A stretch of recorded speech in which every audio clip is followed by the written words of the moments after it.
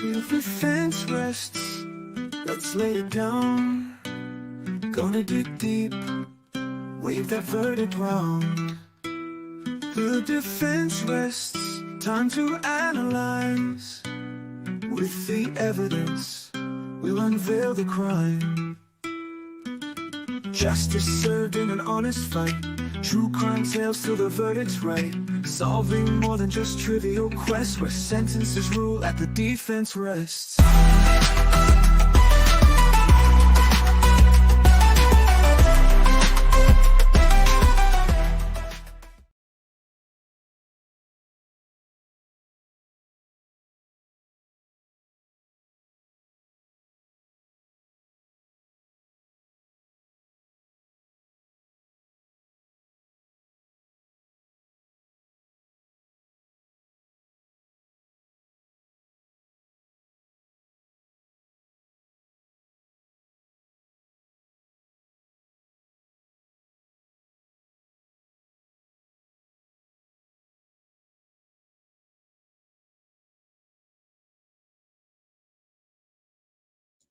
Oh my God.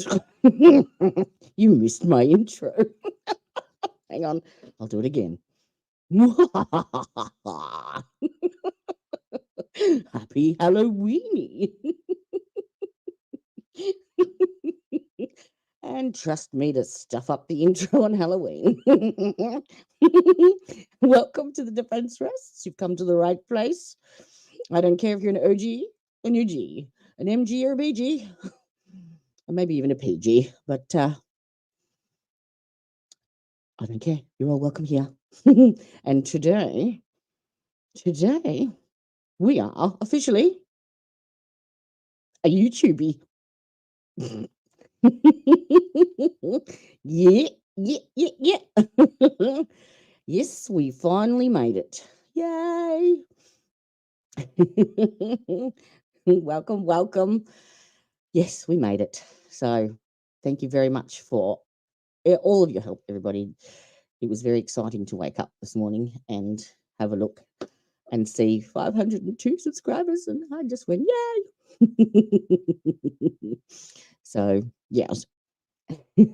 And is there any irony in the fact that I get monetized on Halloween? I don't know. Treats, no tricks. You can't even see my spastic friggy tails. They're poking out both sides. You can't see them. Good morning. Happy Halloweeny.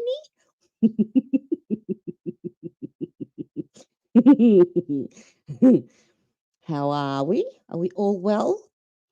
Did you have a good sleep? I don't think you did, Tricia, did you? Nope, not by the time you were sending me emails. No. Alrighty, I'll just wait for a couple more to roll in before we start.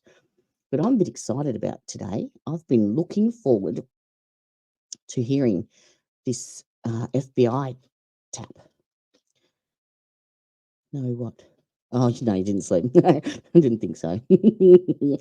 Oh, and actually, remind me, I need to, whilst we're watching, I need to quickly make a congratulations banner for Tanya, who got engaged today. Yay! So I'll do a little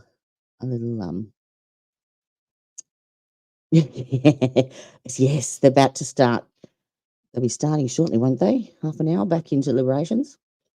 I will be keeping my eye out on that as well. But yeah, I'm really looking forward to hearing the phone tap from the boyfriend. What's his name? Daniel Youngkin.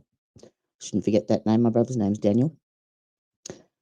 Yes, the FBI tapped his phone, so he has all of the recorded audio from her phone, which is first up this morning. Yeah. All right. I suppose, given that it is a celebratory stream, I should probably play my little celebratory video. What do you reckon? I might play it a couple of times throughout the throughout the stream, just cause. So if you see Tanya in chat, wish her a congratulatory. Her and Ricky, congratulations on their engagement. And she's a massive rock. It's beautiful, beautiful, just stunning. Maybe she might, if she gets on, she might even show us. All right, give me 1 second. Let's go. Yay!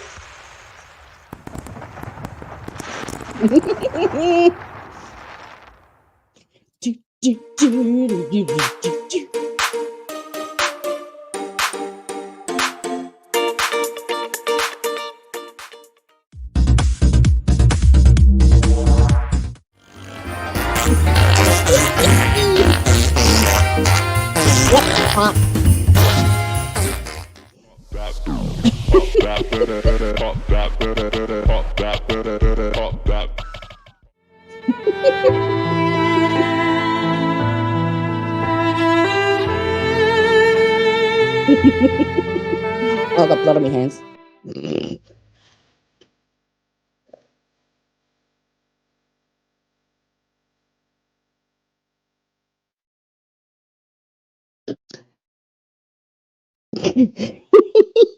What do you think of that?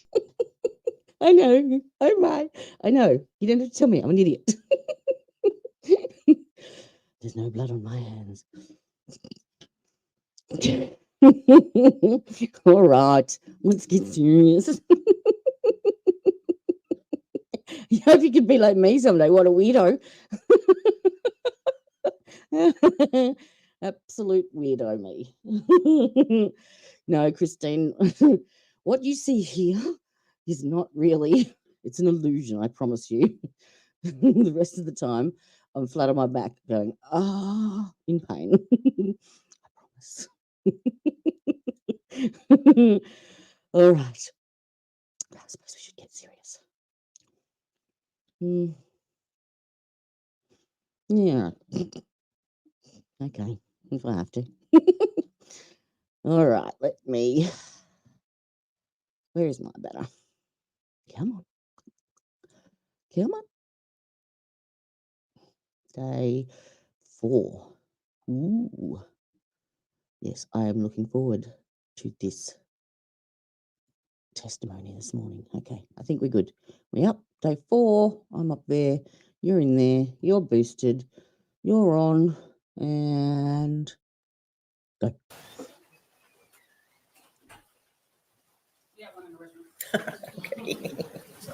Oh, do you know what? I actually listened to a very wise man, Mr. Steve Askins, who gave me a little tip last week about how to get over because I was sitting on the same number for so long, and it was like one subscriber here, one subscriber there. So it was all in more or less not just doing a live stream, but breaking the live stream down into parts as well, and then breaking those parts down into shorts. And so you get 3 times the amount of content out and you hit the algorithm more. That's the trick. Steve told me, and it worked. No, don't give up at all. Don't you dare. Just keep doing it. It's not easy. It's not easy. And I have worked my ass off to get here in the 6 months that I've been on. So I'm pretty darn pleased. Pretty darn pleased. And it's thanks to you. All right. I can't even see. I've sweated in these glasses and now they're all fugged up. Let's go to court, shall we? Good morning, Elizabeth. I spy with my little eye. Hang on.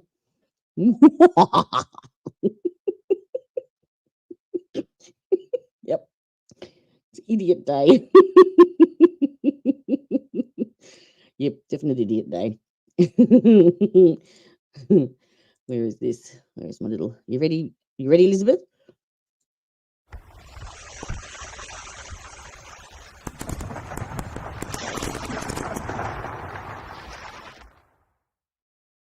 Yay! We did. We did. And you can have a boyfriend. All right. Okay. Calm down, Jody. I know it's Halloweeny and it's exciting, but just calm the farm. Okay, we have some serious business to get to. Yes. No more shenanigans. Maybe a little bit. Yeah. Oh, and there is no sound on the court. L. L for Leilani. Oh. L for liar. I L want to for lazy confirm that mother. you are able to comply with the court's instructions. Okay, Happy no one did any research or Halloween. discuss the case with anyone. All right. Did any of you view any media? Okay. Looks like everybody has responded in the appropriate way. Thank you very much. We are now, I'm going to now turn Right, to clean my Mr. glasses, Hilliard. Jody. Mr. Youngkin.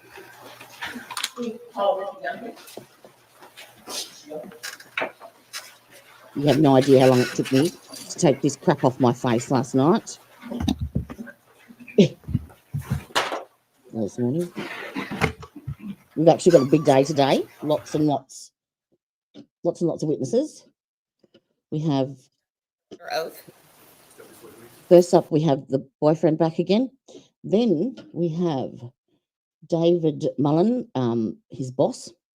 Then we have Missy, who was the chick that Leilani said that she went to go and get her Orajel from, 1 o'clock in the morning. Then we have GP, Amanda Fuentes. Why do I recall that name? That sounds familiar. Then we have Dr. Kenneth Birch, who is a pediatric cardiologist. Then Paul Simon, Leilani's brother. And then a neighbour. And then we have a minor testifying. So there's audio only with no video. Oakley dokley, that's the plan for the day. But first up, I want to hear this audio. So this is the audio recordings that he's going to bring in that the FBI tapped his phone. So he recorded the conversations between him and Leilani. And I've got a feeling this might be something that might bring her undone. Potentially. And Mr. Youngkin, just to be clear, you do understand that you are under oath. You were sworn in yesterday and you remain under oath at this time for cross-examination. Yes, ma'am. All right, thank you. Mr. Hilliard. I'm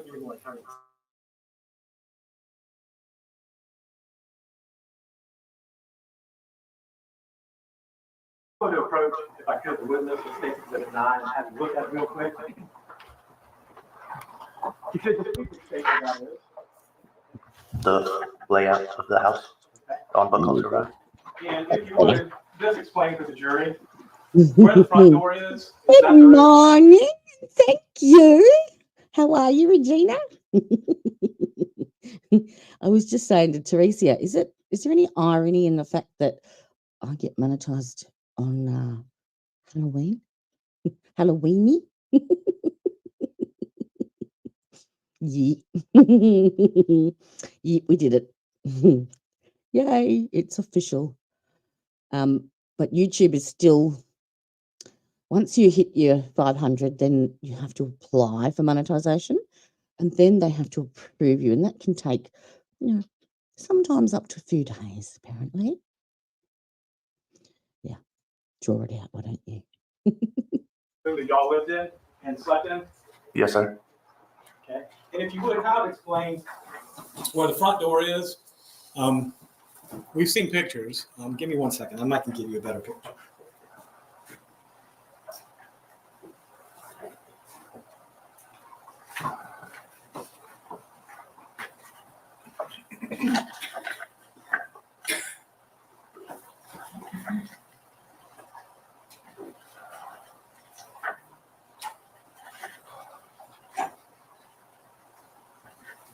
I'm going to show you, we're talking intended to submit a State's Exhibit number 10. And picture 26 of State's Exhibit number 10. Is that the front door at 535 Buckhalter? Yes, sir. At the front door. And is this as you enter the doorway, a picture of the sofa to the left? Yes, sir. And the picture to the right is kind of over in the corner. It's the race car. That's where Zane slept. Yes, sir. And this is a TV. Yes, sir. And I assume there's a little chair in front of it, correct? Yes, sir. And that's the crib that Quinton slept in, correct? Yes, sir. The playpen. And that's the pictures of inside the crib, correct? Yes, sir. I'm going to go all the way back here. And I don't want to put words in your mouth, but I'm trying to understand the back part of the room. Thank you.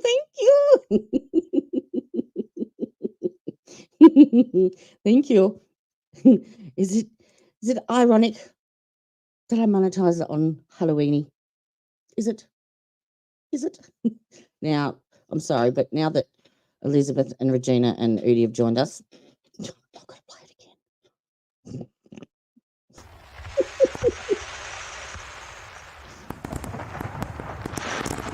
Go for it.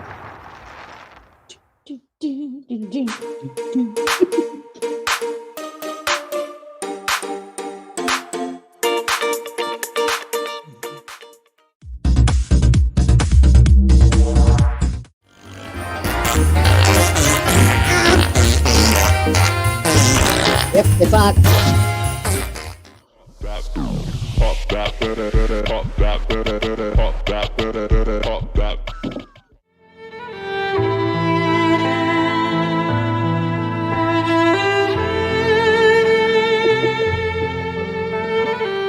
I'm being called that for a while.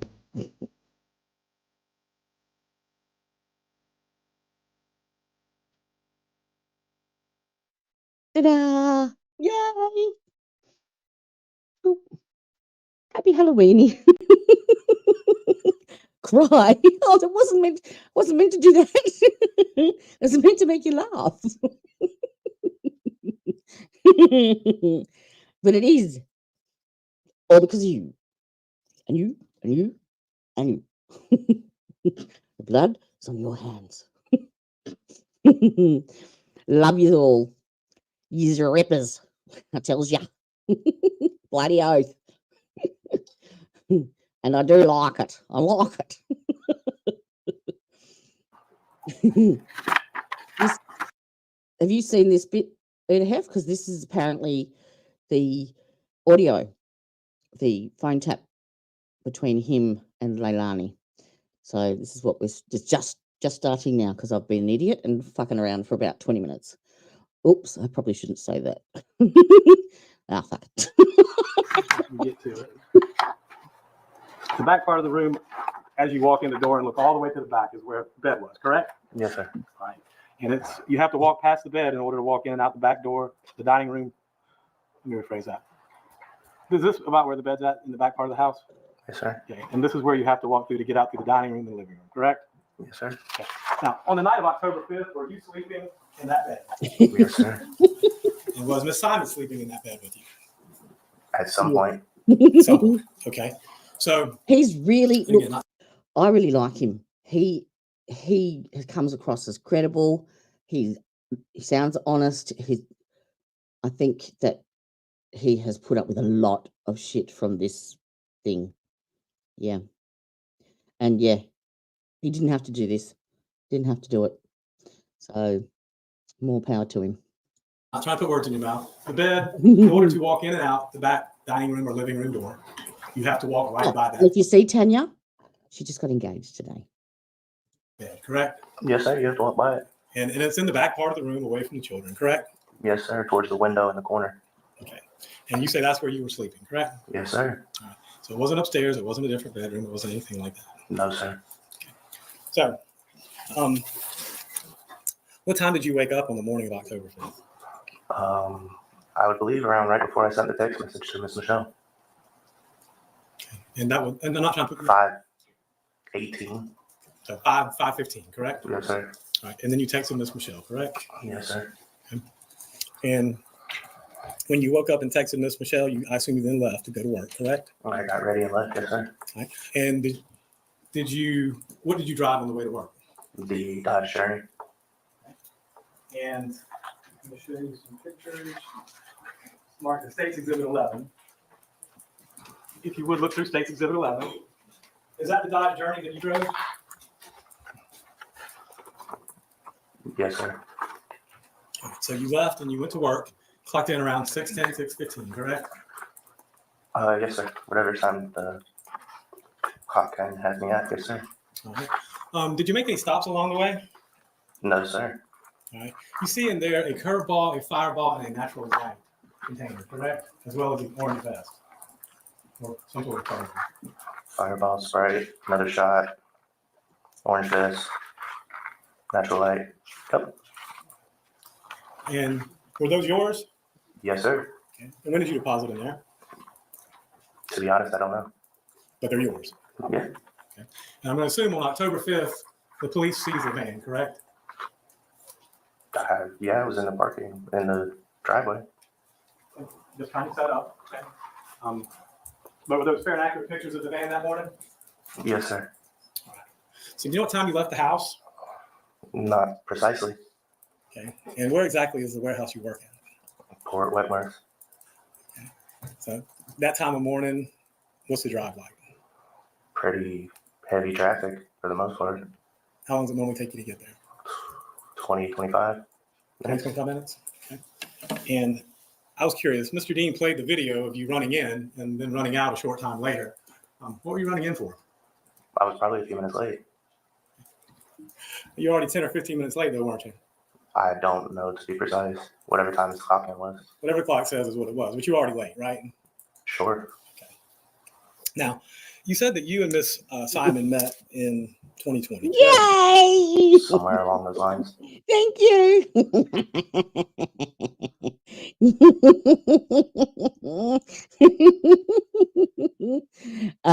You didn't hear the start of the stream. I said to Christine, I said, I listened to the words of a very wise man, Mr. Askin. Thanks, Steve. Happy Halloweeny. Is it ironic that there's a connection there somewhere? Maybe. Anywho, thank you very much. We did it. In fact, we're over now. I think it's 504. You watch. It'll just between 400 and 500 felt like forever, and you watch between 500 and 600, it'll, yeah, says Jody. And that was in Dunn, North Carolina? Thank you. In person. Yep. Right. And that was where you were at, right? Yes, sir.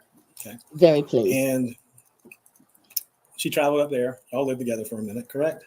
Absolutely. How old are you, Mr. Youngkin? And today? Today, I'm 30. Okay. And how old you have been back then? 28, 27?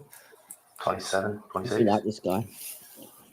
In 2020, you'd have been 26, correct? Yeah. Okay. In October of 2022, probably 28, 27, something like that. Yeah. All right. So when did you move back to Savannah? I moved to Savannah. I didn't move back to Savannah. Or when did you move to Savannah then? Oh, I better watch. 4 or 5 months into her pregnancy. Better watch. All right. So when was Sky born? In what year? What month? June 5th. 2022?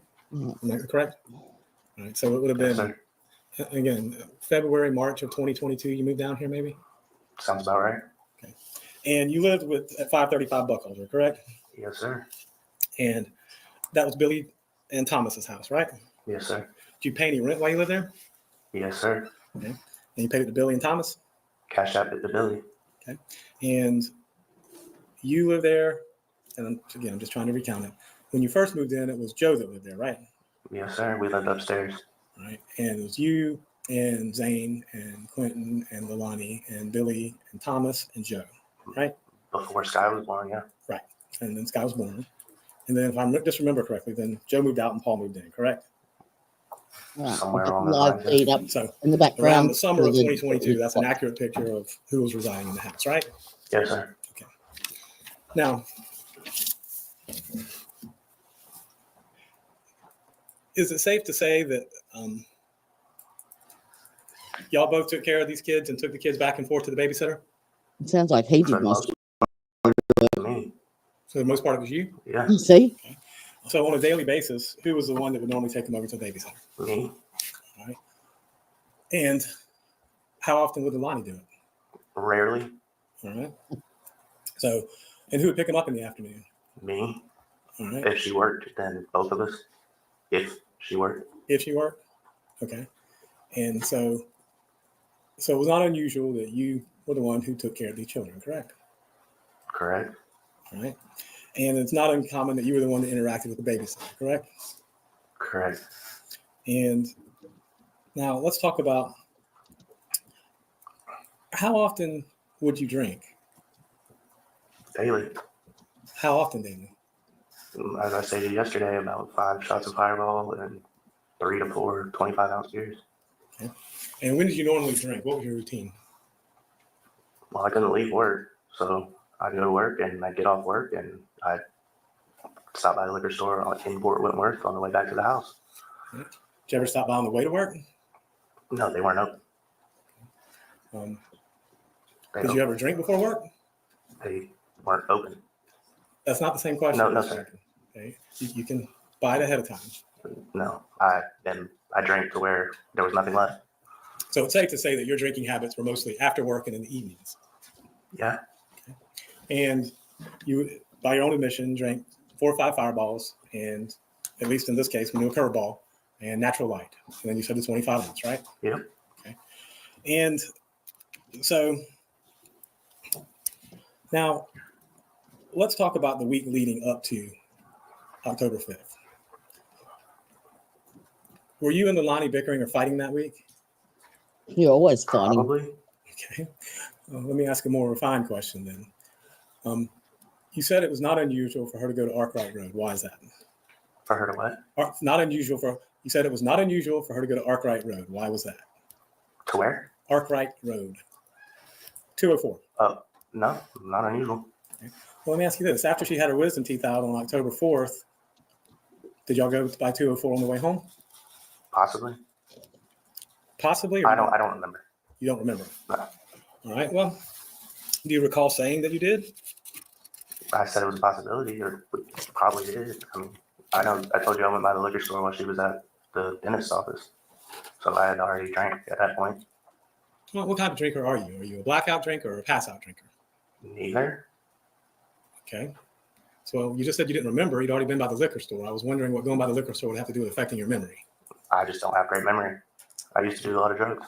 All right. What kind of drugs did you used to do, Mr. Youngkin? Cocaine and marijuana. Okay. And let me ask this. In the weeks, days, and hours leading up to October 5th, were you doing cocaine, marijuana, and alcohol? Not marijuana, but cocaine and alcohol, yes, sir. And when were you doing cocaine and alcohol? After work. On a daily basis? Yeah.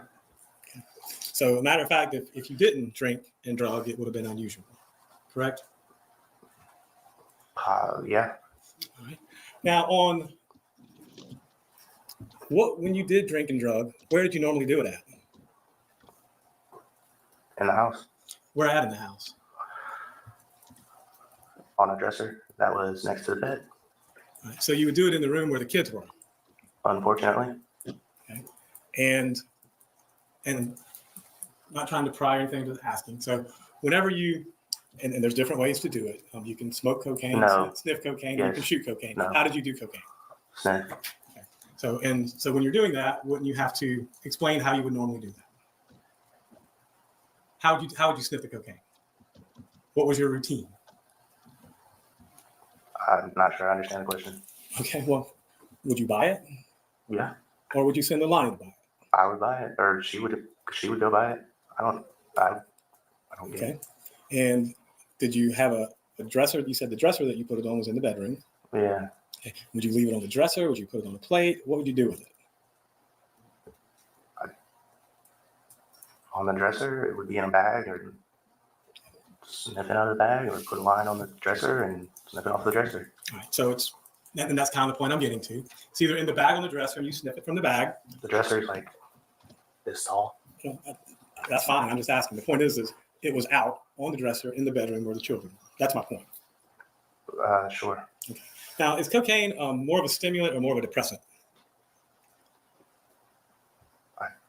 Does cocaine give you energy or does cocaine make you sleepy? For me, Yes. sleepy, honestly. And that's a fair Really? assessment. So cocaine makes you sleepy. Does alcohol make you sleepy or energize you? I kind of just evened out. So in your case, cocaine, If you buff, it is free. What does that? Did he actually say that? I was actually typing. Sorry, I was typing in Steve's chat on his on his stream, saying Happy Halloweeny. What did I miss? Did he actually say if you buff it, it's free? I might have to. made you sleepy and Oh. alcohol would give you a little bit of energy and it kind of Oh, evened you out. Sure. Now, when you did cocaine, would you also drink? Yes. Okay. And how much would you drink at that Yeah. point in time? enough to get me drunk. I don't have an exact measurement. Okay. Did you smoke at the same time? I thought they were playing the audio this morning and not cross.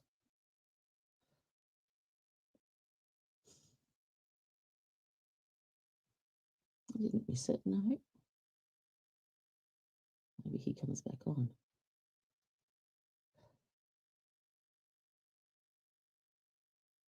Okay, yeah, I think it's coming. No, I didn't smoke. I didn't smoke marijuana. I was not Cigarettes. cigarettes. Yes. Not often. But when you did cocaine and drank, would you smoke cigarettes? Sure. Why not?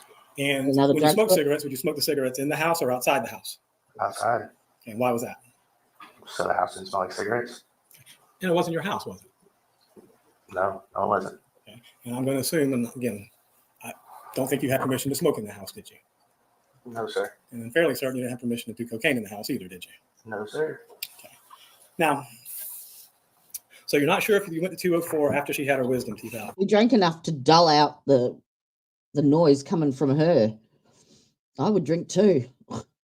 And I really, really don't like this attorney. I don't.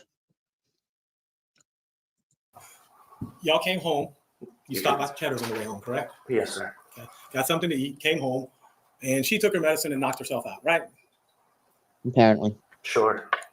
I'm not 100% sure. I honestly can't say for certain. But I mean, yeah, that's my recollection of it. All right. Well, let me ask you this. Y'all lived in this room, right? For the most part. Okay. It's an open room, correct? Yeah.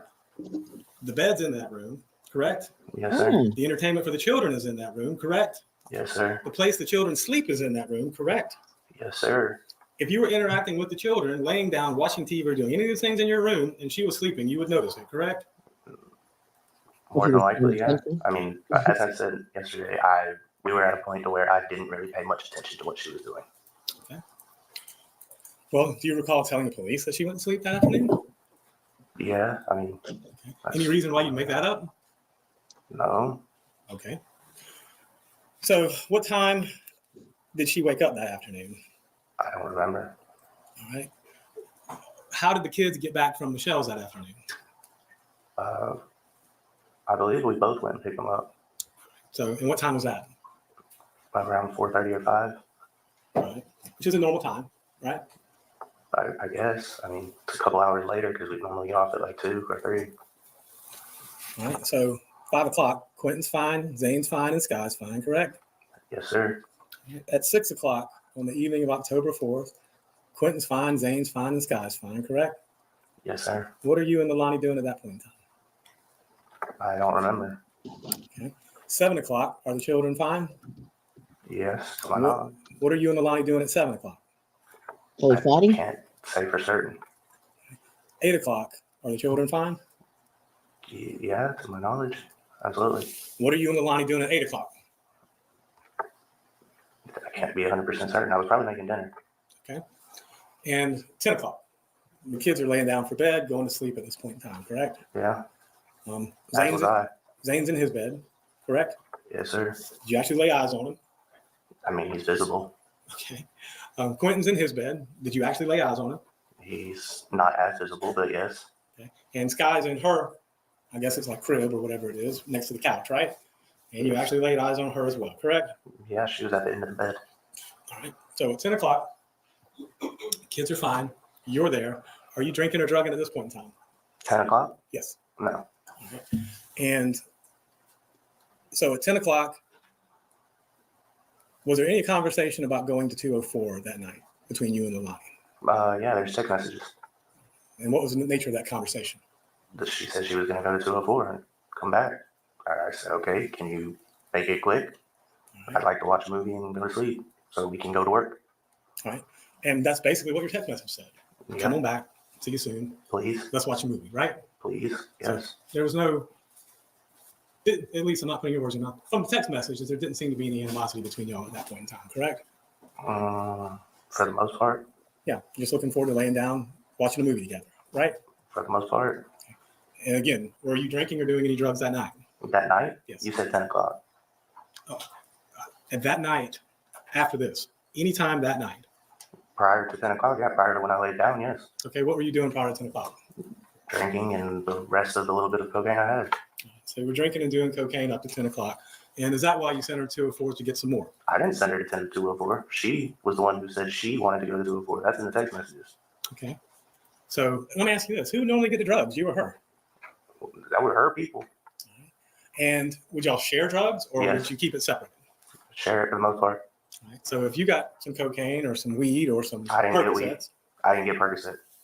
right? But if you got cocaine, you share. Yeah. And when she got it, she'd share. No. No. No. She was selfish. Okay. So you would share drugs, but she wouldn't. Yeah.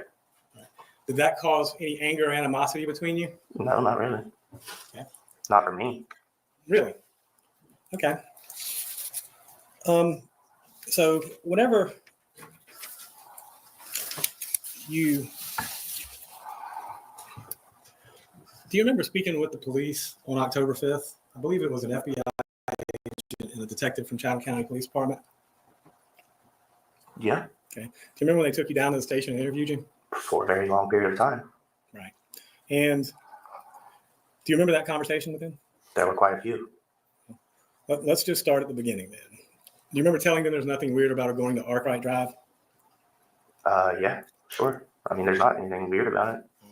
And when Leilani got back from 204, were you awake or asleep? I was asleep. You remember telling them that you were awake when she got back?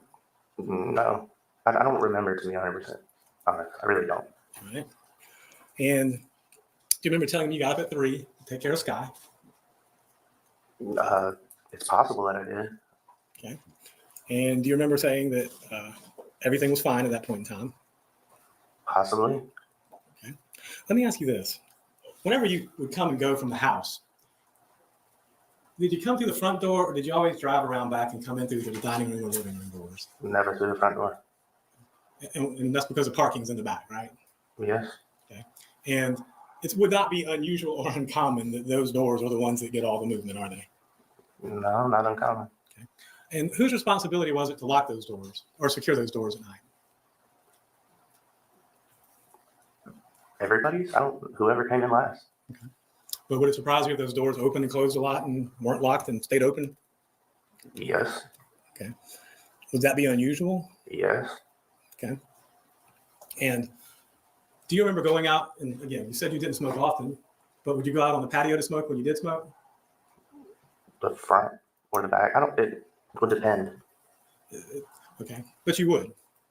Sure. Okay. Now, do you remember just a few minutes into the interview with the FBI agent and Chatham County police officer, you got a little angry? Possibly.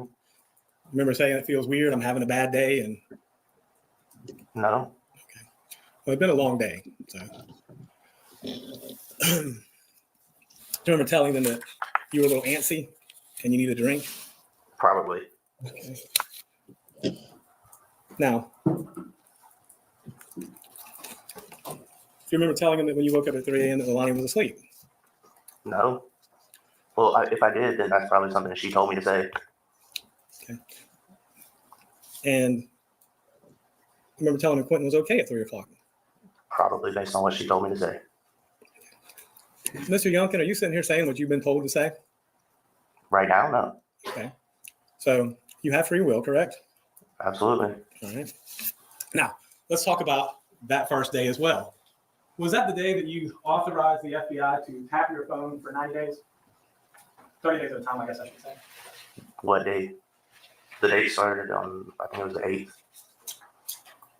I think it was 10/8, 2022. October. All right, well, I'll ask that question. Let's just go back. That day, October 5th, did y'all go back to Buckhalter Road that day? I believe it was like 2 or 3 a.m. Okay, so it was October 6th. Yeah. Okay. And when was it y'all went to the hotel? The 7th, maybe? I don't know 100%. But you had agreed to Absolutely. have the video done, the audio done, and then give them your phone done, correct? The phone happened later, but yes, I did. Okay. And you say the phone happened later. They didn't dump it that day, October 5th? What do you mean? Oh, permission? I thought you were talking about the 30 days at a time. No. I'm talking about just actually giving them your phone. Yeah, on the 5th, absolutely. Right. Because I remember you asked on the 5th to get your phone back, if I'm not mistaken. Yeah, I did. Right. So, And I got it back. all right. So now, did you notice anything about Quinton's crib the evening of October 4th? No, Early morning hours of October 5th? no. Anything unusual about it? No. I wasn't really looking at that point, but no. Okay. And I wonder if I could approach the witness for 1 second.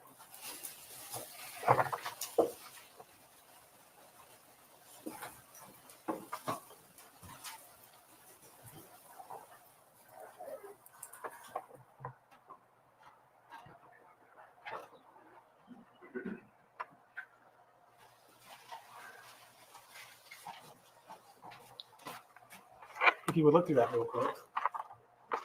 Don't say what it is, just look through it.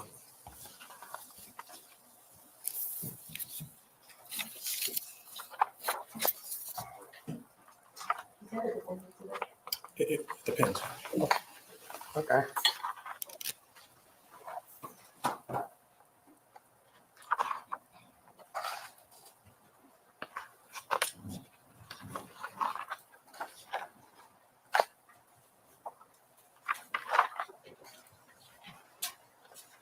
Okay.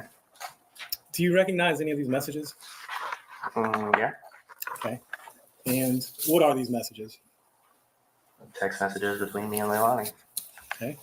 And if you would turn to, I guess, the very back one, let's start in the back and kind of work forward.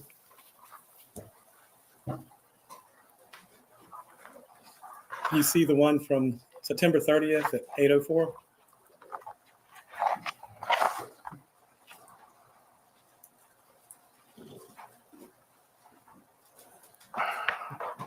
Yes.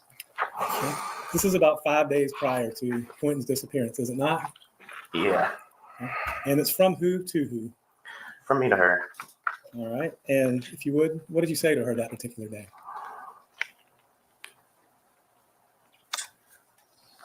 Like, I'm always supposed to deal with your asshole moves and the mean ass kids when you get mad and dip and take shit from me. What particular shit are you talking about here, Mr. Youngkin? Money, drugs. And which mean-ass kids are you referring to here, Mr. Youngkin? All three. Well, Sky's an infant. So I'm Yeah, fairly she was certain. being mean that day. How can an infant be mean, Mr. Youngkin? She wasn't being mean. She was just crying a lot. Okay. So how would Quinton or Zane be mean? They're children. Mr. Youngkin. Zane was a handful How's that? because he was always high energy and high strung and didn't want to go to sleep when we would say that. And I would be the one that would always deal with him. Okay. All right, let's look at the next one. It looks like this one's just a few minutes later, September 30th at 8:47. Yeah, I said, I'm such an idiot. I see it. Now, you said a little bit more than that, I'm such a ducking idiot. I see it. and you meant to say something else, but Yeah, well, autocorrect. all right, let's go on to the next one on September 30th at 8:46. Yes. That's from you to who? These aren't in order.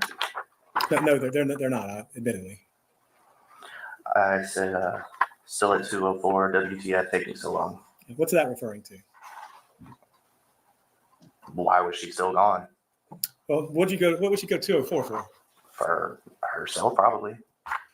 So, Or us both. all right. Drugs, maybe? Yeah, absolutely. How would you know? To my knowledge.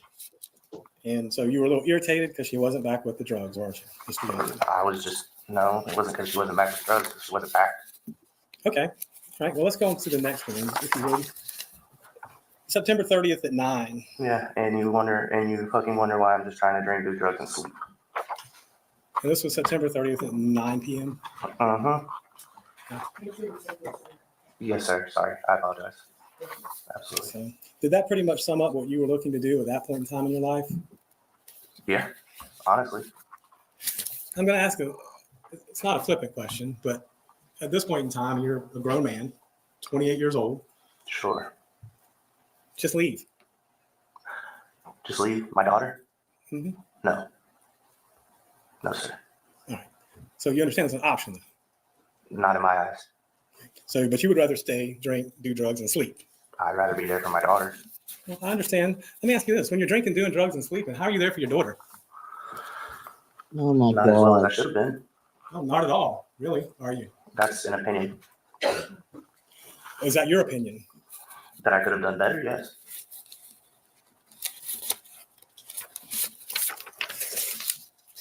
Now, that's all the ones for September 30th. Let's look on October 1st. This is 4 days prior. At 12:26 a.m. From, Are you asking me to read all these? well, I'm asking you, who's this from and who's it to? What time? The 12:26. It's from her to me. And what does it say? You almost had your whole bag, and some of both of the bags that I had went and bought. What bags is she referring to? Cocaine, which was inaccurate. So you went through both bags as well. That's inaccurate. It may be inaccurate, but that's what the text message says, correct? Yes, sir. It says you went through both bags of cocaine. According to her, Right. Well, let's go on to the next one that you sent back to her. no bag, no love, no niceness. Right. So basically, your mood was contingent upon the drugs you had, correct? That was inclusive with the no love, no niceness. Let's go to 10/1/2022, 12:27 a.m. That was from who to who? Her to me. And what was this referencing? Then expected. That's not in order. It says, and then expected me to come inside while you talk shit and share when you had a G yesterday. What's a G? A gram, All right. So she's saying that she wasn't going to share because you had an entire gram to yourself. which is not true. Look at the next text message from October 1st, 1:34, from you to Leilani. Yeah. Can't come in and lay down at 2 a.m. Just go out and fuck around and don't ask me or tell me shit. Me referring to her leaving in the middle of the night and not saying anything. Okay. You're upset, needless to say. Well, yeah, at the time. Then I gave up. So did it upset you whenever you noticed that she wasn't there in the middle of the night? Occasionally, most of the time, I just accredited it to do her doing whatever she wanted to do. Let's look at the next one on 10/1 at 1:34. It looks like from Leilani to you. You can go out and do what you want tomorrow night. And you said you wish you knew. Well, now you know. And that's basically saying you can go do what you want tomorrow night, right? From her, yeah. Right. Like I would do that. Well, whether you did it or not, I guess that's her giving me permission to leave the next night. did you leave the next night? Nope. And what was your reply back?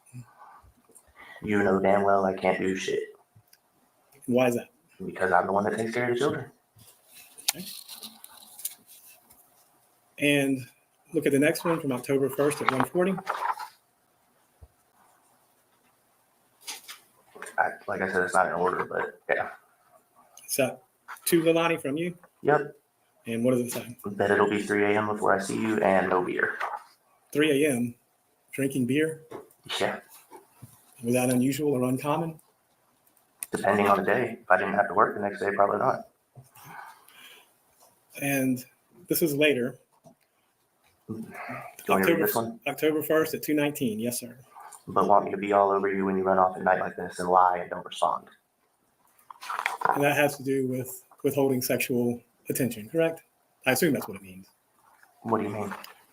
What do you mean? Well, you tell me. I'm assuming that's what you mean. You want me to be all over you when you run off at night like this. What does that mean? Anything intimate, Right. So, anything intimate, not just sexual, anything. so that was withholding affection, correct? That's what you're threatening there. That's what I'm threatening. I what it wasn't sounds like. threatening. Okay. That was me saying she wants that, but how am I supposed to do that when she does this? Let's look at the next one from October 2nd. You may remember this, you may not remember this. Oh, I don't know what this is. All right. And you see the picture there? Vaguely. All right, we'll go to the next one then. See if that helps. I guess it's a haircut. Were y'all talking about getting Quinton's haircut? It wasn't my choice. I think, Well, that's what Leilani was. That's from her to you, correct? yeah, I guess she was thinking about getting Quinton's haircut. And that was on October 2nd, correct? Mm-hmm. All right, let's look at October 2nd, that evening at 8:43. Yes, sir. Sorry, my fault. I'm so sorry. October 2nd at 8:43. That was from you to Leilani, correct? Yep. Should have gotten Zane to chill or left me something before you tell me to fucking chill. Left you what? Some drugs. Okay. And what was Zane doing that night? Being high energy. Wouldn't listen. Basically being a kid. If that's how you want to put it, yes, sir. All right. And October 2nd at 8:56, you sent another text message to Leilani? I want to know why I don't understand the context. I want to know why I wish I did, because I didn't get any when I even begged. I really do not like this Maybe guy you at know all. that's about. No, At all. don't know the context. All right. Look at the next one then and see if that helps put it in context. It doesn't, but I want to tell me why it looks like you touched my bag from her to me. Okay. And Also incorrect. so that, but put it in context, that may have been about drugs, correct? Could have been, possibly. All right. And let's go to October 3rd. This is the evening of October 3rd. I think this is the day before the wisdom tooth, if I'm not mistaken. This is 11:34 p.m. and it's from Leilani to you. And what does she say to you? This is backwards, so it's kind of hard to get everything in context. And some of it's not even in order. Well, that's fine. You can put it in order. But I don't have time. It says, so I've kind of been waiting for you at the same time, which is why I asked what you were doing. I do not know what that's referring to. All right, well, that's fine. Let's go to the next one then. It's just an okay, right? Yep. Just me saying okay. And what's the next one? Her saying, oh, I guess she was outside, sitting on the front porch. All right. Just I thought you said you was going to hit that line and come smoke the city. If I hit that line, what does she mean by that? What she had left on the dresser for me.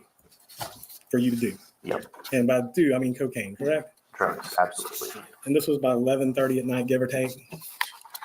11:33:47. And let's look at the next one from her to you. 11:33:32. Yeah. Just put out my blunt and lit a cig.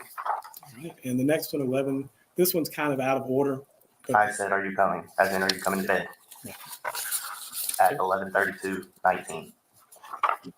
And let's go on to October 4th, which we kind of had a little bit about this already. There's one from October 4th at 10:41. 10:41:37. She said, I'm about to turn on 204. And the next one, I said at 10:44:24. Thank you for the little bit left. So sweet, no lie. and what little bit left were you referring to? Whatever she left me on the dresser. Drugs. Yep. All right. So at least at that point in time, on the night of October 4th, you were at home with the children Disgusting. under the influence while she's out getting more drugs, correct? Yes. Okay. At any point, did you ever tell them this? Yes. When? The interview, Okay. initial interview, All right. Well, let's go it was a ahead. very long period of time, so I'm pretty sure I told him everything I knew All right. That being said, or could remember. you were doing cocaine at least at 11 o'clock at night on October 4th. And drinking. 10:45. 10:45. And I 10:45, probably did that and then fell asleep, because cocaine makes you sleepy. as we stated. And you were drinking as well. Probably the last year I had left. But when you went to sleep, Quinton was fine, Zane was fine, and Scott was fine, correct? Yes, sir. At around 10:45, 11 o'clock. So Do you know what time Leilani got back that night? Nope. Do you remember telling the police that you were awake when she got in? Probably initially. Okay. But you changed your story, didn't you? Possibly. I don't know. Okay. Well, if I say, did it based on memory and what I was recalling at the time. well, if you say A is true and it turns out that B is true, they both can't be true, can they? Depending. Well, either you saw her and you were awake or you were asleep when she got in. Yeah, very true. Right. Now, you got up at 3 a.m. to feed Sky, like you always did, you said. Probably initially, that's probably what I said. And you told them Quinton was fine, Zane was fine, and Sky was fine, correct? Initially, I believe so. Okay. And you also said you, of your own accord, called the babysitter and said the kids were staying home. I texted her at 5:20 and said the kids will be with her. Excuse me, texted and said the kids were going to stay home with Leilani, right? Yes. Did you discuss this with Leilani? She wouldn't wake up. But that was something that I've done in the past, because if she wasn't going to get up and go to work and I was going to go to work, and why am I paying for the babysitter? So for you, you were a little bit angry she wouldn't wake up and go to work, right? No, not really. I was just going to get my job done. Mr. Young, can I have a few? I may sound irritated at the moment, but no. Right. Now let's talk about Azalea Mobile Home Park. Okay. Buckhalter Road, you have 3 different trash cans out there, right? Yes. Okay. And you're the one that collects those trash cans and takes them to the Azalea Mobile Home Park to dump. That was your testimony to Mr. Dean? Yeah, for the most part I was, until Okay. Paul got there, and Paul was the one that had the keys to the truck, so Paul likes to take the trash out. Well, I'm curious, do they have trash collection out there? We didn't, at that residence, I don't know. That wasn't my house. Well, it just seems a very odd thing that, That's what I was told to do. okay, well, who told you to do that? I don't remember exactly, but that's just one of the things that happened. I don't understand. So Paul, either you or Paul were the ones that took the trash off there. Yes. Okay. In the Silverado, Right. never in the Dodge Journey. You're absolutely correct. In the Silverado. But you don't know whether or not there was garbage collection on Buckhalter Road or when they collected garbage? I don't believe they paid for that service. I think it's something you have to pay for. I'm not 100% sure. Do you know if the service is offered? No, I don't. Okay. Well, have you ever seen garbage trucks up and down the road? It So wasn't it's my okay if you house. don't. Yeah, it's okay if you don't. But I mean, No, it wasn't my house. okay. You didn't pay attention to it, is what you're saying. No, I just did what I was instructed. Now, but you did agree to have the hotel room wired for 3 days, correct? Yeah, And and my cell phone. when did you leave Savannah after this? I believe it was the day that I signed the paper for my cell phone to be tapped. You left Savannah that day? I believe so. Okay. And that's when you moved away from Savannah? I went and stayed in Atlanta for a weekend, and then I moved back with my parents. So whatever day is on that particular item, that was the day you left Savannah. I believe so. If not, it was the next day. Do you have custody of Sky? No, I wasn't even legitimized, Do you have? and I was threatened multiple times that my daughter would be taken away from me by Leilani. Okay. Well, let me ask you this. Do you have custody of Sky now? No, I don't. Who does? What's What is the wrong? relevance? What's wrong? That's all the question I got. In just a moment, Mr. Dean may have some further questions for you. I do have some redirect, Your Honor, but I do agree. Okay. So I suspect I was. I'm sorry. Yeah, it's a good time to take a break. Let's take a 15-minute break, ladies and gentlemen. It's 10:02. Let's be back about 10:20. We're in recess. Because it's Halloween and because I'm magic, let's jump 20 minutes into the future. Hang on.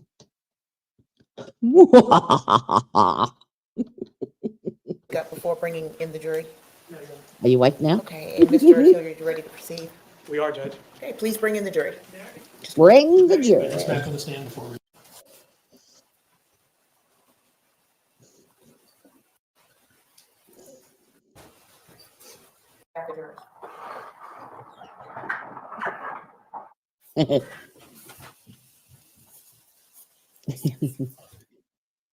Somebody asked in chat yesterday about how she is allowed to wear a hat in court. I didn't even think of that. Yeah.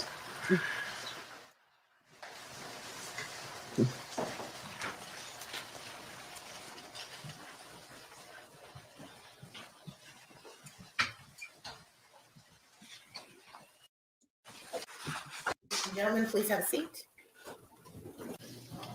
Danny, I think you were asking questions on cross-examination about where y'all kept cocaine. Yes, sir. Can you tell me again where you kept it? There was a dresser across from the bed that was like 4 feet tall, 5 feet tall. Was there also a dresser next to the bed? Yes, sir. Which one was taller? The one across from the bed. And you're saying that's the one that y'all kept the cocaine in? Yes, sir. Why that dresser and not the other one? Because it was taller and less. It was. They couldn't reach it. The kids couldn't reach it. I'd like to show you a picture and ask if you can just explain to us which piece of furniture you're talking about, okay? Yes, sir.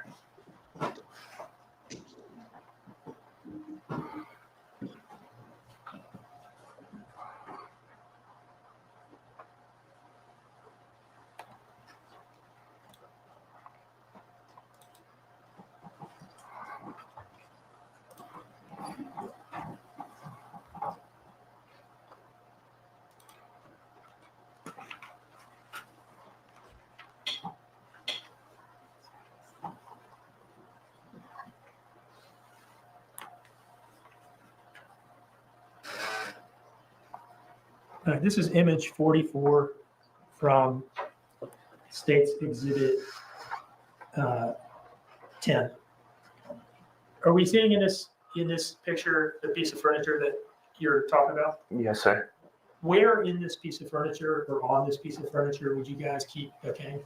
There's a shelf in there that's at the top, near the top, and then on top of it And how do you open that piece of furniture? with that door handle right there. Well, with that knob. So you have to pull that knob to open it, Yes, sir. And there's a shelf near that hinge, sort of at the bottom of it, like right here, like towards the bottom of it. Yeah. towards the bottom of the top hinge. Yeah. There should be a shelf in there. Okay. Did you ever see Quinton open that piece of furniture? No, never. If he had, was he able to open it to your knowledge? No, not to my knowledge. I believe it was taller than he could reach. And had he been able to open the door, would he have been able to reach to the top shelf? No. And are you saying that that's specifically why you kept it up there to keep it away from the kids? Yes, sir. Was Quinton able to get out of his pack and play? No, sir. How much were y'all paying for cocaine at this time? Quite a little bit, actually. What do you mean by that? 20 to 40 a bag. And how much is a bag? Like how much are we talking about in the bag? 0.3, 0.5, something like that. 0.3 or 0.5? Of a gram. Okay, so less than a gram. Yes. And how much money is that, you said? $40 would get you probably like a 0.5, maybe. So did you consider cocaine to be expensive? Yeah. Were y'all in the habit of just leaving it lay around? No. Once you bought cocaine, would you be careful to take care of it and safeguard it? Yeah. As much as possible. Now, I want to ask you some questions about Defense Exhibit 1 that was shown to you, but I don't think was introduced into evidence. Is that right, Madam Clerk? Was Defense Exhibit 1 introduced into evidence formally? Yes, It was? that's one. Or That's defense defense one. exhibit. Oh, no, it was not. I've marked it, the copy that I was given, it states Exhibit 87. Danny, you've identified these as text messages that you sent to the defendant over a period of time. Yes, sir. Your Honor, I would introduce this as states 87. Yes. No objection. I was gonna wait till the detective just cross mark it if that's one, if that's okay. It states 87. I'm good with that, Judge. Okay, that's fine. All right, great.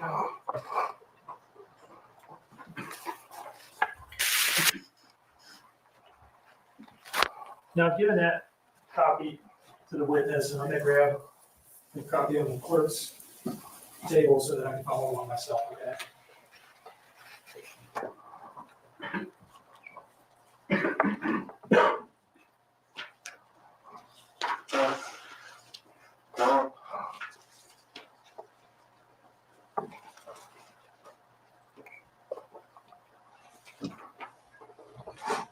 Danny, what's the date and time of the message that you're looking at on the page that I've turned to? October 1st, 2022, 1:34:29 a.m. And what did you say in this message? I said, can't come in and lay down at 2 a.m. Just go out and fuck around and don't ask me or tell me shit. Um, what did you mean by don't ask me or tell me shit? Just, I was unaware of her whereabouts or that she left or what she was doing. What did you mean by fuck around? Just can't come in. Do whatever she wanted to do. Did you know what she was doing? No, I didn't ever ask. And that was at 1:34 a.m. Yes, sir. Can you flip to the page in front of that?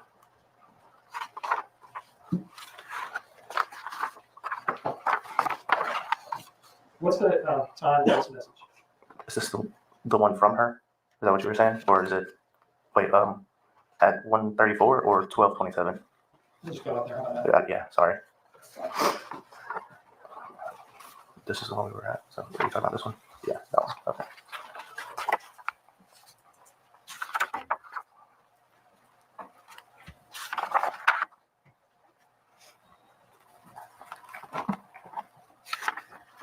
Now, I've flipped forward a couple pages. What is the date and time of this message?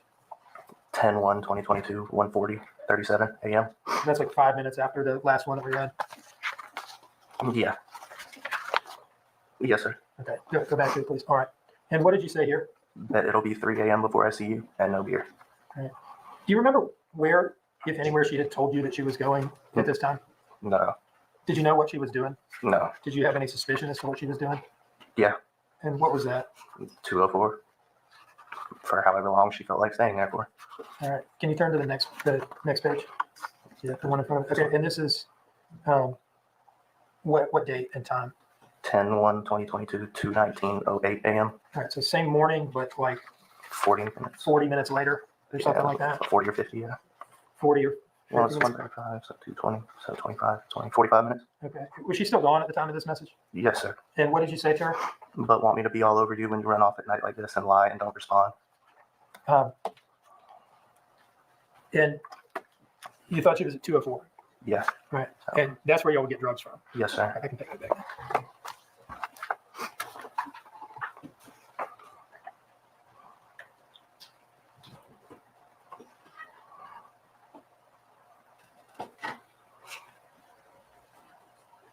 How far was let me ask you this. When we say 204 and Arkwright Lane, are we talking about the same place? Yes, sir. The drug dealer's residence? Yes, sir. Okay. How long, if all you wanted to do was drive from 535 Buckhalter, or all someone wanted to do, you, the defendant, whoever, Uh-huh. if all you wanted to do was drive from 535 Buckhalter to 204, aka Arkwright Lane, and buy drugs and then come home, how long would that take? A maximum of like 40 minutes. Okay. Were there times, perhaps including the time period encompassed in these messages that we've just gone through, where the defendant would go to 204 / aka Arkwright Lane for longer than it would take to just buy drugs? Yes, sir.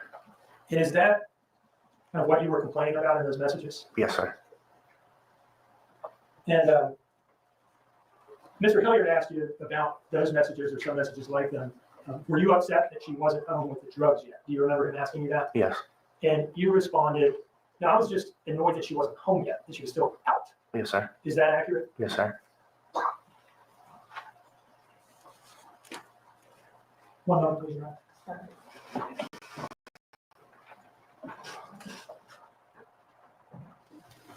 All right, I'd like to approach with what I marked as states of 86, Your Honor.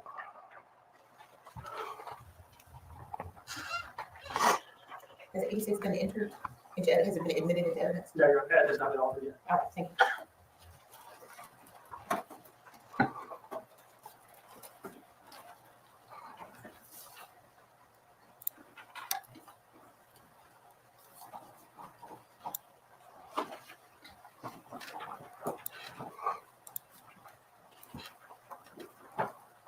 I've handed the witness what I've marked as State's Exhibit 86. Sir, if you could look through that, take as long as you need, and then let me know when you're ready to talk about that document, okay?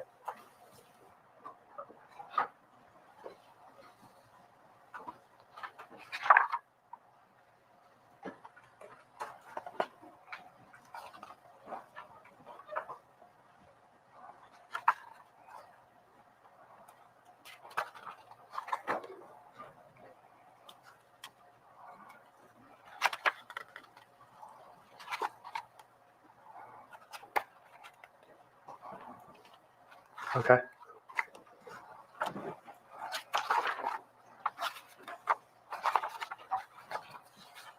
Do you recognize that, Danny? Yeah. Can you tell us what it is? Text messages between me and Leilani. What is the start date of those messages? 10 o'clock, 10:04 p.m. on the 4th of October, 2022. Okay, what's the end date and time? 11. My last text message was 11:01 p.m. Her last text message was 11:10 p.m. on the 4th of October, 2022. Is it fair to say that these are your text messages from that night? Yes, sir. Does this fairly and accurately depict your text message communications that night? Yes, sir. Your Honor, I would offer this as states 87. Okay. And that public 86 or 86. Thank you.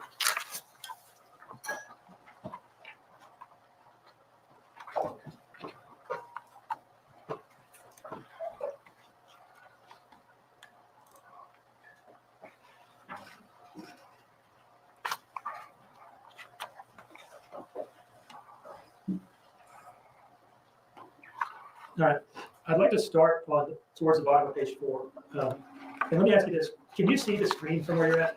You turn to the side. Can you see it? Yes, sir. Can you read off of that screen? All right. I don't know if it's one of those screens where if you're at an angle. No, I can see it. Okay. So from here on out, can we just work off the screen together, please? Yeah. I think that'd be easier. Absolutely. This green message here. Can you tell us the time of this? 6:06 p.m. 10/4/2022. Okay. So this is the evening of October 4th. Yes, sir. But this will be some hours before she left on this 204 trip, correct? Yeah. Yes, sir. And the next message here, what does this one say? I'm gonna run to 204, I guess, at 10:32:20 on the 4th of October, 2022. Okay. So is it fair to say then that this message right here is basically like your first nighttime text message Yes, sir. between you and her? I know it's not your text message. Yes, sir.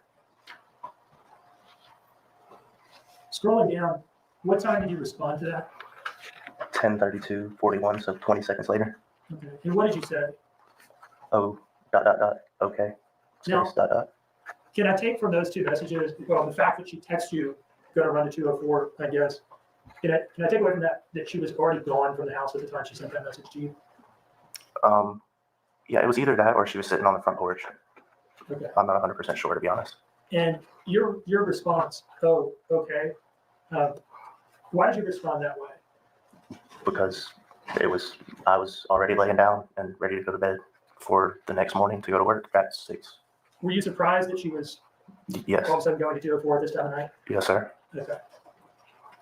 Considering that we had work and that she had just gotten her tooth pulled earlier that day, And I just said, be safe, I guess. that was how long after, oh, okay. 2 minutes and 8 seconds on the 4th of October, 2022. Now, what time was the next message? And you can drop the seconds. The next minute after, and she said, I will be, so she was responding, I'll be safe and I'll be quick, I promise. And what did you say to that? I hope so. And that was like the same minute. 21 seconds left. Yes, sir. And what did you say next? 3 minutes later, Paul showed up and is going to bed. And can I presume that the defendant was still gone at this point? Yes, sir. What did she say to that? Wow. Okay. And then what did you say? He said something about telling you he was on the way and then you leaving and him getting threatened to get ran over. Can you just kind of explain to us what, it sounds like that's a reference to some, Yeah, I think he had like an incident on the road on the way back to the house or something. and then what's her next message to you? At 10:41, she said, I'm about to turn on to 204. And I said, okay, at the same minute. And what's the next message? She said, no, he said in a little bit. What is that reference to? I believe it's in reference to Paul. I'm honestly not 100% sure. And then your next message, maybe that'll clarify. I don't know. That's what I said. Oh yeah, I remember. Sorry. Can you first read the message and tell us what this particular part of the exchange means? That's what I said. You said. He said. But he said something about it was something about no. It was I'm on the way or something. Was there? Let me just ask you this: does this exchange refer to some sort of like miscommunication between the defendant and Paul about when exactly Paul was going to get out? Yeah, that's what I'm gathering from it. Yes, sir. And then at 10:44 at the top of page 7 of this document, what did you say? Thank you for the little bit left. So sweet, no lie. And what were you referring to here? She left a little bit Coke on the top of the dresser for me. Was it in a bag or not in a bag or what? I think it was a little line left out. How much was it? 0.05 gram. Was it the last? I'm going off of the text of the message here. Was it the last of what you had in the house at that point? Yeah. Okay, and did you use it? Yes. I think. Well, let me ask you this. Earlier, I think Mr. Hilliard may have asked you, were you drugging and drinking at that time? And I think you said no. Was that an intentional misrepresentation? No, it was not. Do you remember coming up to Savannah maybe a month or so ago and sitting down to talk to me in preparation for this trial? Yes, sir. And do you remember our going through all these messages together? Yeah, I do now. And do you remember my specifically asking you what that text message meant? Yes, I do. Do you remember freely admitting to me at that time? Yes, I do. Reference to a little bit of cocaine. Yes, I do.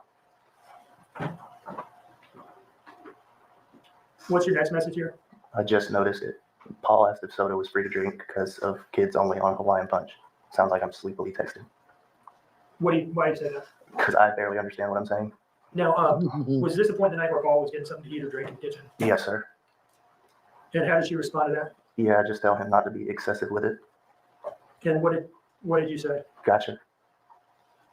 Now, this next message, what time are we at here? 10:45. And read to us what you say to her. I love you. Please come back so we can crash together. Number of R's on the end together there. 4. What are you wanting to do at this point? Go to sleep. Do you know where you were in the house when you sent this message? Laying in the bed. What if anything was holding you back from going to sleep at this point? Her being back.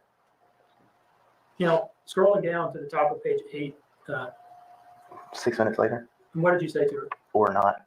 You responded to your last message about going back so we can crash together? No. So you say or not, and what did she say? I love you. And what did she say next? And I'm about to be walking to the car. And what time was that message sent? 10:51. And your response? 1 minute later, I said, oh, okay. And your next message?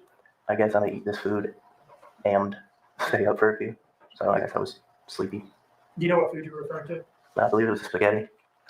What were you doing at this point in time?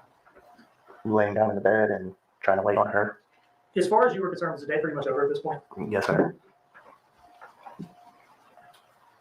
And what was your next message and when? 10:56. I said, I don't want to be tired or you be tired either.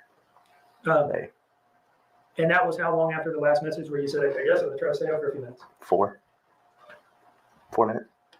You're still wanting to go to bed at this point? Absolutely. Just wanting her to come home so you can do that. Yes, sir. How did she respond to that? I know, baby. And what did you say? I know you don't feel great. I don't know how you're still up. And I wanted to watch a movie. Sad moment. And what time did you send that message? 1 minute later, exactly. How are you feeling at this point? Sad and tired. Did she respond to that message? No. What's the next message? 4 minutes later, I said, moi. What does that mean? I don't mean to embarrass you. I just don't know. A Who kiss. knows? All right. It's a text message representation of kissing noise. Yeah. Okay. And when did you send that message? 4 minutes later. What time of night? 11:01. All right. 11:01 p.m. on 4. Yes, sir. Did she respond to that message immediately? No, it was 9 minutes later. And what did she say? The same thing. Is that the last text message you sent to anybody that night? Yeah, I believe so.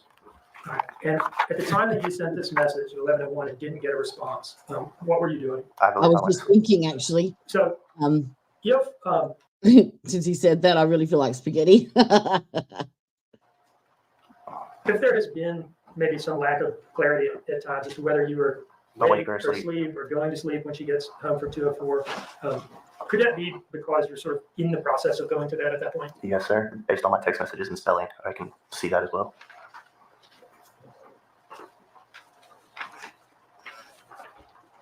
And my lack of remembering correctly.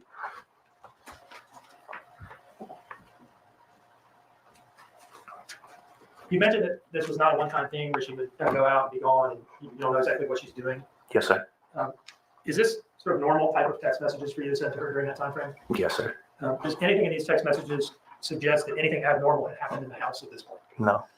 Now, going back to the morning of October 4th, before these messages, so let's go back to the dentist, okay? Mhm. Oh, yes, sir. Well, actually, let's go to work before the dentist, all right? Yes, sir. The two of you, did you drive to work together in the journey? Yes, sir.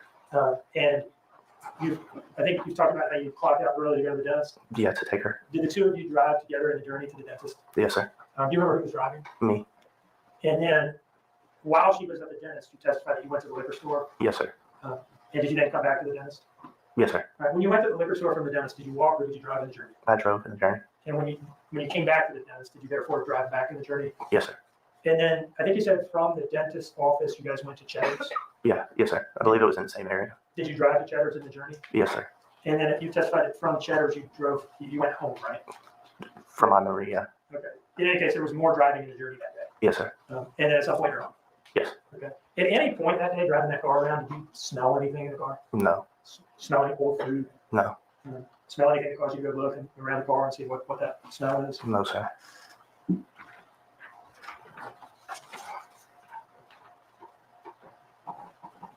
One other, please.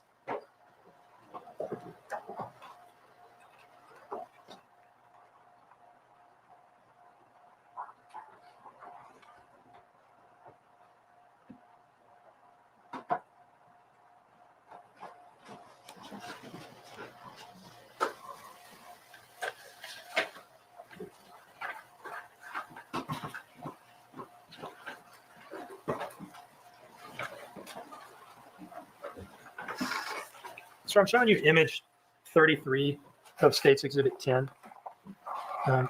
This has been identified by other witnesses as apparent vomit on Quinton's pillowcase as photographed by the police on October 5th. Have you now gotten a look at that? Yes, sir.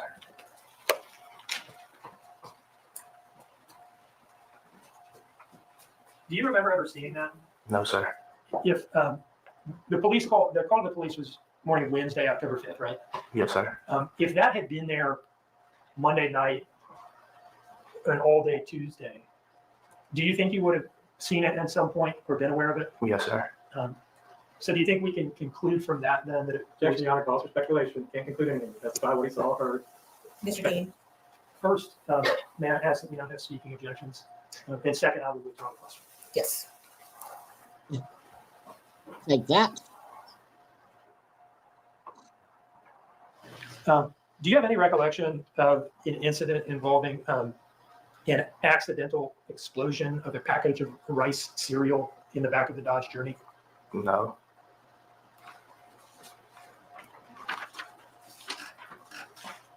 And that's the car you drove pretty much every day. Yes, sir.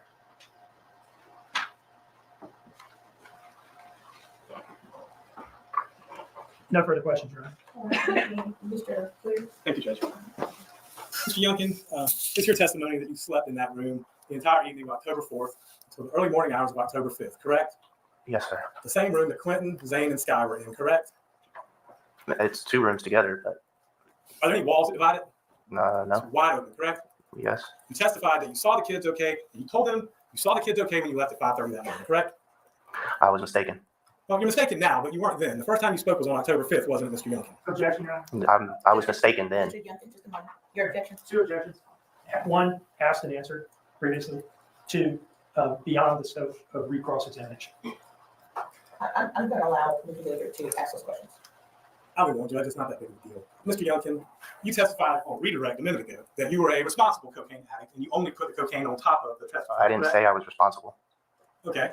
Well, you put it in a place that only the kids couldn't get it. Well, let me ask you this. You also testified a few minutes later, didn't you, that you couldn't read your own text messages because you weren't making sense. You were either tired or intoxicated, correct? Yes or no? I was tired. Well, that's your explanation, but you're also intoxicated. You were doing cocaine and alcohol that evening, correct? That's a matter of opinion. Now, you were asked whether or not you saw this pillow, right? Mr. Dean just asked you about that. He asked me if I'd seen it prior to the 5th. Yes. Right. Let me ask you this. At any point in time on October 5th, did you ever speak to anyone about an overwhelming smell of vomit emanating from the crib? No. Did you smell vomit? No. Were you sleeping in that room all night? Yes. And you woke up, correct? Got ready for work and left that morning, correct? Yes. Did you ever mention that you smelled vomit? No, I was asleep. All question answered. All right, Mr. Dean, anything further? No, Your Honor. Mr. Youngkin, you are excused, sir. Is there any reason to retain this witness? Let me ask that. Under subpoena. Can I have one moment on that question, Your Honor?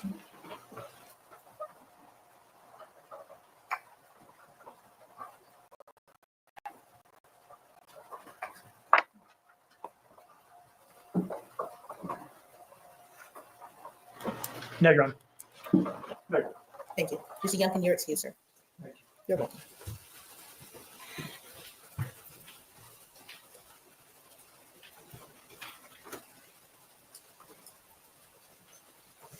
All right, Mr. Dean, you may call your next witness.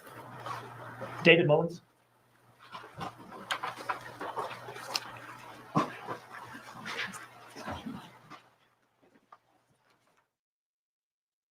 David Mullins is Daniel Youngkin's boss. David Mullins.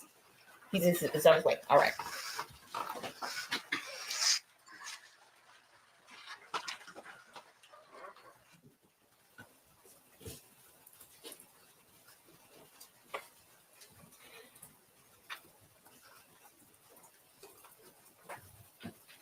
Take the raise your right hand, please. The evidence you check the court and the jury of the trial decision should be the truth, the whole truth, and nothing but the truth, so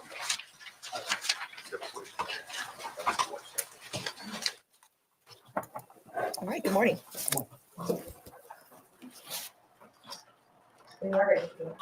Good morning, sir. Could you please introduce yourself to the jury? Hi, my name is David Mullen. Normal spelling of David. Yep, D-A-V-I-D, last name M-U-L-L-E-N. And what is your city and state of residence, sir? Currently Springfield, Georgia. What do you do for a living? I'm a warehouse manager. And where do you work? Currently work for a company called Unis. How long have you been in warehouse or freight operations? A little over 12 years. In October of 2022, where were you working and what were you doing? I was working for a company called Eclipse Advantage. We were a warehouse labor provider. And where specifically did you work? In the Port Wentworth location, I was the facility manager for the company. And what was this location specifically? Inside of NFI's warehouse. I don't know the street address.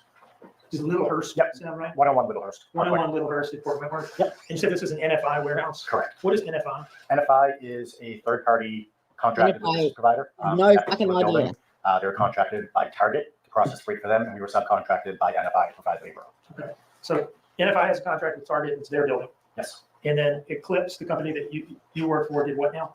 We provided labor, the actual manpower of actually loading the boxes into the trailers for NFI. What exactly would go on there? Basically, it was a 24-hour day operation, scheduled for 7 days a week. Shifts were often canceled, however, by NFI due to lack of work. So we would have people that would unload containers, get the freight onto the floor, onto carts. The carts would be pushed over to the outbound side, where my team would take over and load the boxes into the trailers off the carts. And where do the trailers go from there? They go to Target's distribution centers. Okay, so what's happening here is taking stuff out of shipping containers and putting it in trucks to be driven where it needs to go. Okay. In your capacity as what was your position again, you said at that time? I was the warehouse facility manager. Okay. And in that capacity, did you meet the defendant, Leilani Simon? Yes, I did. And did you meet Daniel Youngkin? Yes, I did. And did you meet Paul Simon? Yes, I did. How did you meet all these people? They're all employed by Eclipse, so they all reported up through other people to me. And what did they do for Eclipse during the time period we're talking about, October 2022? They were responsible for loading trailers. So when the cart would get pulled over to the door, it was their responsibility to take the boxes off of that cart and stack it as high and tight as possible inside the trailer. Is there security at that building, or was there security at that building at the time? Yes. That affected employees going in and out to and from work? Can you tell us about that, please? So there were metal detectors. There was a staff security operation right at the front entrance to the building. So all employees had to go through the metal detectors for any reason. The metal detector went off, security would then wand them. Checking for metal objects, making sure that nothing was being brought into the operation. They're also responsible for keeping an eye on associates leaving to make sure that no product was leaving. All right, and what did that involve? Basically a cursory glance 9 times out of 10. If someone was leaving with a bag, they would ask them to open the bag and peek inside the bag. Okay, so employees even leaving work had to go through security. Yes. Okay. How did you keep track there of what hours people were working? So we used a timekeeping system where every employee had their fingerprint that was biometrically registered. So when they would come in for the day, they would put their finger up against the fingerprint reader. It would record their time in, and the same thing for their time out. Did you have the ability to, if somebody had left and forgotten to clock out, did you have the ability to manually clock them out? And how would you do that? That would be off my computer terminal, either myself or the human resources manager, and the supervisors on the floor also had access to that. Did at some point during the investigation of this case, did the FBI make contact with you? Yes, they did. And was there a Chatham County Police detective there as well? Yes. Okay. And what were they asking you? They asked me for any time card records of the defendant or Danny Youngkin or Paul Simon. And were you able to pull responsive documentation? Yes. And did you give time cards for the 3 of them Yes. to the FBI? Do you see in front of you 3 documents marked as States Exhibits 36, 37, and 38? Yes, I do. Do you know what those documents are? Yep, those are printouts of the time cards. Are those copies of what you gave to the FBI during the investigation? Yes, they are. And did those time cards reflect when you hit export or print and produce them? Yes, they do. They are timestamped at the top, time and date. And what was the date that you produced those to the FBI? That was October 6th. Okay. Are these timesheets we're looking at, are these maintained in the ordinary course of business at Eclipse? Yes. And do they reflect things as they happened at the time that they happened? Like they say somebody clocked in at this time, that's Yes. accurate? Yes. And they're kept on file? Yep. Do you consider them business records of Eclipse Advantage? Yes. Your Honor, I offer these in as 36, 37, and 38. No objection, Your Honor. 36, 37, and 38 are new. All right, I would like to, now, let me pull these up, and I just want to ask you a couple questions about them. Sure.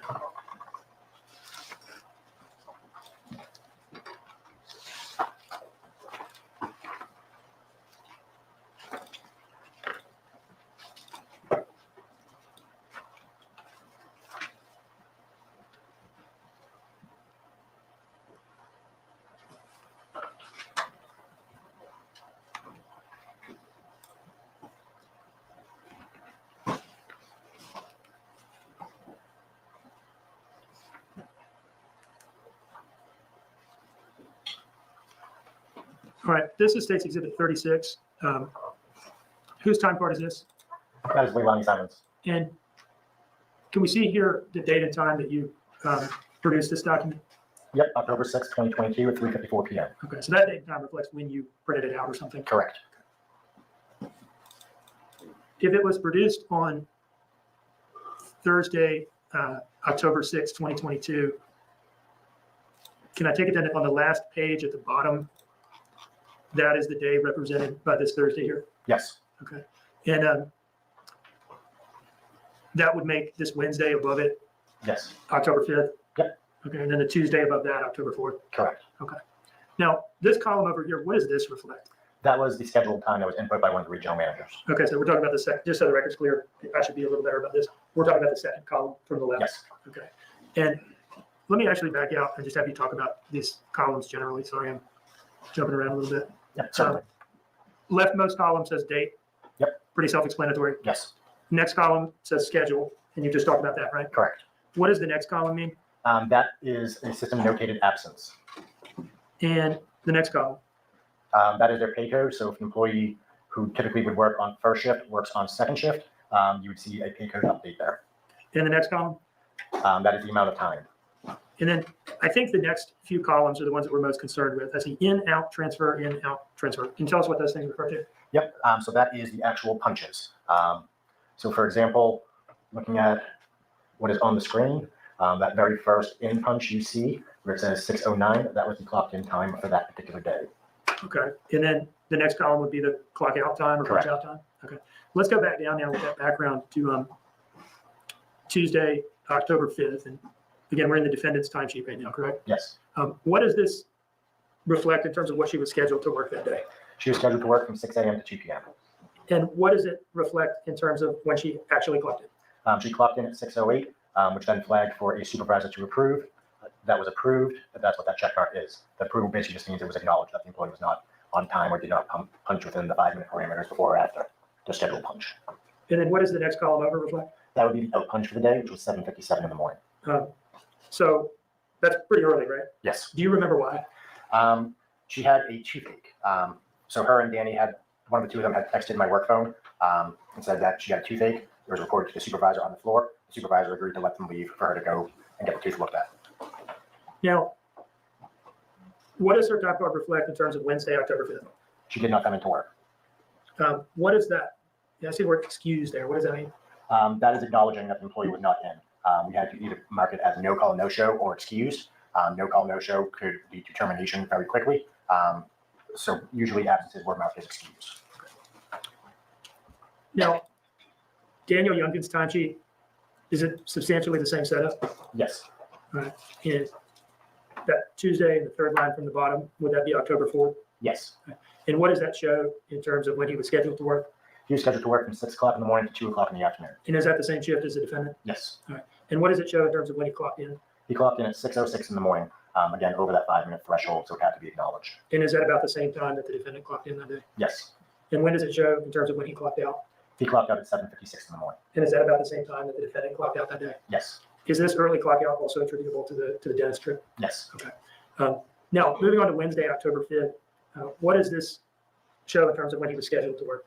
He was scheduled to work from 6 o'clock in the morning to 2 o'clock in the afternoon. And did he complete that shift? No, he did not. When does it show that he clocked in? He clocked in at 6:11 in the morning. And then what time was the clock out? The clock out was at 9:15 in the morning. What does this little check mark mean up here? That means that was manually entered because he did not hit the time clock. Okay, did you do that? It was either myself or it was Crystal, the human resources manager. I believe it was myself though, because I encountered him. Do you know why he didn't manually clock out when he left that day? He was in an extreme rush when he was leaving. I actually encountered him as he was leaving the building. Can you tell us about that encounter? Sure. As I was walking into the building, security popped their head out the door and said, "Hey, someone just ran out the door." I looked over and saw Danny getting into his car. I walked over to Danny and said, "Why did you run out the building? You have to let security check you out." Were you able to observe his demeanor and appearance at this time? Yes, he appeared frantic. Is probably the best word I can use to describe. He was crying, very upset. You could hear it in his voice. Something was not right.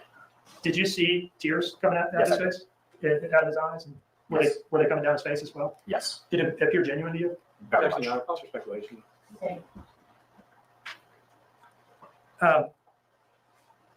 Did either Danny or the defendant ever come back to work in Eclipse after Danny's departure on October 5th? No. Did he leave anything at work that day when he ran out and you saw him frantic in the parking lot? Yes, he did. He had left a jacket with a pack of cigarettes in it down in the dock. And did you return that to him? Yes, I did. When the leads had turned it into the office, we had it in the office for probably a couple of weeks. Danny then reached out, asked via text message if we knew where his jacket was. I got his address in North Carolina and mailed it to him. How long was it, as best you remember, between when you saw him run out of the warehouse or saw him in the parking lot after having run past security and having not remembered to clock out, that he asked you for his jacket back? It had to be at least 2 to 3 weeks. Did it seem to you that he had forgotten about it? Objection, Your Honor. Cause for speculation. Withdraw. Let me ask you about Paul Simon's timesheet. States Exhibit 38, okay? Now, I just want to go to Tuesday, October 4th. First of all, is it the case that he did not work Wednesday, October 5th, 2022, or Thursday, October 6th, 2022? Correct. So the last day he worked there, at least at the time that this was produced, would have been Tuesday, October 4th. Yes. Now, there is a lot going on here in these columns Yep. for Tuesday, October 4th. Can you, first of all, tell us, was he scheduled to work this day? In the system, no, but he was on the schedule for that. Okay, and can you tell us what these entries indicate in terms of what happened with his clock ins and clock outs that day? Yep. So he came in early that day. He came in at 11:58. Would that be AM? Correct. Okay, so just before noon. Correct. All right, and what's the next thing that happened? The next thing you see is 2 o'clock in the afternoon. That was the end of first shift, so we had to allocate his hours from shift to shift. So in that next column, you see transfer, you see WG1/unload. WG1 stood for work group 1, so first shift. And what's the next entry? That is a clock back in at 2:01. As he never did leave, that's the only way we could update his hours to reflect into that second shift. And the next entry? That would be his out punch for lunch break at 5:33. PM? Correct. Okay. And that next column is allocating from 2:01 to 5:33 into second shift, i.e. WG2. And then what happened next in terms of his activity there on October 4th? Yep, so then he punched back in at 6:05 p.m. from lunch. And then he punched out for the day at 9:56 p.m. And was that it for Paul on October 4th? On that day, yes. Okay. Is it fair to say then that he clocked in for work around noon, took a half-hour break around 5:30, came back to work, and then left work around 10 p.m.? Yes. Okay. One moment, please, Your Honor. No further questions. Good morning, Mr. Bones. My name is Mark. How are you, sir? Good. So you were the direct supervisor for Paul Simon, Leilani Simon, and Danny Youngkin back in October of 2022, correct? I was a dotted line supervisor. Were you the one that they mostly interacted with regards to clocking in, checking in, checking out, getting excused, things like that? Myself and the supervisors. Well, I guess let me just jump in. Did you know Ms. Simon back then? Yes. Interact with her? Yes. Did you know Mr. Paul Simon at that point? Yes, I did. By looking at them? Yep. Did you know Mr. Danny Youngkin by interacting with them? Yes. So if you passed them on the street, you'd know who they were, correct? Yes. I didn't see this on the sheets, but the regular shift was from 6 to 2 Yes. for Mr. Youngkin and Miss Simon, correct? Yes. And the regular shift for Paul Simon, I think, was like 2 to 10. Yes. So those are the general shifts they worked. What was your shift usually? My shift was typically more of a mid shift. So I would get in typically between 8 a.m. and 9 a.m. and I'd work over into that second shift so I could interact with both shifts. So you could kind of bridge the gap. You would, Yes.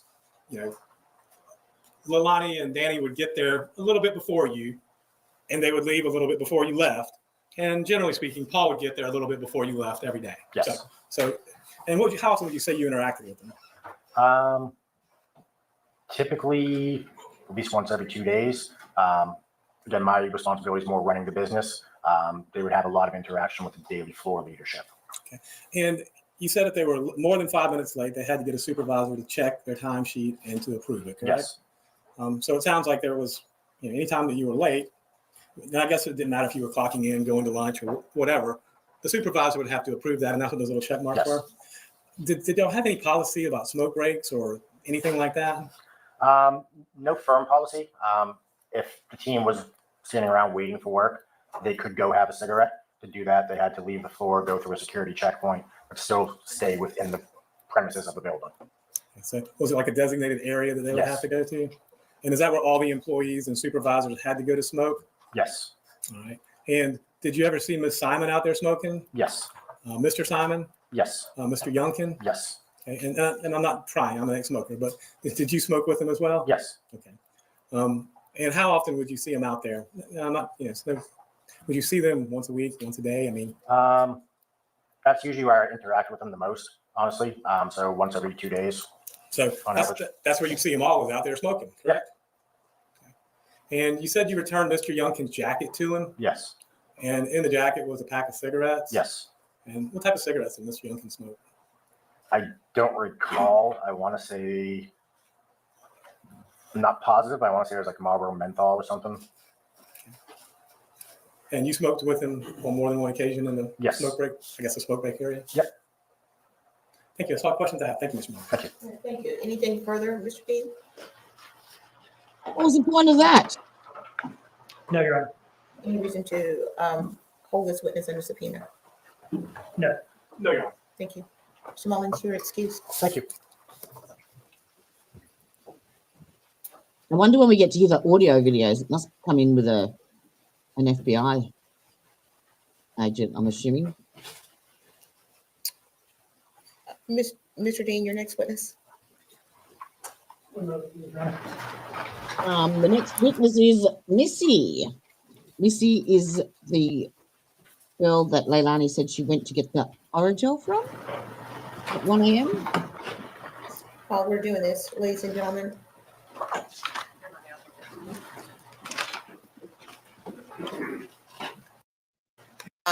Let's take a 15-minute break. Viewers, we exiting.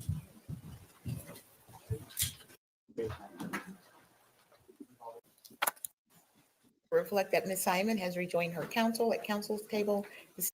Nothing I can think of, Your Honor. All right, thank you. Please have a seat. And were you able to comply with the court's instructions not? Raise your right hand. The evidence you shall give the court and jury in the trial of this issue shall be the truth, the whole truth, and nothing but the truth, so help you God. Step this way, ma'am. I thought of that one they told me his name. All right, good morning. Mr. Dean. Hello. Could you please introduce yourself to the jury? Hi, I'm Melissa Gray. And do you live in the Savannah area? Yes. Where do you live? Not the street address, but the general area. Don't Off say of it, Highway Widow. 17. Do not Road say it. in Azalea. Ah, Ask it. I can hear you, but I'm not sure that everybody can. no. So could you just, closer to the microphone would be good. Is that good? Yeah, Yep. that's much better. Thank you. Can you repeat your answer to that last question? What general area do you live in? Highway 17. And you mentioned Covici Road. Yes, Ogeechee Road. And then Yeah. you said Azalea as well. Azalea Care. Now, how long have you lived there? Yeah, it looks like she's I had a lived hard there life. for about 4, maybe Although- going on 5 years. And in those 4, maybe going on 5 years, have you lived in obviously. the same residence at Azalea the whole time? Yes. Do you, or at some point, did you know the defendant, Miss Simon? I met her at my job. And what job was that? At the job that I used to have, which was Bojangles. Was she working there as well? Yes. And is that how you met her? Yes. Roughly, how long did y'all work together at the same Bojangles? Probably around 3 or 4 months, if that. And do you have any nicknames that you go by? Yep. What nickname or nicknames do you have? Missy. Missy? Missy. Missy. Exactly. Anybody ever call you Misty with a T? No. Yeah. Do you remember Well, the TV does. time where an FBI agent came out to your house at Azalea to talk to you about when was the last time you had contact with the defendant? Yes. Do you remember that FBI agent's name?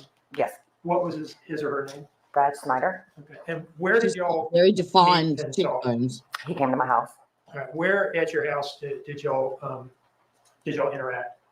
In my parking lot, in the driveway. Okay. I want you to go back, kind of take yourself back mentally to the day of that conversation, the first conversation you had with Brad, okay? Mhm. At that time, how long had it been roughly since you had seen the defendant, Ms. Simon? How long had it been since I talked to him the first time in my driveway or at my job, Bojangles at the time? I mean, where was the first time that you talked? The first time I met Brad? him, and I think Miss Lemons was at my job, Okay. Bojangles. The first time that you talked to them, and thank you for clarifying that. Mhm. The first time that you talked to them, did they ask you how long it had been or when the last time it had been that No. you saw the defendant? I think so. And at that time, about how long had it been since you had last seen her? I'm guessing roughly around, I've printed out all the witnesses for the week, and she's not on the first week, the first 5 days at least, anyway. So she might be next week. maybe a month or so, It- roughly. It had maybe been roughly a month. Roughly, yeah. Do you remember telling them it had been like July of 2022 that you last saw her? Yes, Okay. And were you telling them the truth at that time? Was that accurate? yes. Okay. And that was closer in time than we are now, right? Right. Okay.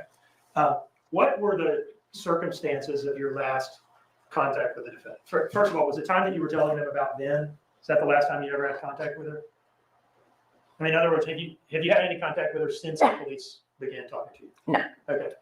So then that was the last time you would have any contact with her? Yes. All right.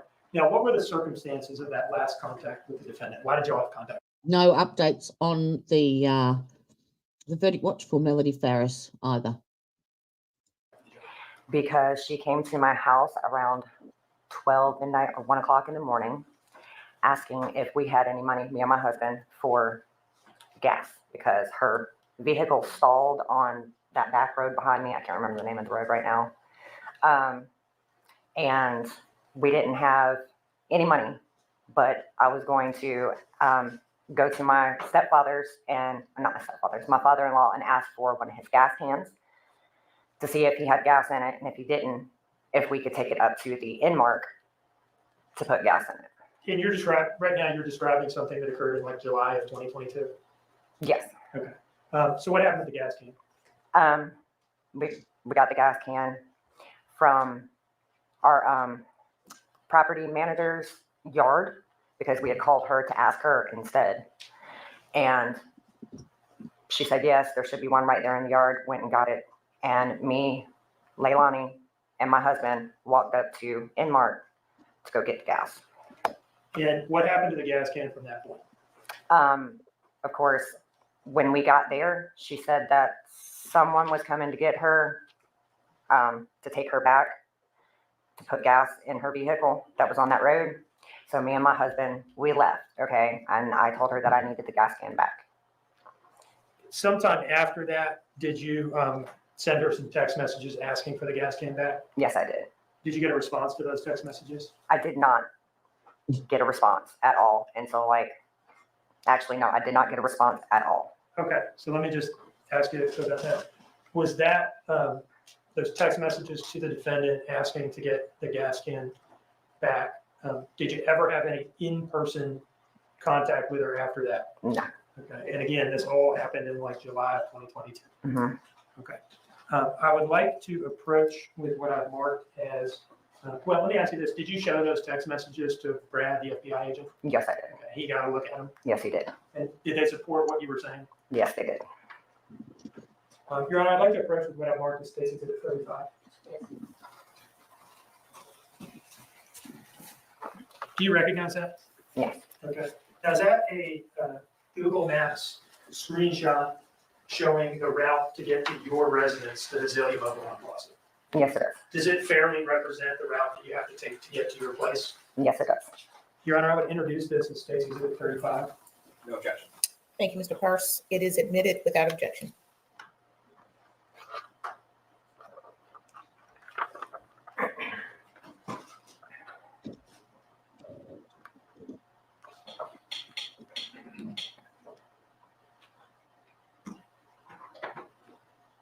All right. Do you see that main road at the top there that I'm highlighting with the little arrow? Mm-hmm. Is No, that Ogeechee Road? no. Can't see anything. Yes or no? Oh, The yes. court reporter's taking everything down. What, so we have Yes. changed the name, And the that correct red name now? arrow coming off of Ogeechee Road, does that reflect the turn that you make to get into Azalea? Yes. Okay, and is that right next to the Chevron? Yes, it is. Okay. Now, the second arrow here, does this represent a right turn that you have to make to get to your house? Yes, it does. Do you live on a dead end? Yes, I do. Is that lower red arrow showing that right turn there, does that take you onto your dead end? The lower red arrow? Yes. This arrow here? All Mhm. right, so that's a right turn, takes you onto the dead end street that you live on, correct? Yes. Okay. Is there any other way to get to your house by car? No. One moment, please, Your Honor.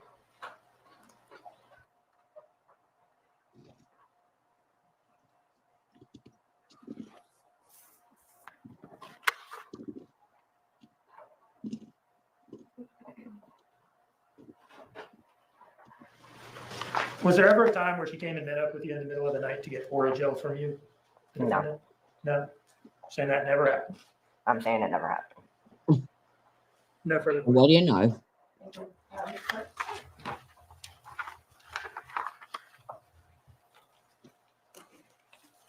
Good morning, Ms. Bray. Good morning. I want to walk up and look at that map, if you would. As I understand it, this is Ogeechee Road. Right. This is I guess that's a left turn. And the second arrow goes down there. Where is your residence in this area? I am, let's see, Do you mind showing me up there so everybody can see? sure. I should be probably somewhere either this or up underneath Those trees. Okay, thank you. And is that a Chevron station that you mentioned? Yes. That, for the record, is that? Looks like a big square to me. Yes. And you live in the Azalea Mobile Home Park. Yes, sir. And you talked about knowing Leilani Simon. Do you know Daniel Youngkin? No, I do not. Have you ever hung out with Leilani Simon socially? No, I have not. Now, it's now October 2024. And the events that are important to hear are October 2022. How clearly do you remember what happened back in October 2022 in your life? Clearly, as in, what do you mean? Well, who you saw, where you went, dates and times and things like that. I am not that good with dates and times, I'm not either. but events, certain events, just like anybody else, certain events stand out. Considering the fact that I had to send her text message after text message because the gas can was that of my property managers, and I didn't want to get in trouble. Mhm. That is going to be something that I remember. I think those are all the questions I have. Thank you. Anything further from the state? No, Your Honor. Ma'am, you may step down and you are excused.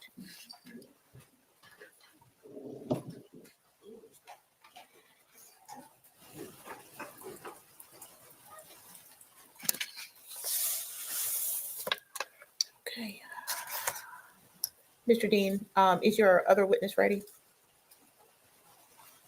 Thank you, Your Honor. This is going to be a longer witness. I would ask that we take our break now, if the court's okay with that. Okay, as we discussed. All right. This is going to be at the time that we take the lunch break, ladies and gentlemen. So I am going to excuse you for lunch. I'm going to ask you to comply with the court's instructions. Do not discuss the case with anyone.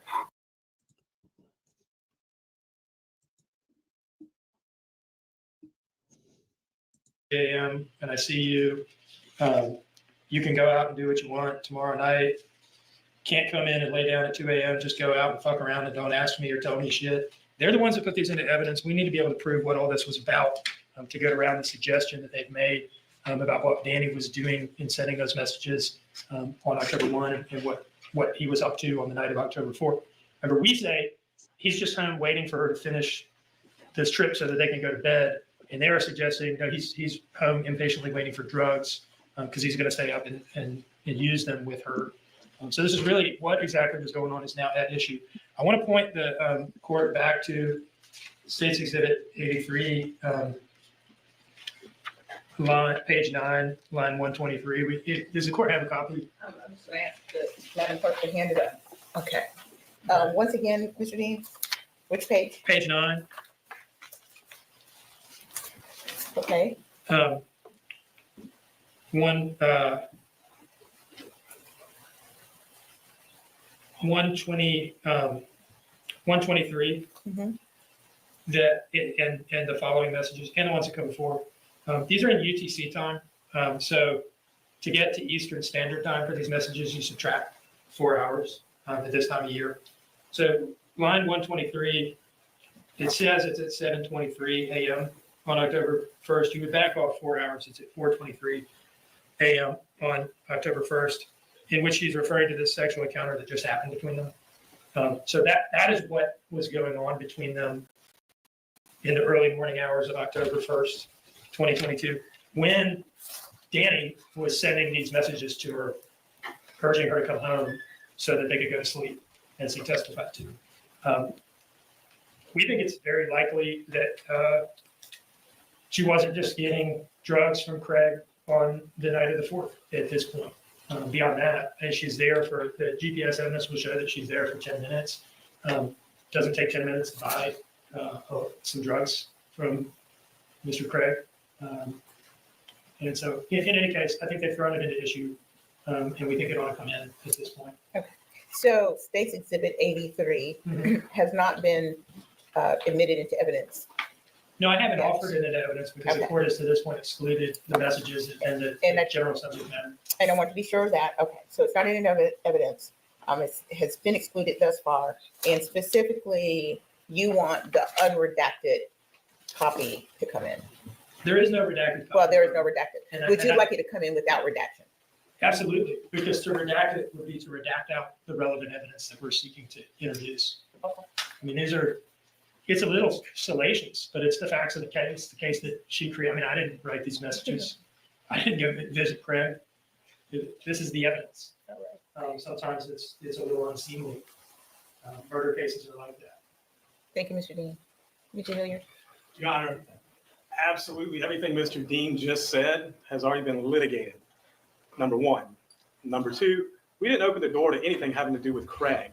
He doesn't like the fact he's right. He's absolutely right. He could have asked Mr. Youngin about these text messages, but he didn't. Okay, I did, and he didn't like that. Two different animals. But finally, the Supreme Court of the state of Georgia agrees with me on this one. Harris versus State decided June 22nd, 2022. Supreme Court case number S22A0092. It's about a 155-page opinion, Judge. And it has to do with basically the salacious sexual text that Mr. Dean's talking about. And directly on point says these do not come in. It's not relevant. It doesn't help prove anything. It's just to get into the salacious aspects of the case and to try and ask the jury to judge this case on character or character defects rather than the evidence in the case. So the court's ruling was right the first time. Nothing's changed. I'm sorry Mr. Dean believes that, but the facts haven't changed of the case. So the court was right the first time, and the Supreme Court of Georgia agrees with me on this one. Okay, Mr. Dean. May I address the Harris case, Your Honor? You can. It is a long opinion, and I've read all of it. I don't know about my counterpart. The holding in Harris was about a broad swath of 404B type evidence about the defendant, who was alleged to have intentionally left his child in a hot car, having a motive to do so, because as evinced by all these text messages and things like that between him and women, and in some cases underage girls online, and his having visited prostitutes and things like that, I think, over a period of a couple of months. Now, the holding in which the Georgia Supreme Court said it was an abuse of discretion to allow some of that evidence in, it was as to some of it. As to the older evidence further in time away from the crime, in the opinion, I think the opinion actually supports us, because where they start from is, look, a lot of this stuff was admissible. Some of the more recent things closer in time to the crime, but the state went overboard here, and the trial court allowed them to do it. If you read that opinion and you kind of compare the timing, nature, and volume of the evidence that we're seeking to get in here to what the state did in Harris, the court will see very clearly that we are well on the right side of the line here. And there is, especially there never was any chance that this would happen, especially now. There is no reviewing court, certainly not the Georgia Supreme Court, that would find an abuse of discretion for allowing this evidence in at this point, when the defendant has introduced text messages from Daniel Youngkin to her, in which he's urging her to come home. What he was urging her to come home from, whether he understands it or not, is from the relationship, the infidelity that was keeping her out and awake all night and affecting his ability to sleep. And they put these in, and they've suggested, and even point blank asked him, insinuated, that he's impatiently waiting for her to bring drugs home because he wants to use the drugs. We need to be able to prove that no, she was out banging the drug dealer, and he just wanted her to come home so they could go to sleep together. That is where we were at right now. Right. And this evidence should come in at this point. I feel very strongly about that. Okay. Mr. Hilliard, I'm going to step away from the bench and take a look at what we have, but I'm going to allow you to go ahead. I was going to say, Judge, I don't see the drug dealer on the witness list. I don't know what Mr. Dean's talking about. He's talking about his interpretation of something his witness has already testified to. He can make that argument in closing, unless he wants to bring in Mr. Weston or whoever they are and put them on the witness stand. So what he's actually talking about is his interpretation of something, which is for argument's sake. I understand. And I'm going to step away because I have a feeling we could go on for a while. And I'm going to take a look at the case and take it under advisement for a few minutes. Let's figure 15, 20 minutes at this point, and then I'll come back out. All right, we're in recess.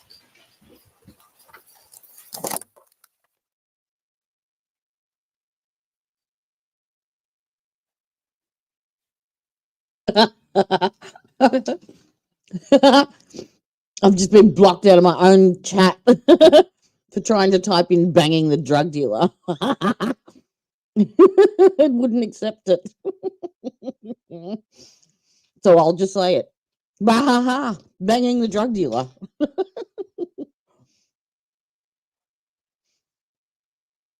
wonder if they'll let the salacious text messages in.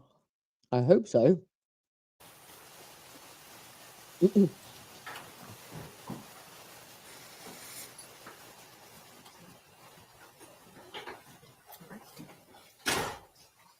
We are. Hang on, did I miss what? So we are now back on the record. We need Miss Simon.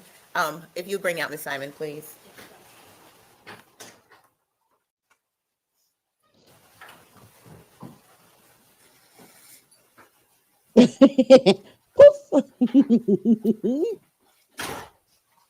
We are now back on the record in SPCR 22-03364J6, the state of Georgia versus Leilani Marie Simon. Ms. Simon is present in court with her counsel.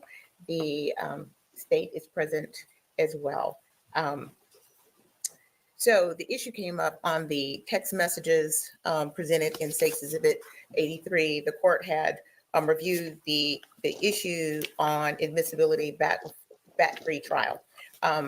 However, I've had an opportunity to consider the positions of both parties, as well as I've reviewed the case presented by the defense.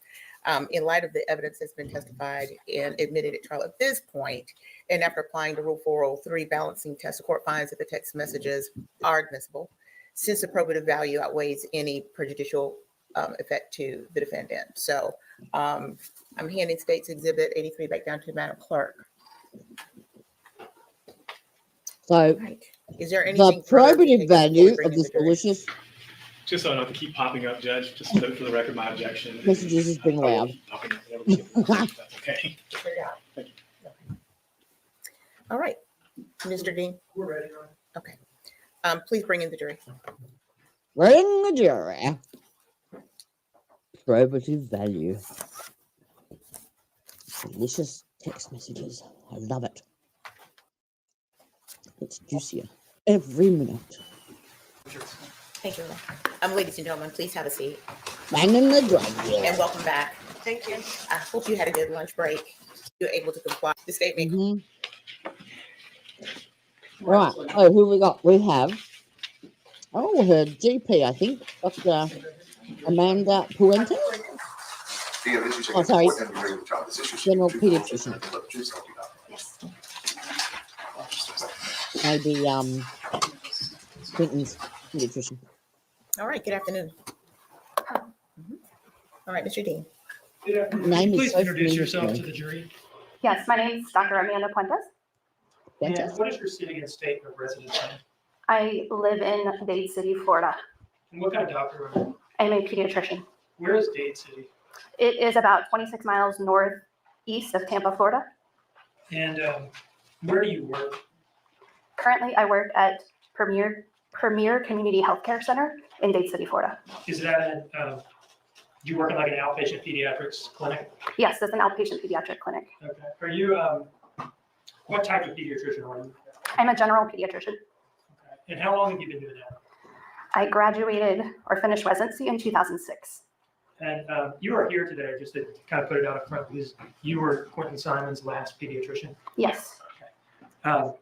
Before moving to Florida, did you work in the Savannah area? Yes, I worked in Savannah, Georgia from 2017 to 2023. And where did you work in Savannah during that time period? I worked at J.C. Lewis Primary Healthcare Center, and we have our own building that's dedicated to pediatrics. Okay. And is that's an outpatient pediatrics clinic? Yes, it's an outpatient. And is that where you saw Quinton? No, wrong one. Yes. Wrong one. Okay. Let me go back now to education, training, on the and other one. experience. Can you tell us about your undergraduate education? Yes, I completed a Bachelor of Science honors degree through the University of South Florida in Tampa, Florida. And did you go immediately to medical school, or did you work after undergrad, or what? I was able to start medical school right after I graduated with my undergrad in And where did you, 1999 I'm sorry, where did you go to medical school? at the University of South Florida Medical School as well in Tampa, Florida And when did you finish up medical school? in the year 2003. Now, after graduating from medical school in 2003, did you do a residency? Yes, I did a pediatric residency program in the University of Nebraska, Omaha. Right. Let's see if this one's right. Okay. So she was down in Florida and now she's up in Georgia. Have I got all my pins right? Have I dropped them correctly?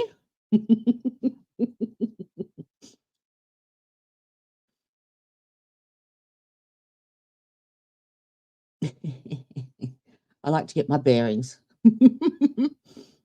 It's funny how you're all over on the east side, though.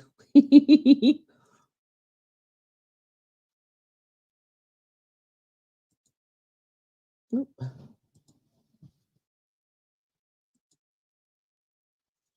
Where is my overlay now? There we go. Delete that one and start again. Creighton University, dual program in Omaha, Nebraska. What is a residency?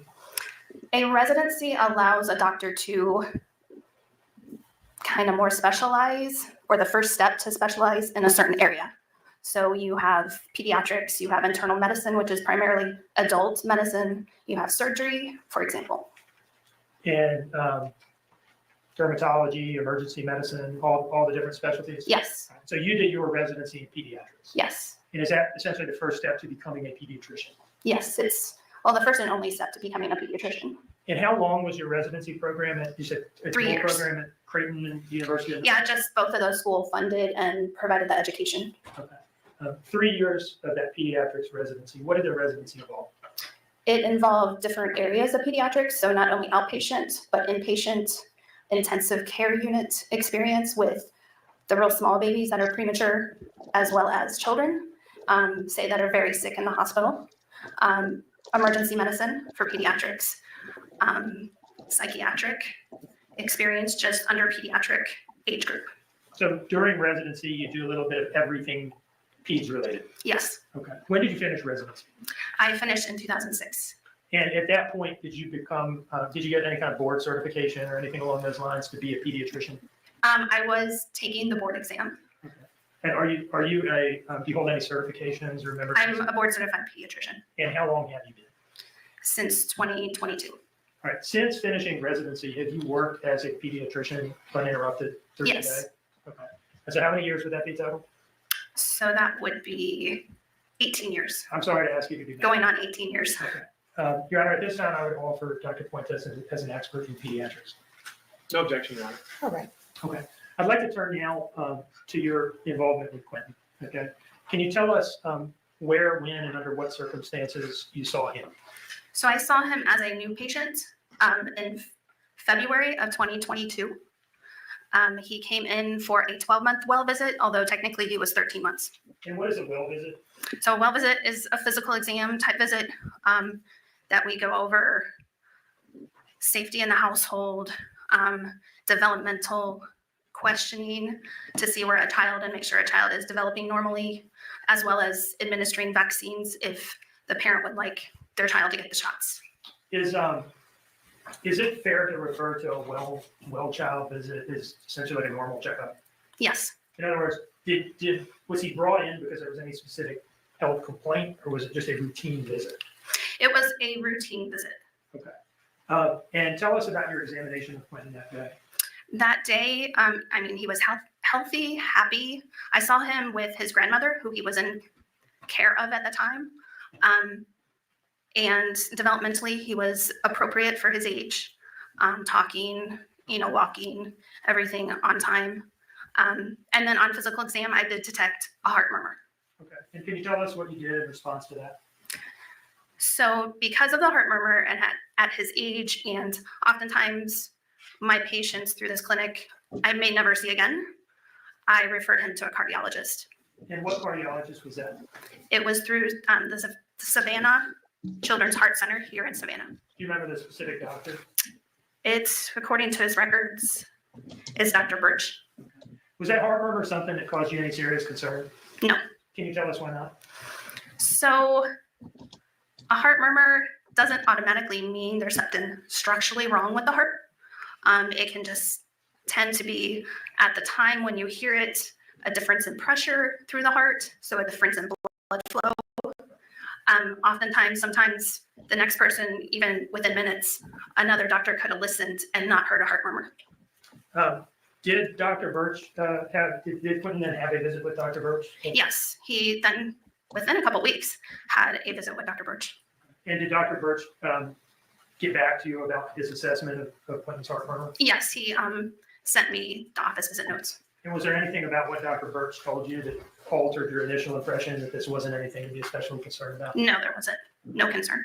Overall, would you describe Quinton as having been in good health, happy, normal child when you saw him? Yes. And did you ever see anything that changed that opinion one way or the other? No. Prior to your testimony in this case, did I ask you to review essentially all of his medical records for his entire life? Yes, you did. Did you review his birth and neonatal records from Flowers Hospital in Atlanta? Yes, I did. Did you review some prior pediatrics records from a clinic in Waynesboro, Georgia? Yes, I did. Did you review some records for an emergency room visit at either St. Joseph's Hospital or Candler Hospital? Yes, I did. And what were those for? What was that visit about? The visit at St. Joseph's Candler was an acute visit where he had cough and runny nose Pretty normal for and fever. Very normal for emergency room visit. And did you also review the complete records from the Savannah Children's Heart Center? Yes, I have. But after that review, did you identify any documented condition that might have been life-threatening or anywhere close to life-threatening? No. Any reasonable medical possibility that Quinton just died in her sleep on the night of October 4th. Objection, Your Honor, calls for speculation. She's been tendered and admitted as an expert, Your Honor. She can testify in form of opinion. It's the ultimate issue in the case, Judge. That's not the ultimate issue. I'm going to allow the question. Any reasonable medical possibility that Quinton would have just died in his sleep for no reason on October 4th, 2022? No. Thank you. Yes. Dr. Quinton, let's pick up where Mr. Dean just left off. Okay. Does anyone just die for no reason? No. Yes. Okay. Who? What would be the no reason that could occur where someone would die for no reason? There's reports of adults, elderly, that will get a sudden arrhythmia and lead to sudden death. But wouldn't the arrhythmia then be the reason for the death? Yes. Okay. So it's a nonsensical question, isn't it? There's always some reason for a death, correct? If it can be proven. Correct. What if it can't be proven? What if you don't know the manner, method, time? Does it mean someone's less dead? No. It doesn't. Does it? No, they're still dead. Okay. So, but since you're a pediatrician, you're board certified, correct? Yes. And since Mr. Dean asked the question, I'll ask the question and take it a little bit further. Do you ever do postmortems on children? No. Okay. Have you ever done postmortems on children? No. It's not something you're trained in? No. Okay. The manner that you treat children, is it usually the health and wellness checks? Or have you ever done like emergency room visits or treatments? A little bit of both, because some of the acute care can be involved enough to even call the ambulance to come to the office. Okay. So, and whenever those children are in your treatment, okay, have any of those children died? No. Okay. So when you did treat them, it was usually something that required some sort of immediate intervention, correct? Yes. And you got it for them, correct? Yes. And then they recovered, correct? Yes. Okay. So let's talk about Quinton Simon in particular. You said you reviewed all of his wellness records and all of his medical records, correct? Yes. So the heart murmur was of concern and note, but you referred him to the heart center and treatment was followed up on, correct? Yes. And Dr. Birch, I believe it was, didn't seem to be concerned and neither did you. Right? Exactly. Okay. So with regards to the Wayne County records, anything of note there? No. Okay. And I think you said you also reviewed the birth and neonatal records from Atlanta, correct? Yes. Anything of note there? No. Okay. Did you see anything in the birth or neonatal records that would raise your hackles or be of any concern to you with this child's health or well-being? No. Okay. Now, who was it that brought the child in to see you, I guess, in February of 2022, or do you not know? No, his grandmother did, along with what grandma referred to as a nanny. Oh. And that was in February, correct? Yes, 2022. And you also had a June 6th visit as well, or was that a different doctor? That was the emergency room visit. Okay, but that wasn't you. No, that wasn't me. But again, you reviewed those records, and again, nothing of any note or concern beyond, I guess it was a cough and runny nose, you said? Yes, no concern. Okay. And you're a mandated reporter, aren't you? Yes. Okay. Can you explain to the jury what that means? So I'm obligated to report a suspicion of child abuse or neglect. Any concerns, I'm supposed to report it to law enforcement. And is there any special training you go through to do this job, to be a mandated reporter, or is it just part of your normal medical training? It is, I guess, tutorials, a few hours of explaining mandated reporter, cases that would come up or that might lead you to be suspicious in order to report, and then also how to report. At any point in time, did you report any suspected abuse or neglect on Quinton Simon? No. That's all the questions I got.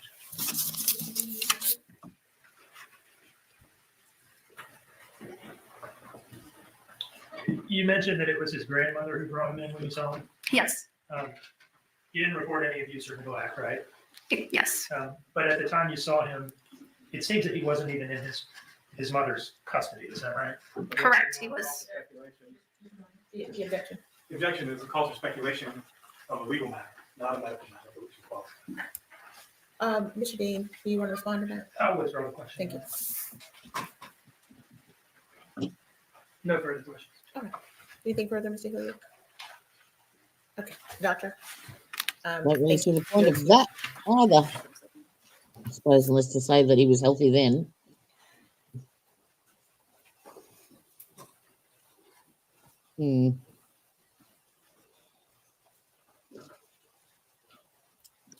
state may call its next witness. Dr. Kenneth Birch.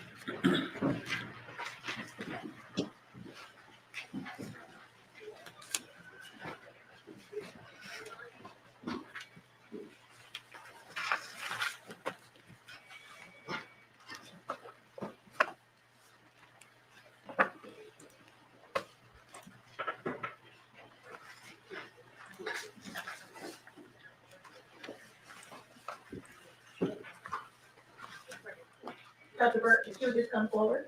You can mark this way, sir.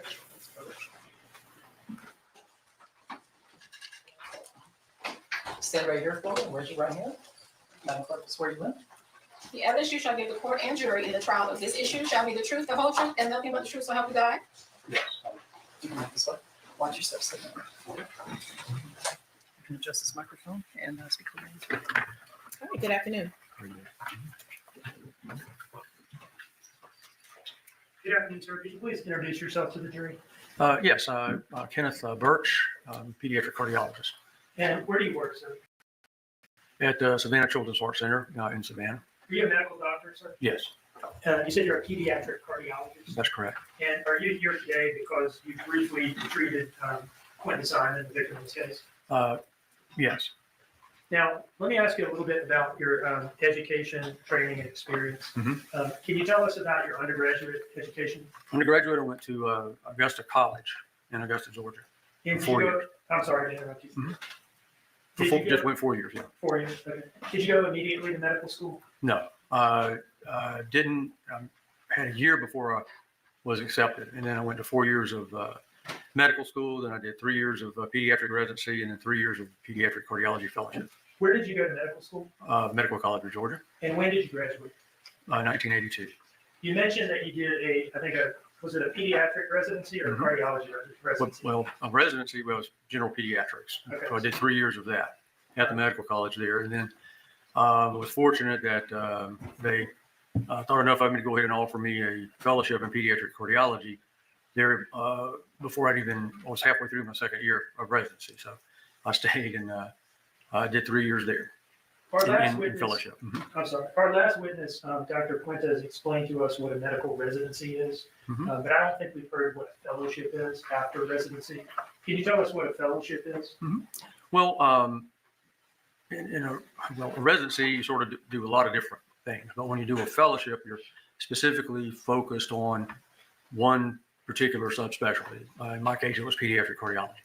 Is it fair to say that in your residency, you gain your specialty, but in your fellowship, you get a subspecialty? That's correct. Okay. When did you finish your pediatric cardiology fellowship? 1988. And have you been working as a pediatric cardiologist uninterrupted since then? Yes, sir. Tell us where you worked as a pediatric cardiologist. Well, initially was employed, if you will, by Memorial Medical Center, starting July 1988, and worked in the pediatric department there doing pediatric cardiology until 1995, and I went out in private practice April 1st, 1995, and formed Savannah Children's Heart Center. I've been there ever since. Now, as a pediatric cardiologist, how do you get patients? Where are these patients coming They're from? referred, Referred by whom? typically other general pediatricians. And what causes a general pediatrician to refer a child to a pediatric cardiologist? What kind of things? Well, they're very various different reasons. One of the most common, particularly in a young child, is because they hear a noise or a murmur when they listen. We also see kids for passing out, chest pain, all kind of other complaints. But Now, can you tell us about Quinton Simons being referred to you? I believe that Dr. Prince heard a murmur, and I think it was a new finding, from what I gathered. And so he was referred for us to evaluate.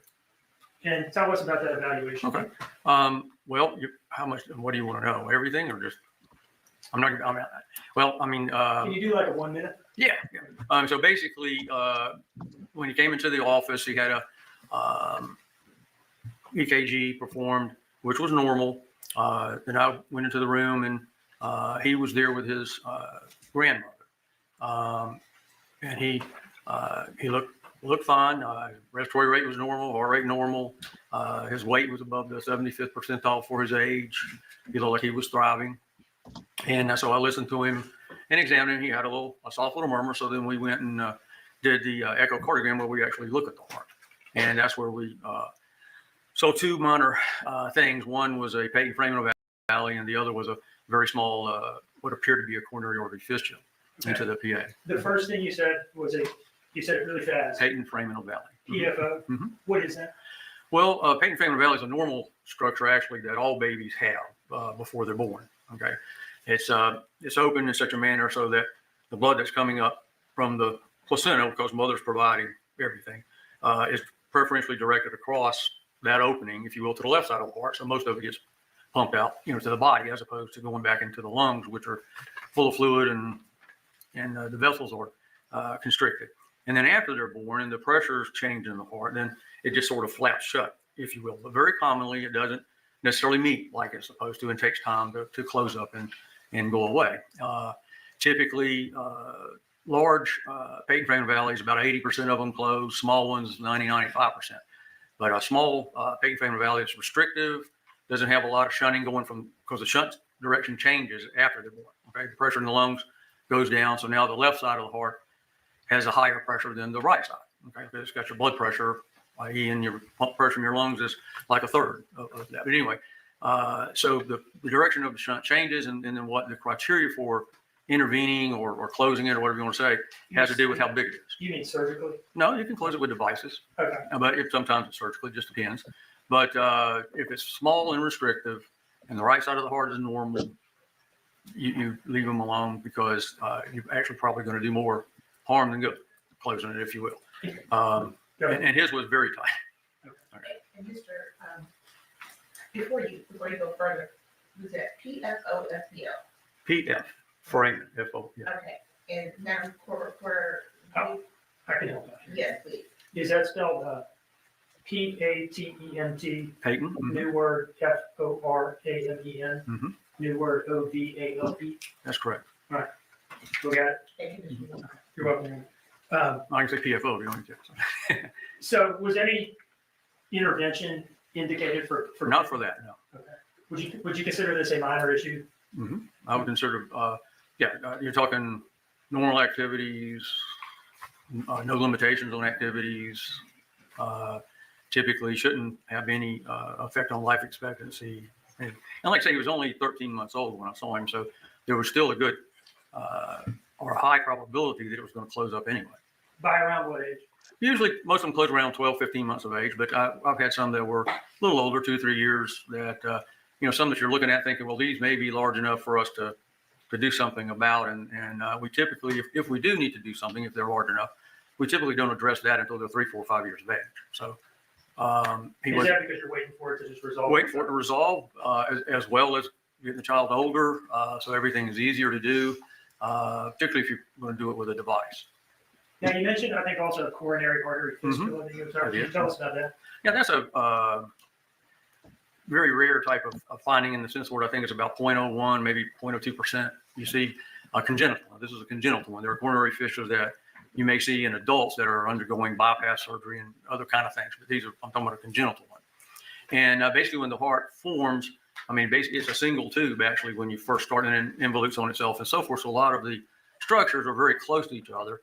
And sometimes, most commonly, the left anterior descending coronary artery may not actually totally close up from the pulmonary artery. So you may have a connection there, and that's called a fistula. And the size of the fistula dictates what you do, meaning that if it's a small coronary fistula, less than like 1 centimeter or much less than the size of the coronary artery, then we just watch those. And most of those will even close up and go away on their own. Now, when you talk about larger ones, moderate to large, those are a little different. Those many times will need to be taken care of. But typically you'll see signs and symptoms with that. So it's not just looking and saying, oh, this is a small one. You're looking at other things as well. If it's a significant shunt, which means it's a big one, okay, into the coronary, then the left heart's going to be dilated. There's going to be increased flow to the lungs. The child's going to be short of breath. He's not going to eat well. He's not going to gain weight. You see what I'm saying? Yeah. And so forth. And obviously, though, and of course, one of the risks with it, if it's a large one, is that once they get up and start playing sports and so forth, that they could have an issue with ischemia or lack of oxygen to the heart. So you will repair those. Small ones, you watch. Sometimes they don't go away. So typically when they're 10, 11, 12 years of age, when they reach that age where they're going to be affected by peer pressure or parental pressure to continue to compete. Whereas when they're little, they get tired, they stop. When they get a little older, they try to run that extra lap or whatever. That's when you can get in trouble if you have an issue. So we'll exercise them and make sure everything is okay, depending upon the size of it. But I mean, I've had kids with small coronary fistula that play, competitive athletics, high school, college, and so forth. What Never about have an issue. What about This was tiny. Tiny? Tiny. Yeah. Would either, now you. You almost don't even want to mention it, but it's there, so you have to. Does that make sense? We called you in here just to cover all bases. Okay. That's why you're here. Mhm. Were either of these findings that you described of any serious concern to you? No. And you say this as a pediatric cardiologist with 30-some years experience? That's correct. I've only had one coronary fistula that we've ever had to repair, and that was back in the 90s. The Only rest of one? them, Only one that you ever had to repair? Mhm. Okay. and the patient did well. And how many kids have you seen with It's not very common. I don't know, 20, maybe 15 over the years. I don't, keep that number because most of the time it's almost an incidental finding, if you will, because they're so small that you don't want to make a major issue out of it because then it may interfere with the child's normal activities and so forth, because everybody's going to be worried that something may happen. How many times did Quinton come to see you? Just one time. What was the plan going forward? He was supposed to come back in 6 months. And so I saw him on February 28th, 2022, if my memory is correct. And so he was supposed to come back in August, and he didn't show. And then, I don't know the details of the dates right in there, but somehow we were trying to track him or get him. It came to light that he had died. I don't know that I did this earlier, Your Honor, but I would offer Dr. Burch as an expert in pediatric cardiology. No objections. Thank you.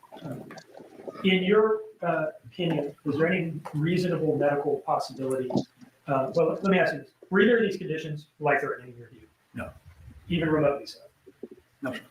Is there any reasonable medical possibility that they just caused his sudden death one night? I guess anything is possible in the world. However, I would say this: I've never seen an issue with these defects this small ever creating an issue. I mean, any symptoms or whatever, much less death. Thank you, sir. Mhm. One moment, please.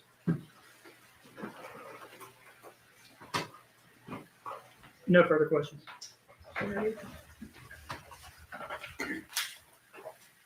Dr. Burch, these are rare conditions, correct? No, patent finger valley is very common. The coronary fistula is a rare condition. And it's not often I get to talk to a cardiologist, so I'm going to ask some questions. I know it's probably for you, stuff you're used to dealing with, but just out of curiosity, you said the PFO. How common is that in children?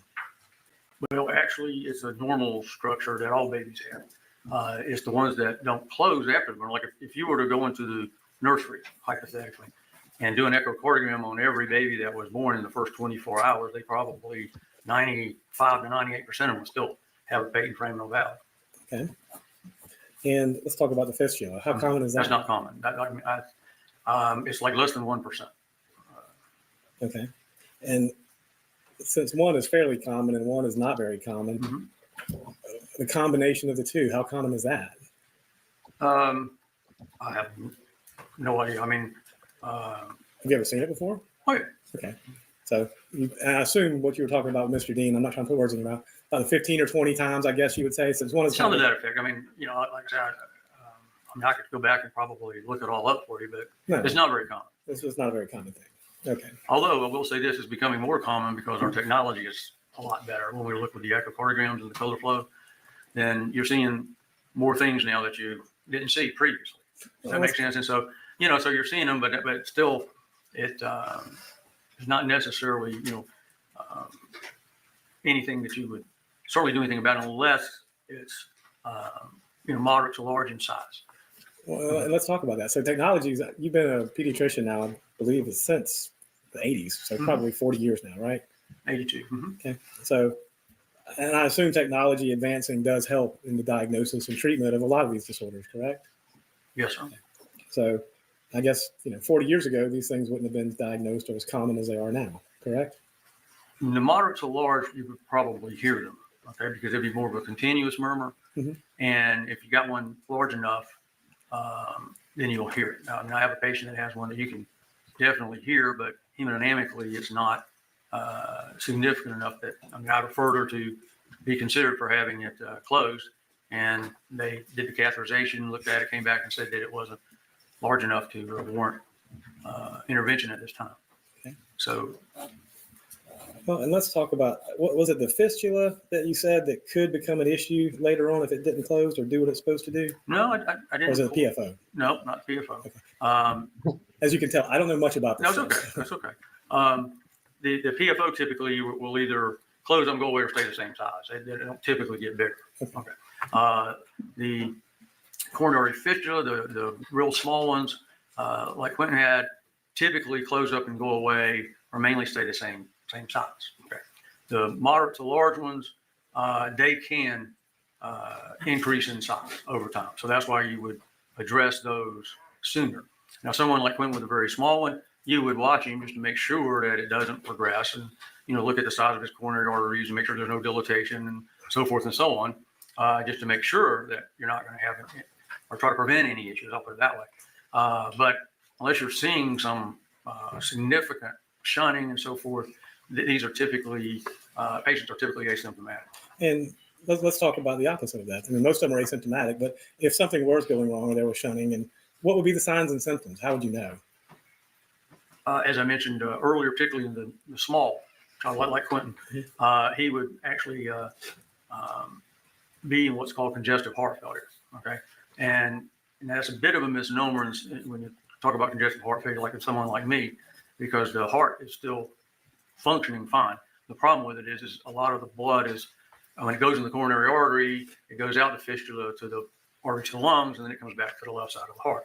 Does that make sense? It does. Okay, and so the left side of the heart will begin to dilate, and but also you have what's called pulmonary overcirculation, and that's where the symptoms come from. And you can get edema, so they're short of breath, they're easy fatigability. In youngsters that are nursing or bottle feeding or whatever, they're usually tachypnic or breathing fast, and so their major activity obviously is eating. They don't get them run around, so what happens to them is they can't coordinate sucking, swallowing, and breathing. Okay, so they tire, they don't finish the bottle or whatever, and they don't gain weight. So that's one of the parameters you always look at in a situation where, if there's a question in your mind, is this child doing fine or not? Because I think the heart was a little big or whatever. You look at their weight and so forth, and if they're above 50th percentile or so, and like Quinton was above the 75th percentile, so he wasn't having any issues eating or any of those types of things.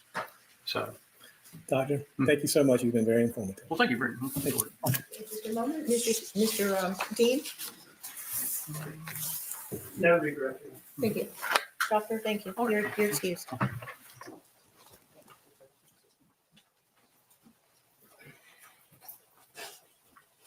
So his heart murmur did not contribute at all to his demise and would not have spontaneously State may caused call any its next witness. issues. He certainly wasn't showing any symptoms whatsoever.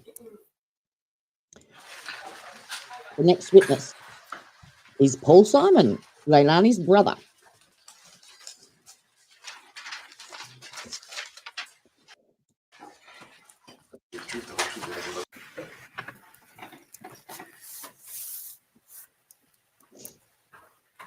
Good afternoon. How are you? Doing good. How about you? Doing pretty well. Could you please introduce yourself to the jury? I'm Paul Simon. And you are the defendant's brother? Yes, You sir. sing us a Do song? you mind if I call you Paul? No, sir. Go ahead. If you prefer Mr. Simon, let me know. and I'll Call do it Paul. it. How old are you, Paul? 23.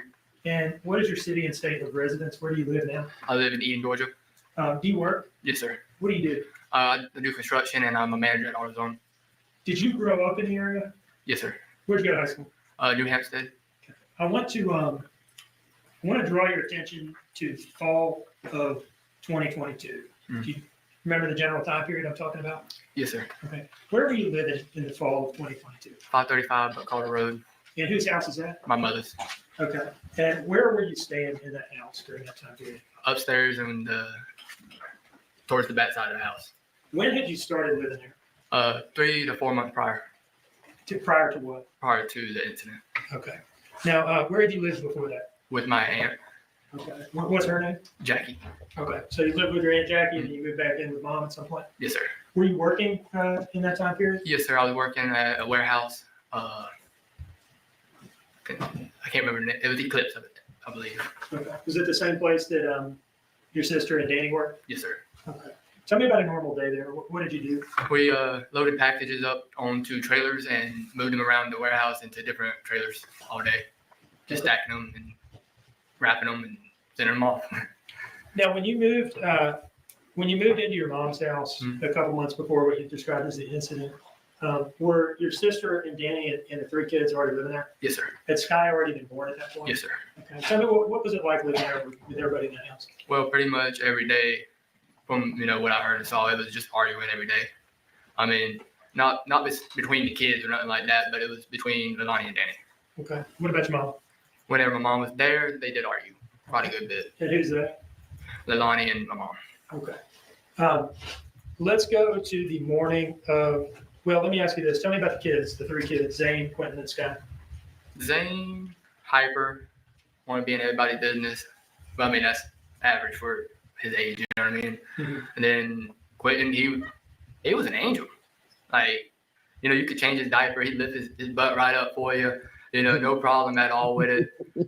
You put the diaper, you tell him to lower his butt. He'd lower it, let you clean them all up. No problem at all. Zane, that boy had crap all up his head one time, and I made me clean it in the back of the car. Man, that was a whole. I don't know how I managed that one. Can I ask you this? Did you participate in the child care at all during your time living in the house? Kinda. It was on and off. It was whenever they needed me. Yeah.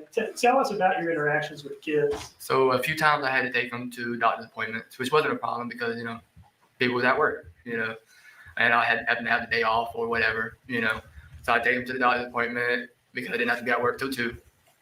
And then I'd drop them off at the babysitter. And then whenever Leilani would need me to watch them, I'd watch them upstairs. I'd bring some toys upstairs in my room and let them play with it. Tell them, hey, that's your area. Don't mess with none of my stuff. Tell me about watching them upstairs in your room. They just sit there, play with the toys, want a whole lot of snacks. And of course, I wouldn't give them snacks right away. You ain't about to be all hyped up on me. Does this include Sky, or are you talking mainly about Zane and Quinton? Zane and Quinton, I didn't have. I bring some toys upstairs in my room and let them play with it. Tell them, hey, that's your area. Don't mess with none of my stuff. Tell me about watching them upstairs in your room. They just sit there, play with the toys, want a whole lot of snacks. And of course, I wouldn't give them snacks right away. You ain't about to be all hyped up on me. Does this include Sky, or are you talking mainly about Zane and Quinton? Zane and Quinton, I didn't actually watch Sky. She was still, relatively young, like 3-4 months old, somewhere around there. So I didn't actually watch Sky, but I watched Zane and Quinton quite a bit whenever they needed me to. Did you ever help them, and maybe not because of the shift you work, but did you ever help them getting them dressed in the morning, getting them fed, getting them bathed and put down at night or anything like that? I bathed them once or twice when I was there. And as far as feeding, I would help with that, but it was more so when I was there, because I was working from 2 to 10. So they usually eat between 6 and 9 at night, give or take those time periods. And you started saying some nice things about Quinton earlier, and I did not follow up, and I guess I'll do that now.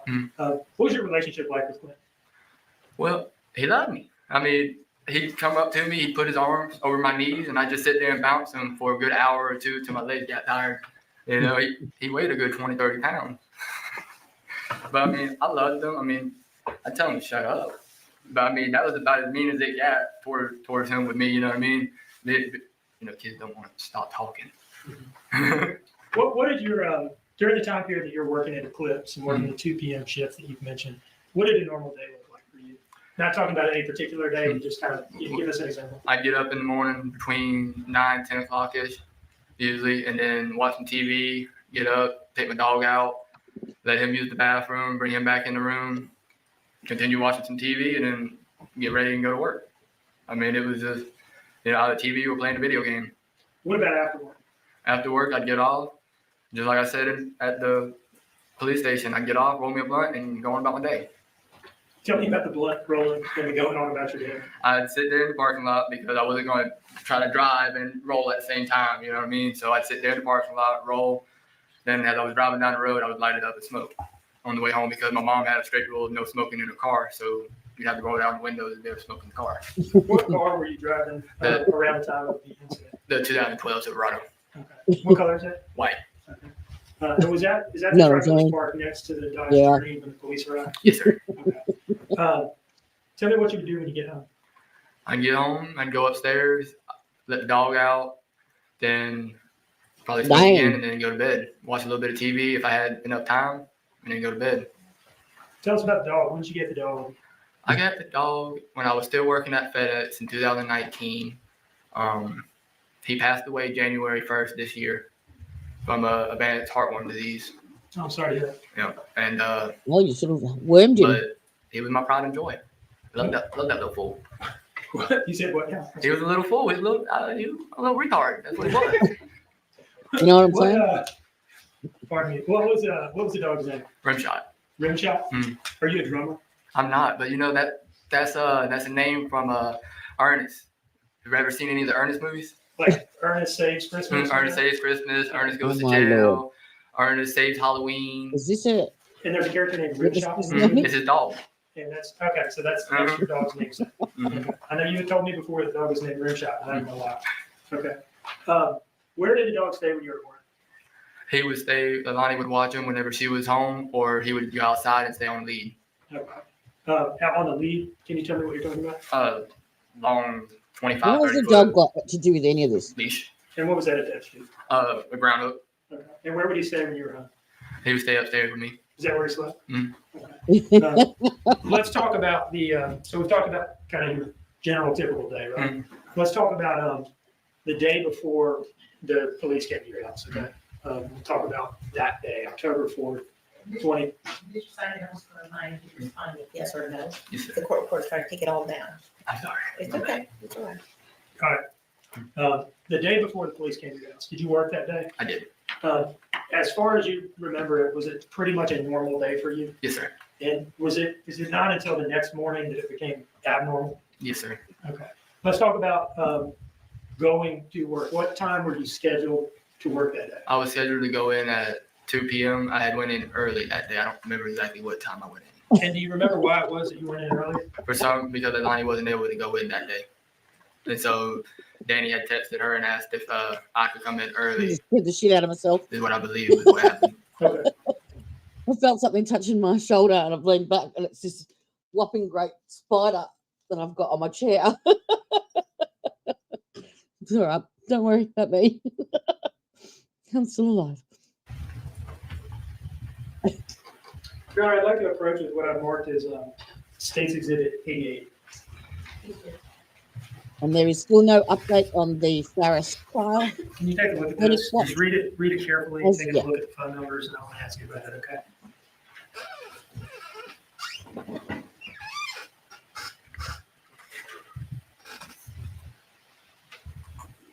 That's my old number. And that was Danny's number. The document that I just handed you, is that the text message exchange between Danny Young and you Yes, sir. from October 4th of 2022? Yes, sir. Does it fairly and accurately depict the text messages that you exchanged? Mhm. Your Honor, I would offer this as State's Exhibit 88. No objection, Judge. Now, the first message on there is from who to whom? The first message is from Danny to me. And what was the time of that message? 10 in the morning. 10:15. And what did Danny say to you? He said, yo, Dave wanted to know if you'd go in at 12. I'm at the dentist with Leilani. She just got her tooth pulled. Young Dave wanted to know if you would go in at 12. Mhm. Is that Dave Mullins? Or Yes, sir. Mullen? It was the GM that was running Eclipse. Okay. Was he your boss or at least one of your bosses? He was one of them. He was the morning shift boss. Okay. And did you respond to that message from Danny? Yes, sir. I said I'd be in. And what time did you send that message? 20 minutes after I received it.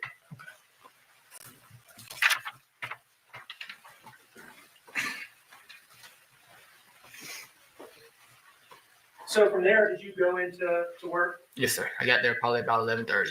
And was it a normal day at work? Yes, sir. Okay. Now, tell us about finishing up work and getting ready to come home. So I got out of work. I went and sat in the car, and that night I had got stopped by a train. So I ended up getting home at 10:50 instead of my normal time, which was 10:30. Okay. I'm sorry, go ahead. And that night before I had left work, Leilani had texted me and asked me if I had any relos, which was blunt wraps. And I had responded to her and said, yes, I'd be home in about an hour. And when I had got home at 10:50, I went in there to give her the pack of relos, and she wasn't there. Okay. So you said that she texted you before you. It was either a text or a phone call. Okay. And asked you if you. Would bring her a pack of relos, which was blunt wraps. What is that word you're saying? I'm sorry. Relos. Relos? Cigarillos. Oh, okay. Cigarillos. Yeah. Is that what GAR means? Mm-hmm. Okay. Cigar. Relos? Yeah, Okay. yeah. All right. Thanks.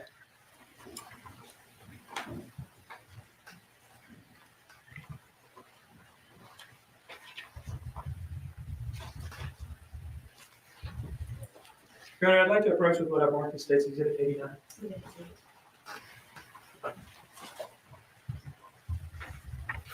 Can you take a look at this document and let me know when you're ready to talk about it? Take a careful look at the numbers and the messages and so forth.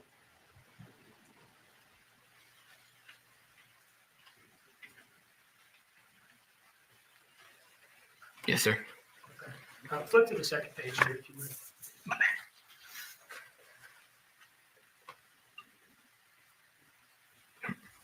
All right. Do you recognize those messages? Yes, sir. Are those messages between you and your sister on the night of October 4th? Yes, sir. Do they fairly and accurately depict the messages that you exchanged with each other? Yes, sir. And around the same time, because at that time it took me about 30 minutes to roll. So I was sitting there in the parking lot for 30 minutes. Okay. Your Honor, I would introduce this as State's Exhibit 89. No objection, Judge. I don't know. I know you talk about your general practice of rolling a blunt in the parking lot after work. Would you smoke it there as well?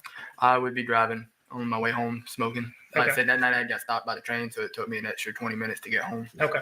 So let me ask you, do you see this message here, this 9:46 p.m. message? All right. And that is that one from your sister? Yes, sir. And what did she say to you? Can you grab me a GAR on your way home, please? All right. So are you still at work at that point? I was. Okay. Had you clocked out yet? No. I had my phone on me, but I wasn't supposed to. So Okay. I see. The next message is from who to whom? from Leilani to me. She was sending a question mark afterwards because she always forgets to send her question marks. Okay. So we got, can you grab me a GAR on your way home, please? At 9:46 with no question mark. And then she adds the question mark a few minutes later. Yes, sir. Okay. And then I saw it right as I was clocking out, All right. And you responded to that at what time? right before 10 o'clock. Okay. And what did you say? I got some minis in the car. I Well, got- I got minis, but All right. So we'll read the message just as it appears on the page, and then I'm going to ask you what you mean. I got minis. I got some minis. I got some minis. And what does that refer to? Mini cigarillos. Okay. And where were you at the time you sent that message? You said you just clocked out. Just walking out the building. Okay. And what's the next message? She said, okay, you on the way? I said, in a minute. And what time did you say in a minute? At 10:03, All right. And would you have been in the parking lot at that point, I guess? getting in the car. Okay. And then what was the last message? Okay. And that was from her to you Yes, sir. at 10:03 p.m. All right. So no more text messages between the two of you that night? And- No, sir. My bad. So that brings us to your getting home and her not being there, you said, right? Tell us about your arrival at the house. So I got home and I noticed that the Dodge Journey wasn't there.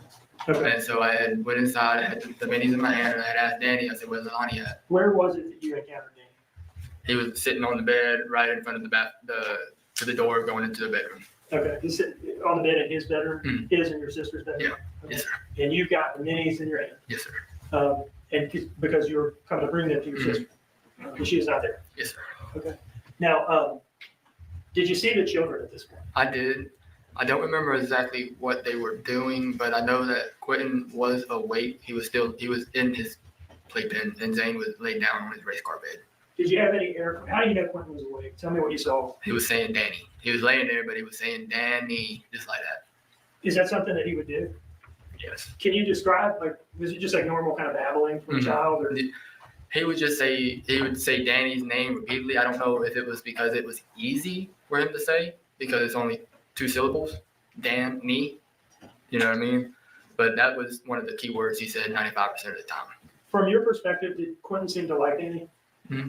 Did they have a good relationship? They had a decent one. I mean, Danny would get fed up with taking care of the kids all the time. But you signed up for it, brother. I mean, there's nothing else I can say to you. I can't sit here and say, don't be upset. You signed up for it.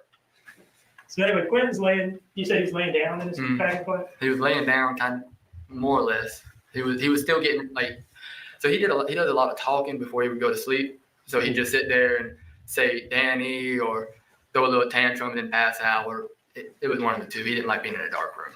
Did anything seem to be out of the ordinary in that room at that time? Not that I saw. I walked in there, told Quinton to shut up and go to bed, and went upstairs. And did Danny seem to be acting abnormally? He seemed a little agitated that he was having to watch the kids again. Okay. Anything beyond that? I mean, no more than his normal whining about having to do something he didn't want to do. Now, how long did y'all interact with each other? About 10 minutes in the bedroom before Leilani got home. What was the nature of that? Just talking. He was complaining about Leilani, which I was already used to, and kind of getting a little bit annoyed of him whining. You don't like it, leave. I mean, it's not that hard. Now, did you have anything to eat when you got home that night? No, I didn't. Don't remember getting anything to eat? I don't remember it. Okay. Would it refresh your memory to look at some text messages between Danny and Leilani about that, perhaps? Yes, sir.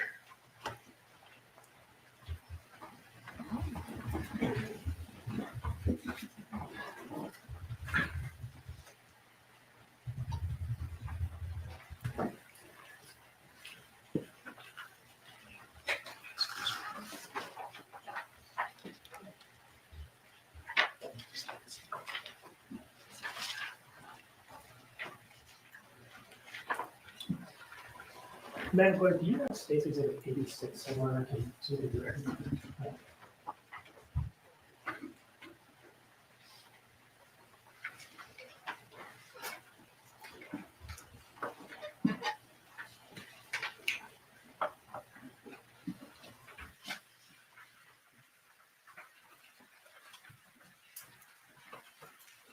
Can you take a look at that second message from the top?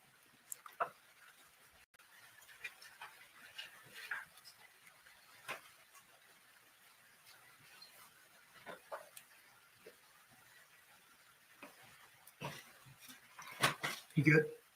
Yeah. Okay. And if it doesn't, it doesn't. But does that refresh your memory as to whether you had anything to eat or drink that night? I probably grabbed some Hawaiian punch. Okay. Leilani was a little stingy about the kids' drinks and food now. Now, after you probably or possibly had some Hawaiian punch, what did you do? Went upstairs. I watched the episode of One Piece. What is that? One Piece is an anime. Okay, it's an animation. Mm-hmm. It was 23 minutes and 42 seconds exactly. And what did you do after that? Went to bed. Did you come downstairs anymore that night? No, sir. Did you have to let the dog out or anything at any point? No, sir. Not till he woke me up in the morning. Needed to use the bathroom, which was about 8:30ish. I got up at 9 and took him out. Okay. What do you remember about that morning?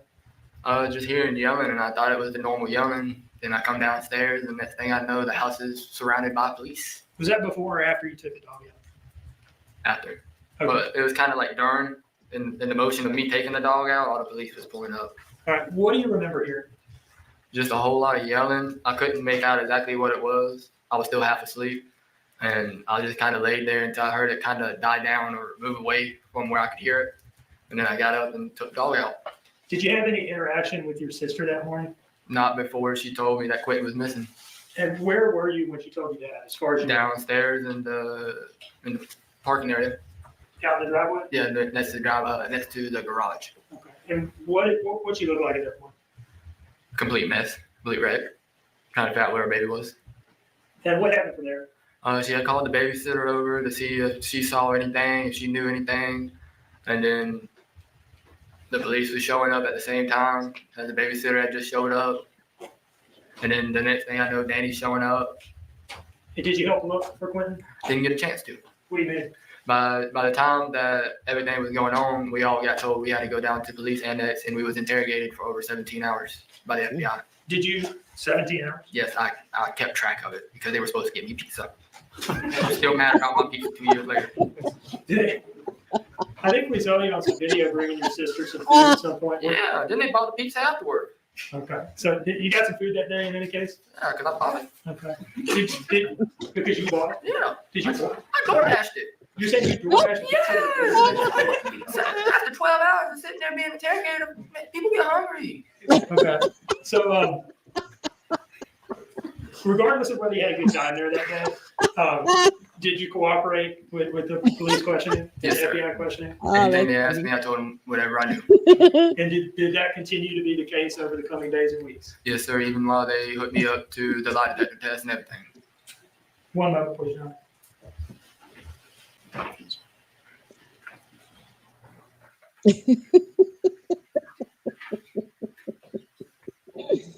Oh dear. I'm gonna have to clip that bit. This might be a good time for a short break. Matt is Yes. Do you look? I'd like to approach with what I've marked as State Exhibit 90.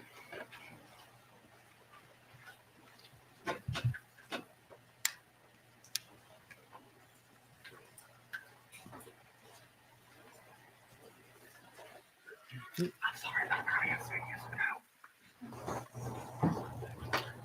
I'm showing you what I've marked as State Exhibit 90. Okay.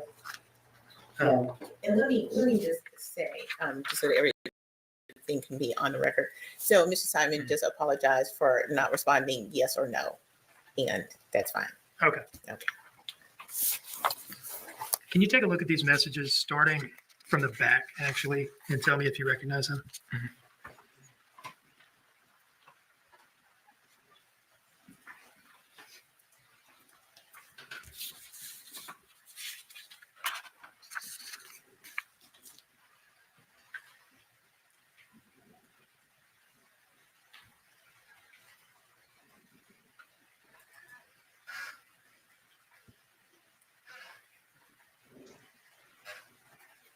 Okay, so these are not text messages between me and Leilani. These are text messages between me and a coworker, and about a girl that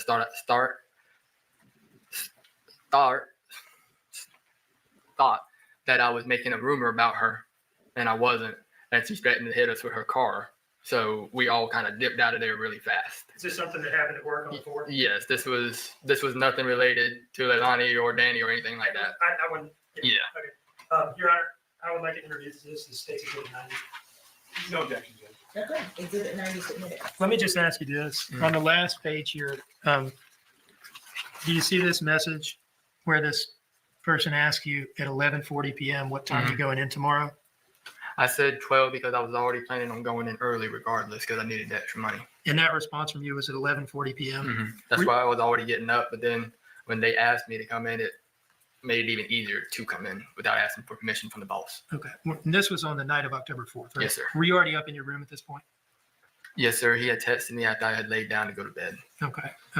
And was this your last phone activity that night? Yes, sir.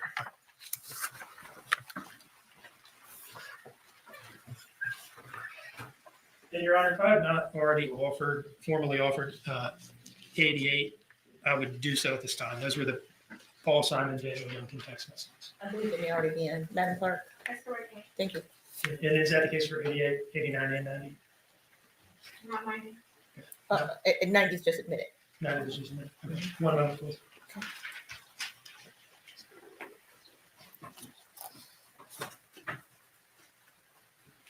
No further questions, Your Honor. Okay. All right. So there's mention of a break. I think this is a good time for a break. The time is 3:13. Let's come back at 3:30. Jury's exiting.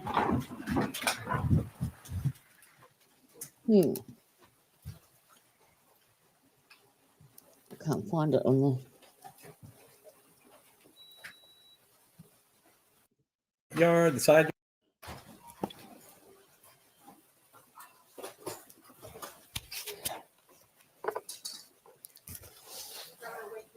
no news on Yes. the Melody Farris Thank you, Ms. Parker. trial.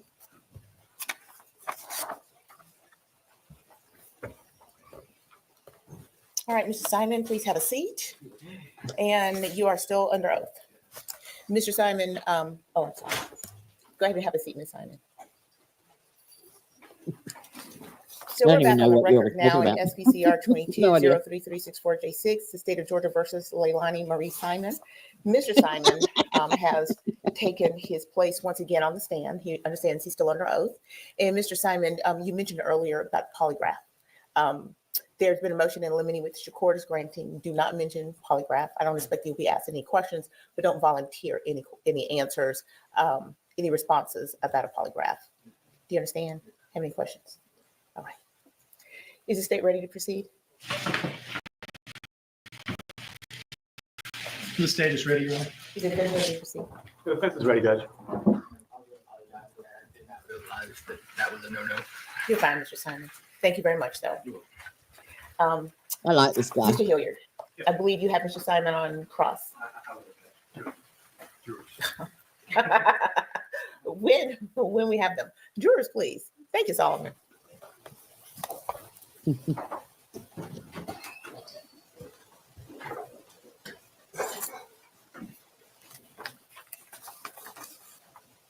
Jury's not entering.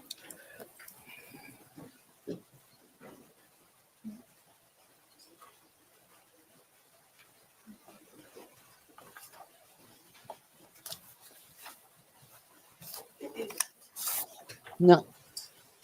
No. Is it just called Ernest? Well, Ernest Saves Christmas.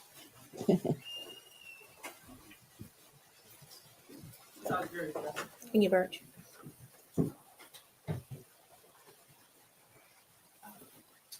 Good afternoon. Please have a seat. Thank you. Welcome back after that short break. Did anyone have any discussions about the case? Did anyone do any research? No. Okay. And with that, we will proceed. Mr. Hilliard. Mr. Simon, my name is Martin Hilliard. How are you, sir? I'm doing good. How about you? I'm pretty good. No complaints. I've got some questions for you, and I'm probably going to start on October 5th and work back a little bit.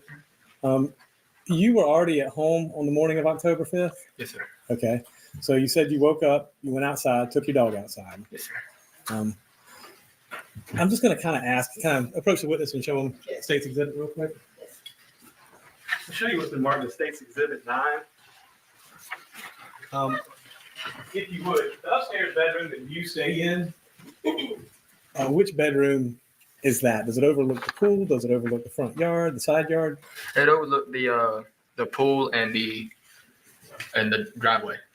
Okay. Because the way the bathroom was faced was towards the outside driveway. Okay. Then the room I was in faced towards the inside of the driveway. All right. So based upon what you're looking at right there, would it be above the dining room or the living room or somewhere in that area? Above the living room. By the living room? Right above it. Okay. And so you just look out over the pool and the patio and the parking area, correct? Yes, sir. All right. And this other bedroom right here? Look towards the front. Towards the front. Yes, sir.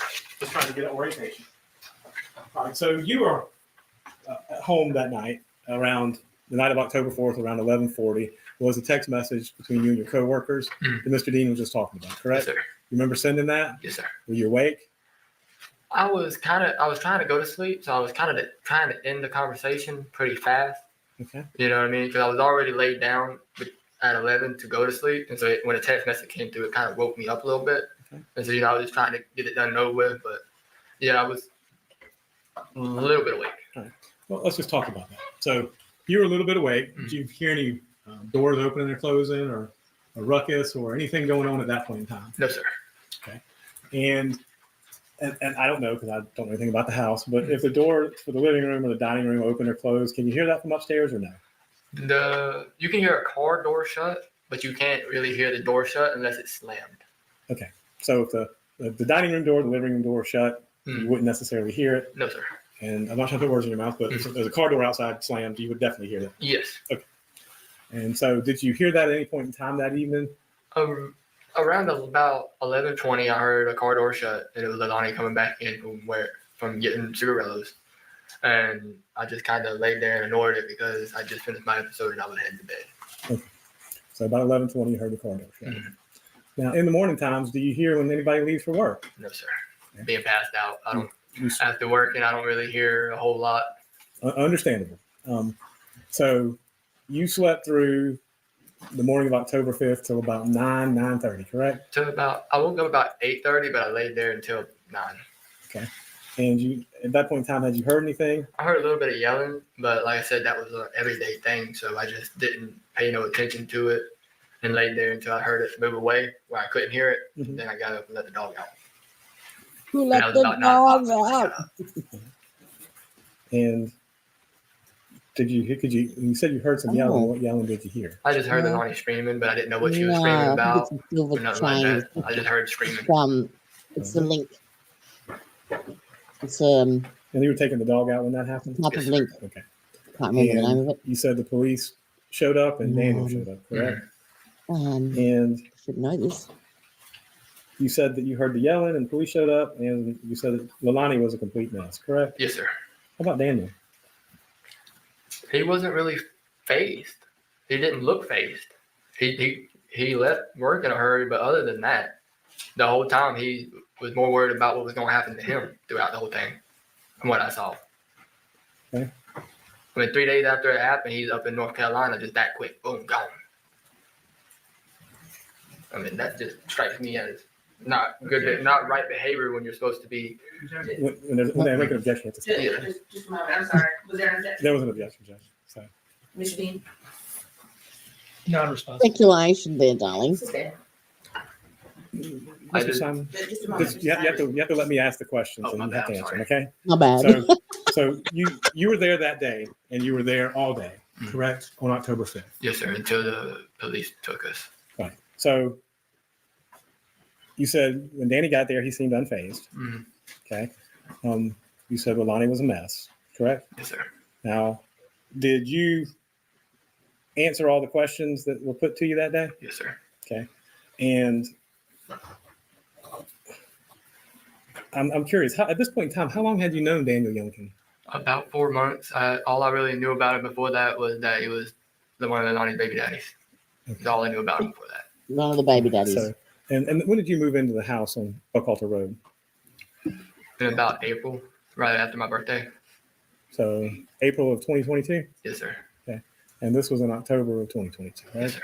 So, and I guess when you moved in, Danny and Leilani and the kids were already there. Yes, sir. They were. Okay. Now, did you ever notice Danny and Leilani either using drugs or drinking? Danny drunk every day. Right. He'd be riding down the road drinking a Fireball, little shot, consistently every day. All right. And not being judgmental, and Leilani smoked. Yep, smoke weed. And you did too. Mhm. Did you ever see him do anything else? No, sir. Okay. And if anything else was done, I would have told my mom. okay. So that was not something you knew about. No, sir. Yibba dabba. Stitches get stitches. And I believe Leilani knew that, and that's why she constantly tried to hide it from me. That she was doing something that she didn't want me to know of. And same thing for Danny, correct? Yes, sir. Yes, ma'am. So was it uncommon for the back door? I mean, again, if you don't know, that's fine. Always a back But door. how did you Always. come in and out of the house? When you, Through the back door. and was that pretty much how everyone entered the house? Yes, sir. Have you heard of Walmart Was it reference yet? uncommon that those doors would be unlocked? Normally, since I was the one that got off work, the last one to be home, it would be locked whenever my stepdad would be home. But if it was everybody else, I would be the one that locked the door before I went up to bed. So, and that's kind of what I was getting to. Normally, you were the one who locked the door when you came in tonight, Yes, right? sir. And do you have any recollection doing so this particular night, the Yes, night of sir. October 4th? I locked it. Hey, did I tell you anything? Did I tell you this today?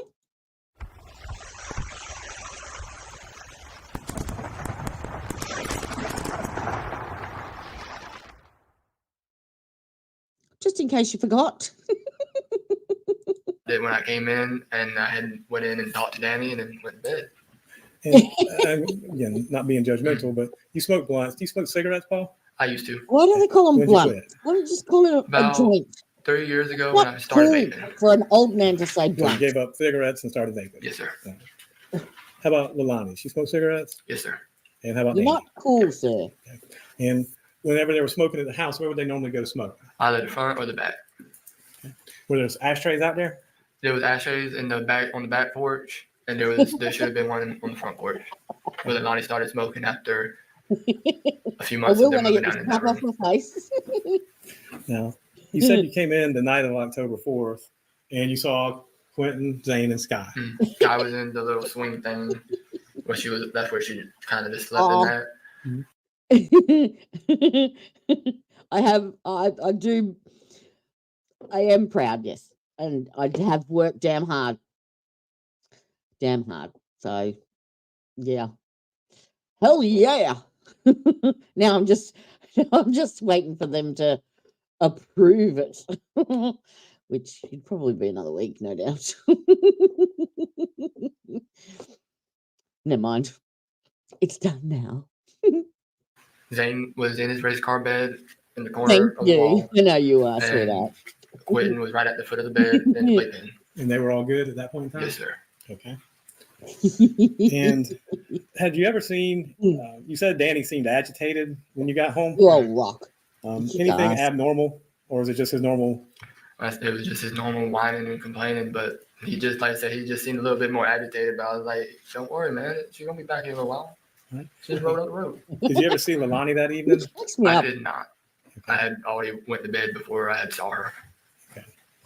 All right. And did you ever hear them two arguing or bickering at any point in time that evening? No, sir. Okay.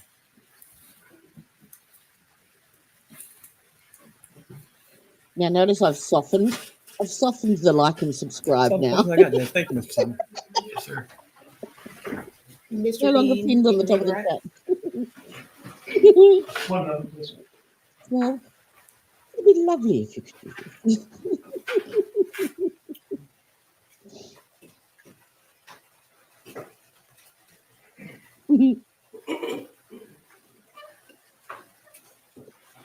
No questions, Your Honor.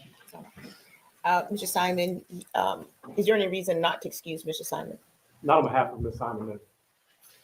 No, Your Honor. Mr. Simon, you are excused, sir. No updates on the Melody Walker. They've been deliberating for just under 3 hours today. Okay. And nothing.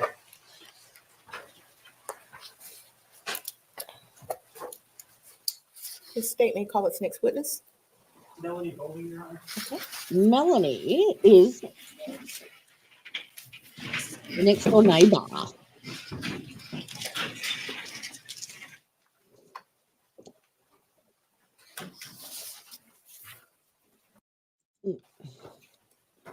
Oh, And nothing but the truth, so help you God.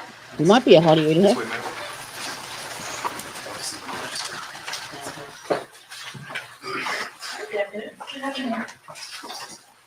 She's better than the last one. Introduce yourself to the jury. My name is Leilani Bowling. I am 28 years old, and I'm a mama. What is I'm your a city mama. and state of residence? What town do you live Glenville, Georgia. in? And how long have you lived in Glenville? Going on 8, almost 9 years now. Are you a little nervous this afternoon? I am, I'm sorry. I'm always a little nervous in court too. It's all right. If you need a break at any point, just let me know. okay? Yes, sir. Do you know the defendant? I do. How do you know her? She used to live in the same neighborhood as me. In Glenville, I presume? Yes. Okay. When you met her, how many children, if any, did she have at that point? When I first met her, she had no kids. Okay. And how did you meet her? I met her through her ex-boyfriend, Cody Warden, which is her first child's father. I met him first because he lived out there and they started dating, and that's how I met her. And I looked at her and him as like little siblings that I wanted to help guide in the right direction. But that's how I met her. And did you all live near one another for a period of time? We did. We were right next door for a period of time, and then there was a period of time where she lived like walking distance from where I lived. Okay. And then at some point, did she move away from Glenville? Yes. Okay. At the time that she moved away, did she have any children? Yes, she had Zane. So the time that she moved in near you would have been sometime shortly before Zane's birth, Yes, it was about maybe 6 months or so before she got pregnant with him. before she got pregnant. Yes. And then was she living next to you, or next door to you during her pregnancy? Yes. And did she continue to live next door to you during the time that she actually had Zane? Well, down a little bit, down the dirt road a little bit, but yes, it was still in the same neighborhood. Okay, so you're saying by the time she had Zane, she moved walking distance away? Yes. Was no longer right next door? Yes. Okay. Let's talk about this. Let's kind of take chunks of time. Tell me about the nature of your relationship with her before she ever had Zane. Well, I mean, like I said, Cody, I met him first, and he was going through a hard time. So, like, my husband and I took them in as, took him in as like a little brother to help guide in the right direction. She started dating him, and, I got good vibes from her at first. I never suspected anything bad, and I kind of try to guide her in the right direction too. She ended up falling pregnant, and when she did, she was young, and I can relate to that because I was a teen mom myself. So I wanted to help her in any way possible to, with her child and be that support. Were you friends with her during her pregnancy with Zane? I was. And did you remain friends with her after she gave birth to Zane and had him as a newborn? I did, yes. And did you all spend time together during both of those time periods? Yes. Did you spend time with her around both her and Zane? Yes. Okay.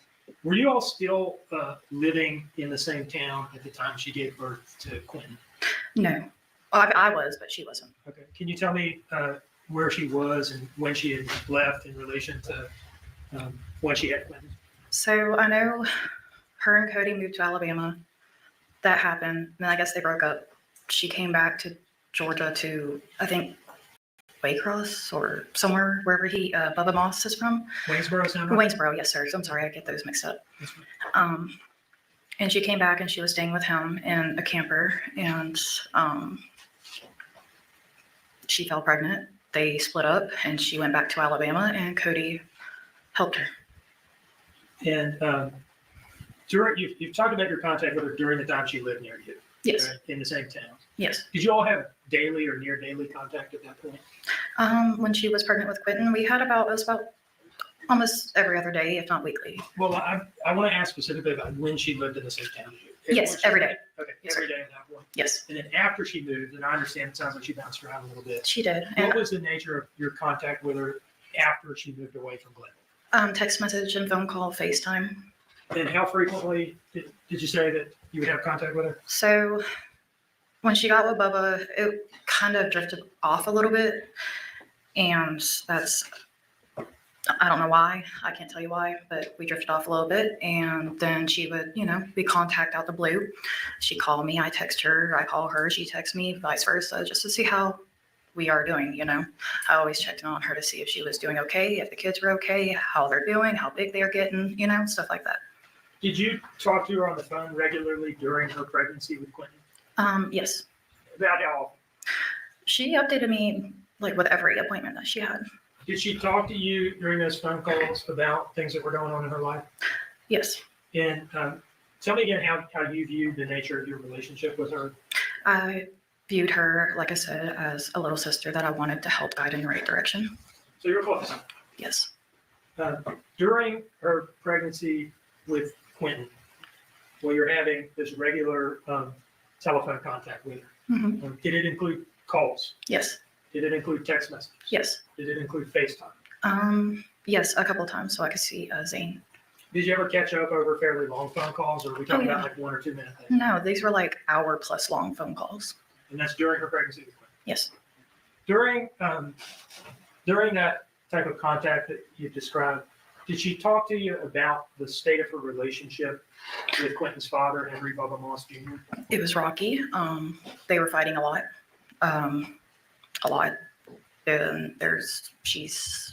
was a time where they did break up, and she was depressed. They made some comments to me that were concerning. But they fought a lot. Like what kind of comments? The comments which I, at the time, wanted to think maybe she was like depressed and going through something. That was my thought process, but thinking of it now, I don't know. But she would say how she wished maybe if I didn't have Quinton, if I would have had the abortion like Bubba wanted me to, he would still be here. Now, is that something she said to you you after Quinton had been born? She has mentioned it after and while she was pregnant, yes. Okay. And how did you react to those kind of comments? It shocked me. I mean, I was like, like what? Coming with, I have 3 kids myself. I'm not the one to judge, someone on abortions and stuff, but she didn't want to have one and that's on her. Okay. But I did not. It was really shocking. I didn't agree with it, in my opinion. That's my opinion. I want to ask you a couple more questions about those kind of remarks. Yes. You said that she made those remarks but before Quinton was born and after Quinton had been born. Yes. Roughly how many times would you say you remember her saying things like that?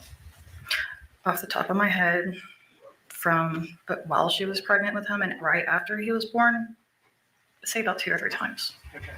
And you said that the nature of the comment was maybe if I had had the abortion, Bubba would still be with me.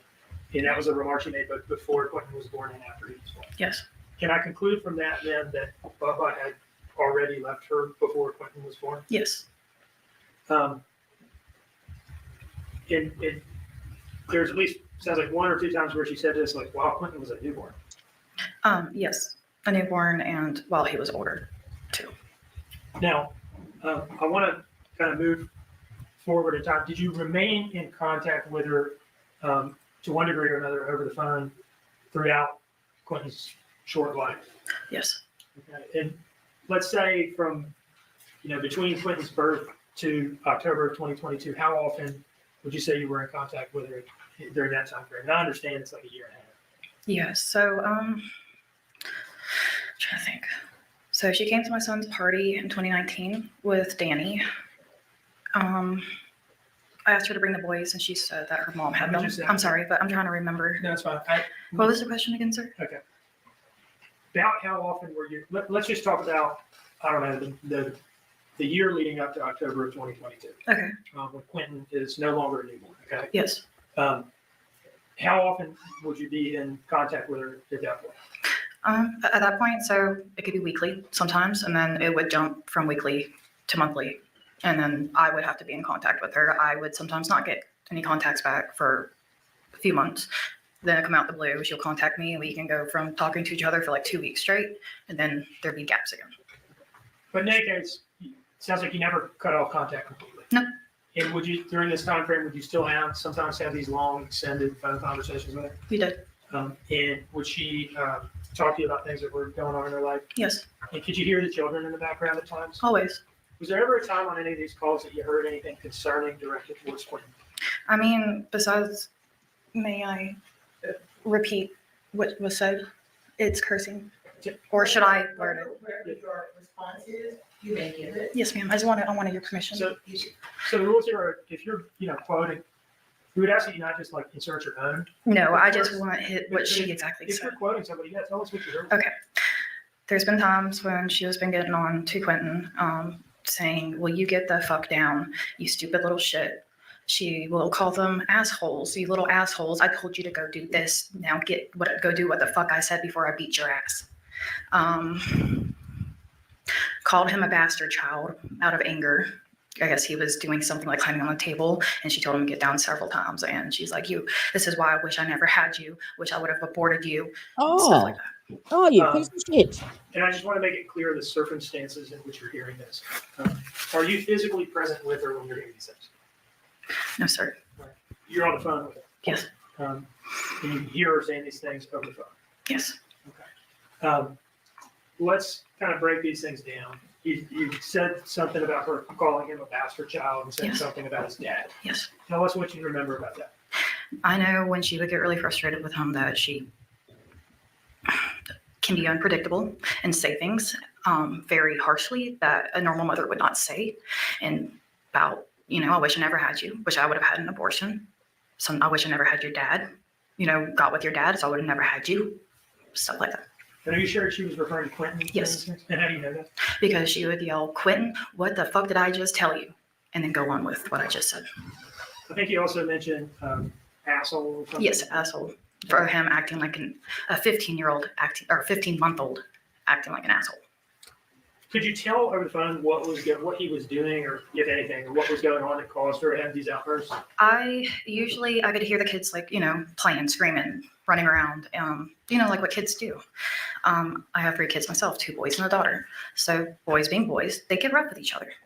And, that happens. Okay. But instead of like, hey, you guys can keep your hands to yourself, time out and do the separate them or whatever, she would start cussing and snapping and yelling and calling names. Now, how would you react, if at all? I don't know whether you. I was speechless, sir. I mean, I would try to be like, hey, calm down. You're just mad. You don't need to be saying those kinds of things. You don't mean it, thinking, she didn't mean it. That was my assumptions. Okay. But I would try to calm her down and be like, hey, chill out. Like, take a breather. They're just kids. They're little kids. Like, this is going to happen. Did you ever hear anything that sounded, I mean, you've talked about what you've talked about to this point. Would you characterize it as verbal abuse? Yes, and I've heard her whip them, but I can't, like I said, I mean, it's whooping, so I don't know if she's using her hand on their butt. I don't know what she's using. It's on the phone call. Okay, so for that, you're saying you can't say whether it was or was not reasonable parental discipline? Exactly. But you've heard stuff like that? Yes. Okay. Did overall, based on all your interactions with her and all your observations, did you develop the impression that she felt differently about Quinton than she did about Zane? Yes, because every time I would speak to her, she would always speak highly about Zane and her youngest one after she was born, but never about Quinton, even though he was the sweetest little thing ever. What kind of things would she say about Zane? Talking about how well he is, how smart he is, how he knows his ABCs, 1, 2, 3s, so on and so forth. The potty training, stuff about Cody and her, just talking highly about him and how good he's doing from when I last seen him as a little baby. And do you remember hearing anything like that about Quinton? No. Just to be clear, did you ever yourself physically meet Quinton? I have never physically met Quinton, no. And is that because you all didn't?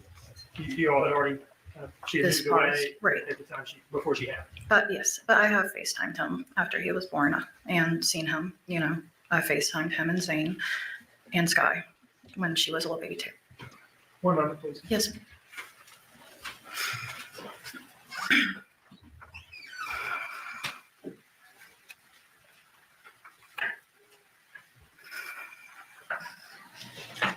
No further questions.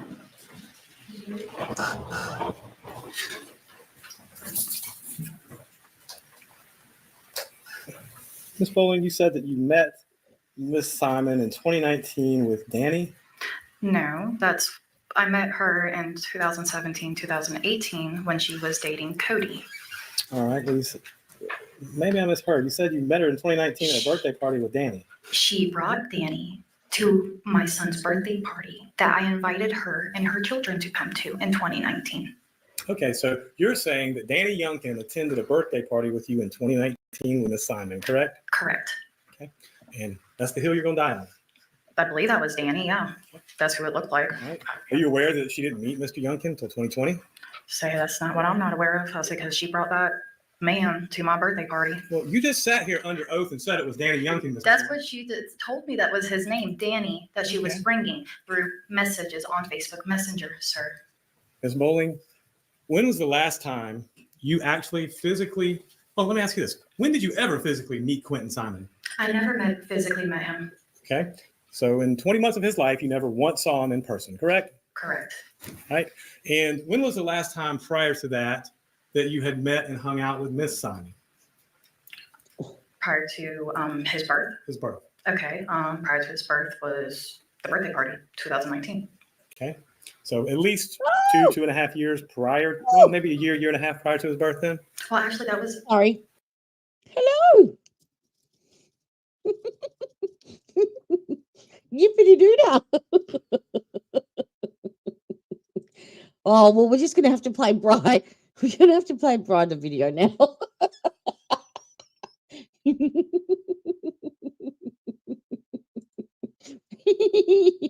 Are you ready? You ready?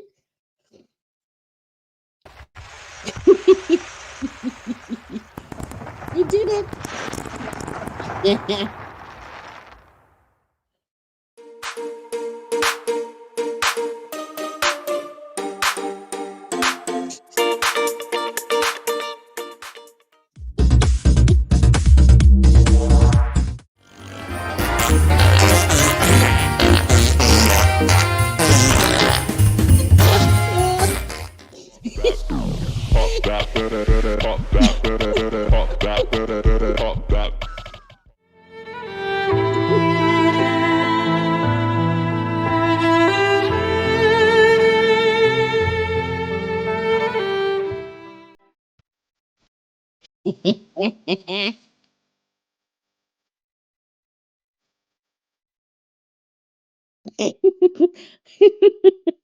Only I would put farts in a celebration video.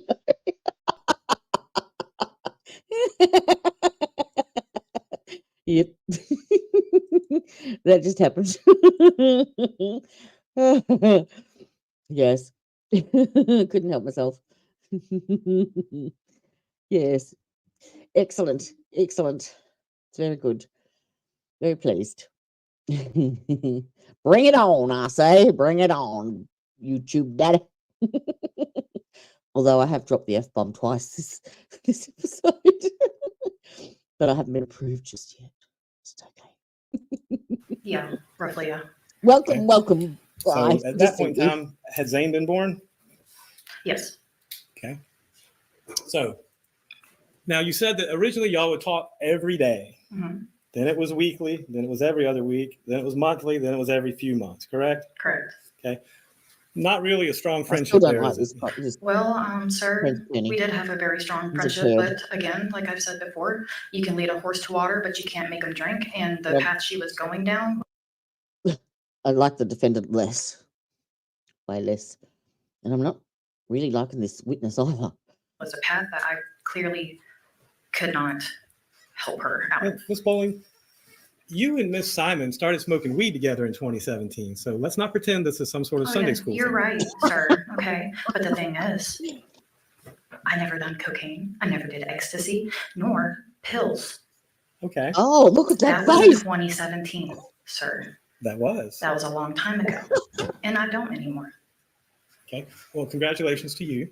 Mm. And that being said, was that the reason y'all hung out, was to smoke weed together? No. The reason well, maybe for her, because she likes to use people. But to me, it was, hanging out with Cody, helping him get back on his feet because of what he had to endure and go through at that time, which is a different matter from this court. You have some rather unique beliefs, don't you, Miss Bowling? Beliefs. Yes, Can you define that, please, or elaborate it for me, please? I can. Do you remember meeting with Mr. Dean on August 13th of this year? Yes. Okay. Do you remember telling him about some experiences you had on August 13th and conveying those to him? Yep. Okay. And so, correct me if I'm wrong, but did you not tell him that you had communed with Quinton Simon's ghost? What? Yes. And if you would like, I can actually do it here and show you guys. Oh, please, Oh by my all God. means. I would love to see this. Give me a holy Bible and a candle. Yes, sir. So, that being said, Oh, you you told are Mr. Dean kidding this, me. correct? Are you I sure shitting did. me? And you said, and correct me if I'm wrong, your husband videotaped the seance, correct? He did. And anytime I'm making a misstatement as to what you said that Quinton Simon What spoke to you the through a candle. He spoke actual- to me through images. Okay. Okay. When I was in my trance, I couldn't see anything except for what he was showing me and what he was telling me as a 15-month-old could do. And so is this he was like a 15-month-old calling ghost this speaking witness? to you. Please tell me about this. I would love to hear it. Okay. So this is what I did. And I lit my candle, had my Bible out, and I prayed. I asked if I could reach out to Quinton Simon. And here he comes. Behold. Do I see him physically? No. But here he is. And he is Mama Mel, is what I was always called by them. Mama Mel, help me. I said, with what? I said, help me help you. What happened? He said, Mommy hurt me. I asked him, how did he hurt you? Or how did she hurt you? Sorry. And he told me, she hit me in the head really hard. I said, okay. I was like, what else? And I said, did you, get any candy thinking maybe he got into drugs or something? And he said, no. I said, okay, where are you? And he threw me the star of the church that's next to the landfill on that dirt road right there next to Little Neck Road on the dump. He showed me exactly where he was in that pile with his arm hanging out, lifeless, gray, and there's blood in a bag that looked like it used to be like a bluish purple color. And he's throwing up blood.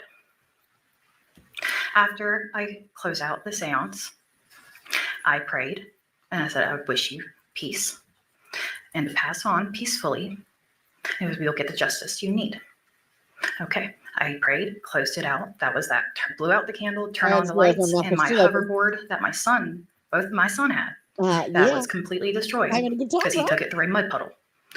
When you Where's your take a husband? hoverboard, electric hoverboard through a mud puddle, it's done. No blood on my It hands. started turning on and off by itself and moving, even though it's completely done for. And I've tried charging it and nothing. And what date was this? What day was that? That was, to be honest with you, it's sometime in November of 2022. I don't know the exact date. I do not. So this was after they announced they found remains in the landfill. No, this is actually before the indictment report came out. I had the dream, which I told them already, but yes. Okay. Okay. So it was in November, correct? Roughly, maybe the end of October. It's in that time area. I also had a major craniotomy that year, so my that explains it. memory's a little. What's a craniotomy? Where you have to have a major brain surgery. They take your skull off, you know? Yeah. So you have craniotomy? I did. And you told all this to Mr. Dean? To Mr. Yes. Mr. Dean. In other All the words, questions I have. credibility. I'm sorry. Melanie, is it fair to say that I brought you into my office to talk about concrete things that you heard the defendant say over the years about Quinton? Yes. Okay. And that you volunteered the information about the seance, right? Did you see his face? Like you told the you told the prosecutor you had brain surgery. I have no more questions. Sorry, is it just me? Oh dear. I did. Because I don't know if you guys recognize that kind of stuff or not. And do you remember me telling you, Sorry. well, Oh, I have to tell the defense about this because it's a come on, thing Brian, you you must said have as a done that, witness, honey. but that it's seance information is not admissible in court. Exactly. Yes, sir. And do you remember acknowledging pretty even-handedly that you understand that not everybody believes in these things? I do, and that's why I didn't want to speak on it like that. Yes, sir. Now, you've said that you had a Bible with you when you were doing this, Yes. and that it was a Christian Bible. Yes, sir. I was baptized and raised as a Christian. Do you remain a practicing Christian? I sure do, sir. Do you consider this some sort of prayer practice, what you're describing? Yes, sir. I mean, in a way, Do you consider it a private matter? a private matter. Yes. How does it feel to come into court and essentially get made fun of for it? You know, to be honest with you, it's kind of embarrassing because, like you said, not everybody believes in this kind of stuff. Unfortunately, I was born with a gift that I call a curse. Now, does any of this have anything to do with the things that you heard her say about her son, both before and after his birth? No, sir. Thank you. Yes, sir. Oh, dear. Ms. Bowling, you're willing to hold yourself up to ridicule to get justice for Quinton, aren't you? Excuse me? Said you're willing to hold yourself up to public ridicule to get justice for Quinton, aren't you? I guess so. I'm here to get justice for him. So, What aren't you willing to do for Quinton's justice? well, I've done everything I can possibly for his justice. Thank you so much. Me? Oh my God. No. Thank you, ma'am. Oh, really? You're smirking, are you? You're smirking, Leilani. I don't think you got anything to smirk about.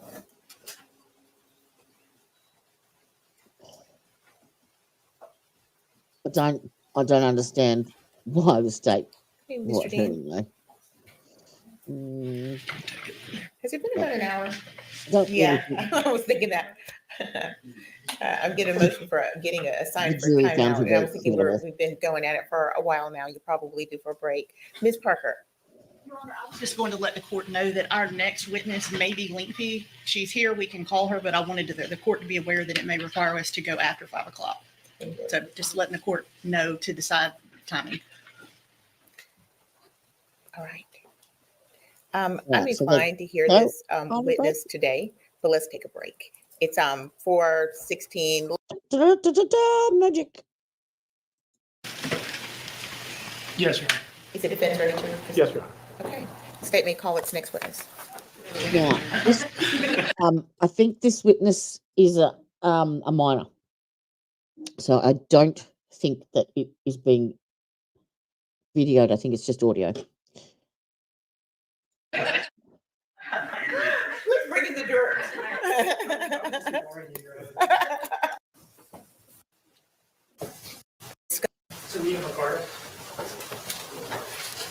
Yeah, Talia McCarter.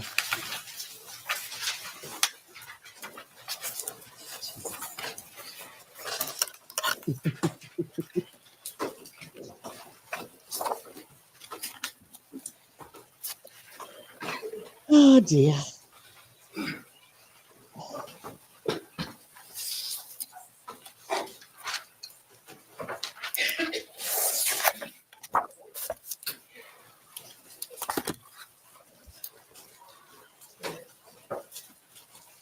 Accept this one now. Face the clerk and raise your right hand. And as we begin, this is the point at which we want the cameras diverted from from the witness's face, from Mr. Carter's face. The evidence you shall give the court and the jury in the trial of this issue shall be the truth, the whole truth, and nothing but the truth, so help you God. Step this way now. Good afternoon. And before we begin, are we good on camera, Ankle? Yes. But we got her when she was being sworn in because we didn't know that that was the witness that was sensitive. So we'll have to tell everybody not to use that footage. All right. Thank you, Grace. All right. Mr. Bean. Good afternoon. How are you? Good, how are you? Doing well. Thank you for asking. Could you please introduce yourself to the jury here? This is a minor, and she was one of the babysitters. She's under 18, so there's no visuals. Hi, I'm Talia McCarter. And how do you spell your first Talea name? And your last name? MCCARTA. Where do you live? What city and state? Not the address. Savannah, Georgia. Do you live on Buckhalter Road? Yes, sir. And did your family used to provide babysitting services for the defendant's 3 children? Yes, sir. Have I asked you how old you are yet? I'm sorry, I'm tired. No, sir. How old are you? I'm 17. Are you in school? Yes, sir. Where are you in school? Homeschool. Okay. And what grade are you in? I'm in 10th. Sorry, I'm nervous. Okay. That's all right. If you need a break at any point, just let me know. Okay. Sir. I understand you're starting a new job tomorrow. Yes, sir. Where are you going to be working? At Larry's Giant Subs. Is that your first big girl job, I guess? Yes, sir. Okay. Congratulations. Thank you. Did you know Quinton Simon? Yes, sir. How did you come to know him? Through my mom and them and Miss Sandra. And tell us about, well, who's Miss Sandra, first of all? Miss Sandra is Tommy, Billy Joe's husband's sister. Okay. And how do you, when you say you know him through Miss Sandra, what do you mean by that? Miss Sandra went to church with us, and she just came up to my mom and sister and asked if my sister could babysit them. Okay. And is that how the babysitting stuff started? Yes, sir. Tell us about the beginning of that. How did it play out? Miss Sandra had came and knocked on the door and asked if my mom could babysit some kids. And my mom said, well, I'll be working, but I can ask my daughter. And my sister said yes. And what's your sister's name? Maritza McCarta. Is she older or younger than you? She's older than me. How old is she now? 19 years old. Okay. So going forward from that, did you all start babysitting kids? Yes, sir. Okay. And between the two of you, you and your older sister, did one or the other have responsibility for one or the other kids? It's kind of a confusing question. Do you understand what I mean? Yes, sir. My sister really had most of the responsibility, but I would be there to play with Quinton stuff and Zane. Were you and your sister, were you or her closer to Quinton than the other? It was both of us. Yes, sir. We really loved both of us. Tell us about spending time with Quinton. Where would you spend time with him? Throughout the whole house, Quinton, he would open the door, like when it was cracked, he would push it open with his hand. He'll come in there and he'll love on you. What door are we talking about here? The bedroom door. In your house? Yes, sir. And what do you mean by he come in and love on you? Like, he'll run to you, open his arms, and just throw himself on you and give you a kiss on the cheek. Did you like spending time with Quinton? Yes, sir. Now, was there ever a time where you spent time around Quinton and Leilani together? Yes, sir. And during those times, did you ever see her treat him in a way that upset you? Yes, sir. Can you tell us about any of those times? With the console, like the PlayStation remote control, when she said that Quinton got a hold of it, and it was the night before, and I guess she still got mad talking about it, so she pushed him down. Okay, let's break that down a little bit. Where were you when this push happened? She was by the tiki bar, and I was by closer towards the pool where the little step is. Okay, so whose house were you at? Billy Joe's. Okay. You're out back between the tiki bar area and the pool. Yes, sir. And what was it that caused Leilani to push Quinton? She got mad because he had supposedly broken the controller to her PS4. Okay. And how did this come up? When I walked up, I asked her if I could get Quinton, and she said, yes, please take him. And then she just led off the conversation because he got a hold. I'm pretty sure she said it was her brother controller, and he was going to be mad at her. And what time of day was this? I'm going to say around 2. In the afternoon, I presume? Yes, sir. Okay. You said you came up. Where were you coming from? I was coming from my mom's house. And where was Leilani? Leilani was outside. Okay. In the back there? Yes, sir. And where was Quinton? Quinton was inside. Okay. And you said you were coming over to see if you could get Quinton. Yes, sir. What do you mean by that?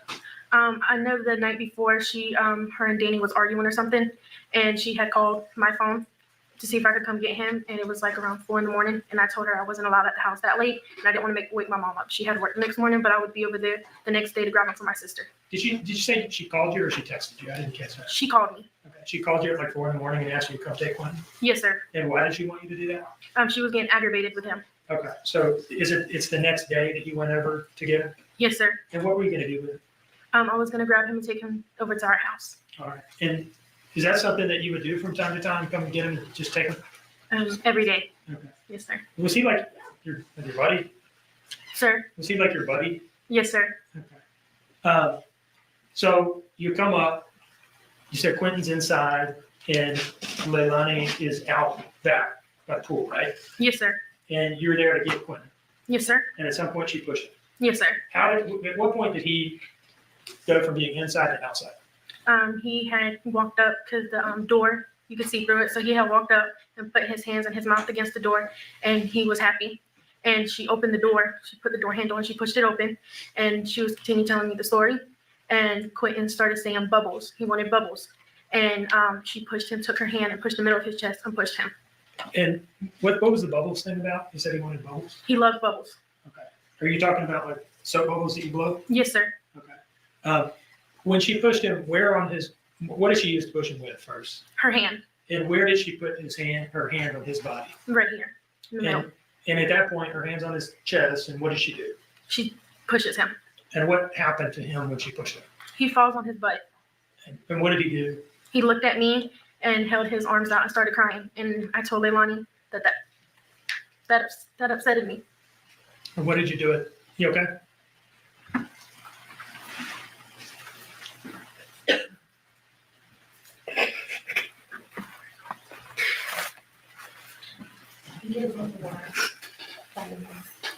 I'm good. I'm sorry. When he fell, what part of his body hit? Did he fall on the ground, I guess? Yes, sir. His tush hit the floor. Okay. And you said he started crying and reached out his arms to you. Yes, sir. Did you pick him up? Yes, sir. And did you say anything to Leilani? I told her that wasn't necessary because it happened last night, but she should have talked to him first. And what happened from there? I took him. I walked him home with me. I don't know what she did after. So you talked about that one push. Was there anything else that you remember that was like that? The pool incident. What's the pool incident? It was me and my sister, and I believe 2 of my nephews with me over at her pool swimming. And Zane had got in the pool, and Quinton wanted in there. And I was fixing to go grab Quinton to put him in there. But instead of her listening to me tell her, hold on, let me get his floaty on, she just full on pushed him in the pool. Push him with what? Her hand. And where on his body did she make contact with him? The back. Like middle of the back, upper back, lower back? The middle. Yes, Okay. sir. And she just pushed him in the pool? Yes, sir. And he didn't have any floaties on, it sounds like? No, sir. Okay. Was he able to swim at this point? No, sir. What happened once he was pushed into the pool? He went underwater. When he came back out, he caught his breath, trying to catch his breath, and then he started crying. Was he coughing or anything? Yes, sir. And how did Leilani react to that? She said she really didn't care because if Zane could learn how to swim, then Quinton needed to be as smart as Zane. Now, What did you do when Quinton came up and was coughing and crying? I looked at my sister and I told her I'm going home. And then that's when I asked Leilani, I said, can I take Quinton home? She said, yes, I don't care. And how were you feeling at that point? I was mad because wondering in my head how she could push him in the pool knowing without any floaties and knowing he can't swim at all. How was Quinton as you were walking home? Did you dry him off or anything first? Or? I did dry him off. I wrapped him in a towel and he laid his head on my shoulder. And what happened when you got home? When I got home, I had put a pull-up on him and he went and laid on the couch with his teddy bear. And did you lay on the couch with him or did you just leave him alone or what? I went to go fix him some juice and then I laid on the couch with him. How long did y'all lay there? About 2 hours because I fell asleep. It sounds like that she didn't have particularly good experiences with the mother and the relationship with Quinton. I'm tipping there's some. She felt sorry for Quinton or something had happened. Is that? Fill me in. So it was how the mother was treating Quinton differently than the other kids. Is that the gist I'm getting?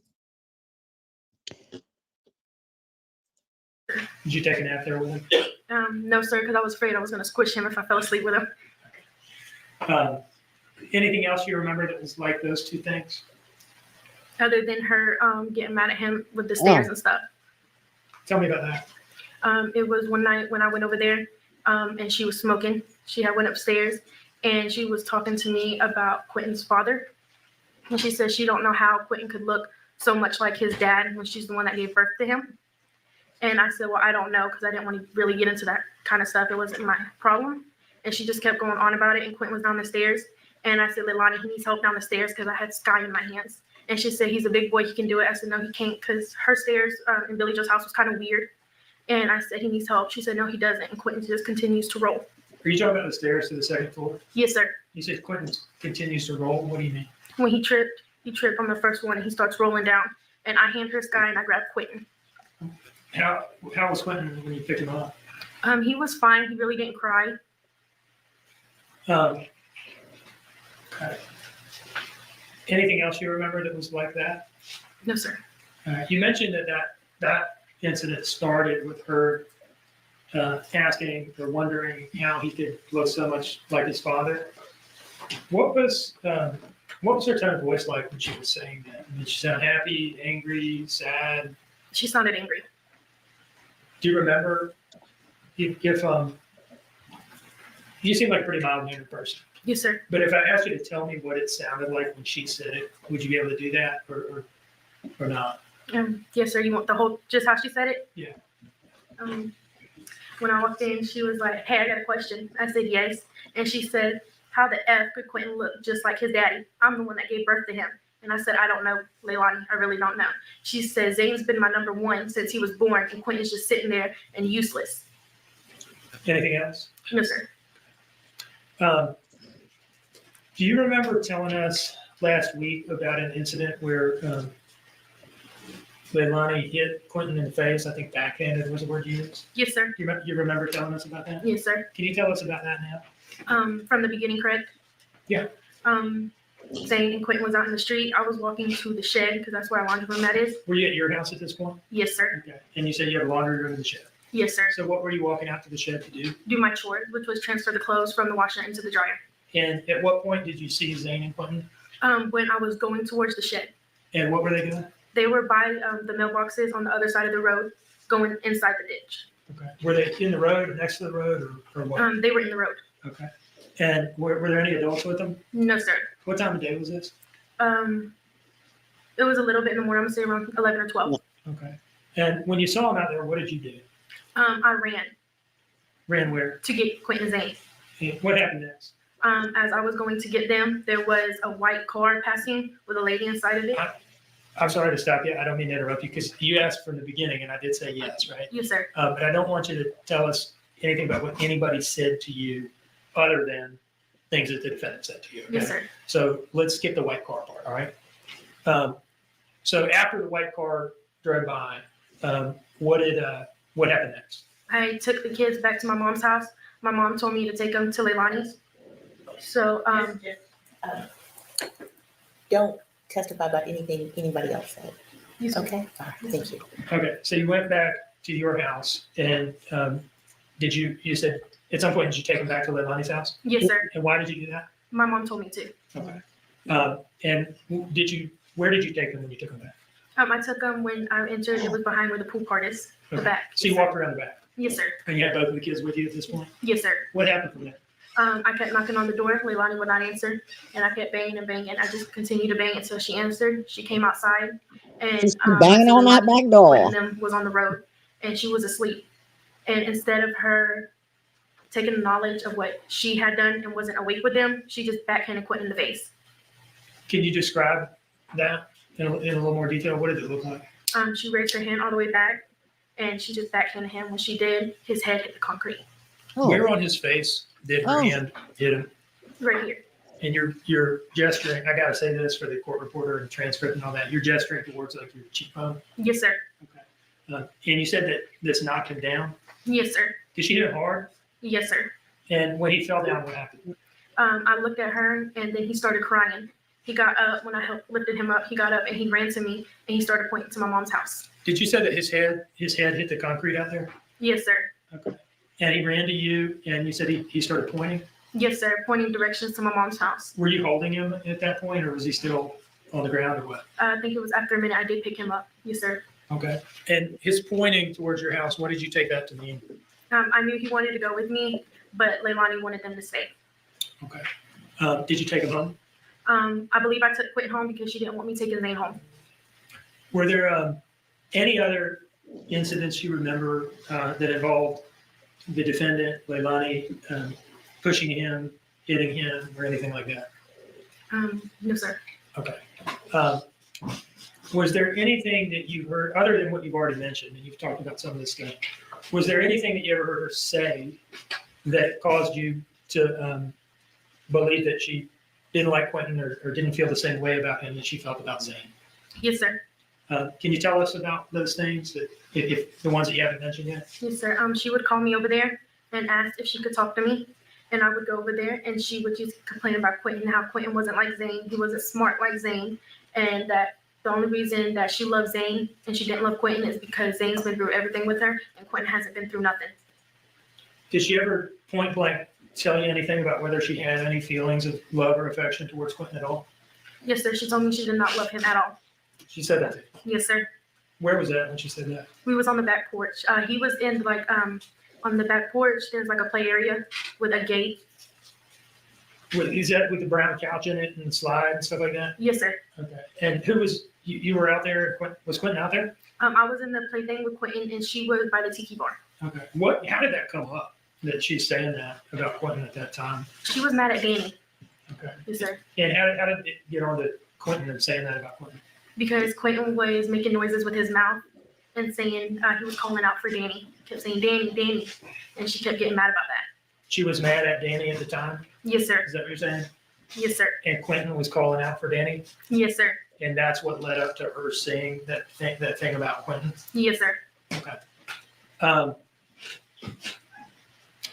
Did Quinton ever stay the night at your house? Oh, yes, sir. Can you tell us about that? Yes, sir. We would have Quinton for weeks at a time at our house. She never called to check on Quinton. But we never complained about it because we really enjoyed Quinton being at our house, being able to love on him. And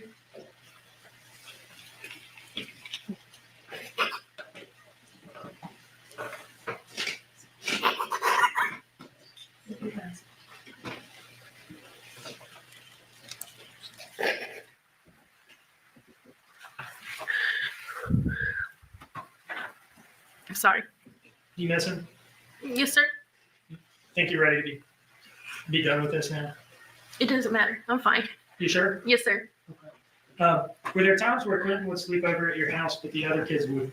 Yes, sir. How did that come about? How did that happen? When Leilani would say she's coming to pick up the kids, she would be like, "Oh, I'm coming," or "Danny's coming to pick up the kids."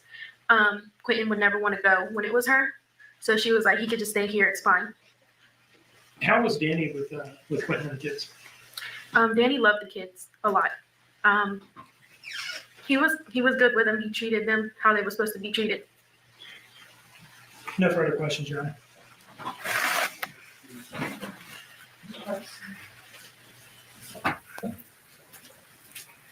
Kim, the last time you were asked to talk about these incidents with us, you noted that these incidents happened in May, June, and July of 2022. Is that correct? I didn't say. I said I didn't know the exact months. Okay, well, the different incidents we've talked about. Yes, sir. All the incidents that you named, can you tell me when they happened? No, sir, I cannot. Okay. And when you saw them happen, the things that you've described here in court, did you call anybody like the police? No, sir, I did not. Did you call anybody like DFAX to report Leilani? No, sir, I did not. The PlayStation controller push you described, he fell back on his bottom. Yes, sir. Okay. Did you see any kind of a bruise or a mark or a cut or anything on Quinton as a result of the push you say you saw? Not at the time, no, sir. And the pool incident, obviously that was in the warmer months, but you can't say when that happened either, can you? I know it was in summer sometime, but I don't know the exact month. Okay. And in Savannah, summer can be a pretty long time. Yes, sir. Same question as before. Did you call the police about it or DFAX or any authority to report Leilani Simon? No, sir, I did not. The stairs incident, I think he went down the stairs and you got to him, but he didn't cry, did he? Not for long. He didn't really let out a long one. And you didn't see any marks or injuries or bruises? Yes, sir, I did. Okay. What kind? It was a bruise on right here by his head. Okay. Now the roadway incident. Yes, sir. Okay. As I understand it, you were at your house and you saw the boys out there near the road. Yes, sir. All right. And you went there. Actually, you ran to them, did you not? Yes, sir, I did. Because you recognized kids in a roadway with cars going by can be a very dangerous situation, can't it? Yes, sir. And it can be very upsetting. Yes, sir. And you knocked on the door, but couldn't get an answer right. Yes, sir. Do you have any idea how Zane and Quinton then got out of the house on their own? Zane knew how to open doors. Okay. Yes, sir. And right now, in recounting these different incidents, you can't give an exact date about when they happened, can you? No, sir, I cannot. And we've already established you didn't call the police about it, call any authority or any DFAX to report what happened. No, sir, I did not. Thank you. Not a mandatory reporter, though, is she? Is a minors mandatory reporters? I wouldn't have thought so, but I don't know. I suppose they could have told. She could have told her mother, who may well have been. I don't know. Who is considered a mandatory reporter? Over there, is it just law enforcement or, teachers and the likes, or is it everyone? I don't know. When these things would happen, was there anybody you tell? I would tell my mom. No further questions. Ms. McCarter, you're excused. Thank you.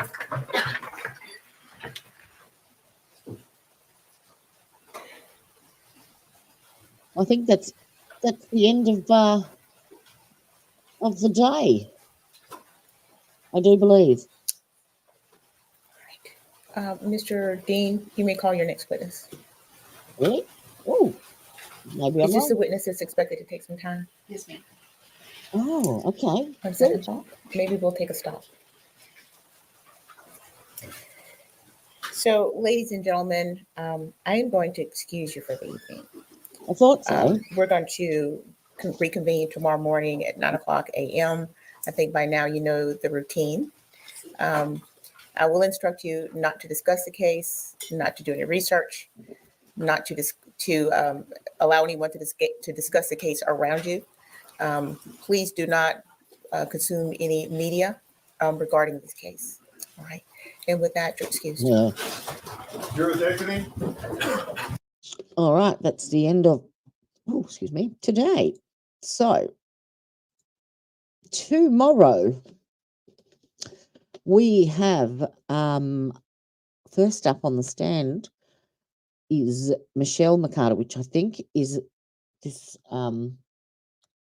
girl's sister, who's also a babysitter of Quinton. And then we have Jenny Cox, who is an undercover detective at Chatham County PD. I wonder if she's the one that brings in the wiretap, the phone tap. I hope so. I'm dying to see that. And then the next one is Corporal Jusian Williams from the Savannah PD Forensics Unit. This is all date for 5. And then we have Sergeant Gary Scott, who's with the Chatham County PD Forensics Unit. Then Detective Randall Noble from Chatham County PD. And then we finish up with Taylor Burns, the Special Agent, FBI. So it's got to come in with one of those tomorrow, surely. Has to. So what were your thoughts today? I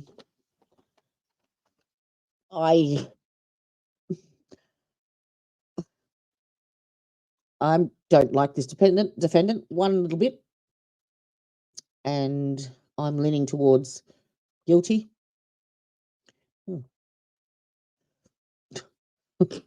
I've smudged my crud. Anywho, yeah, no, I am leaning towards guilty. I'm also just morally disgraced with her behaviour. Her selfish, entitled, yeah. Anywho, that's just my opinion of her. And I think, I don't think I'm the only one. Just quietly. So, thank you so much for joining me. Hang on.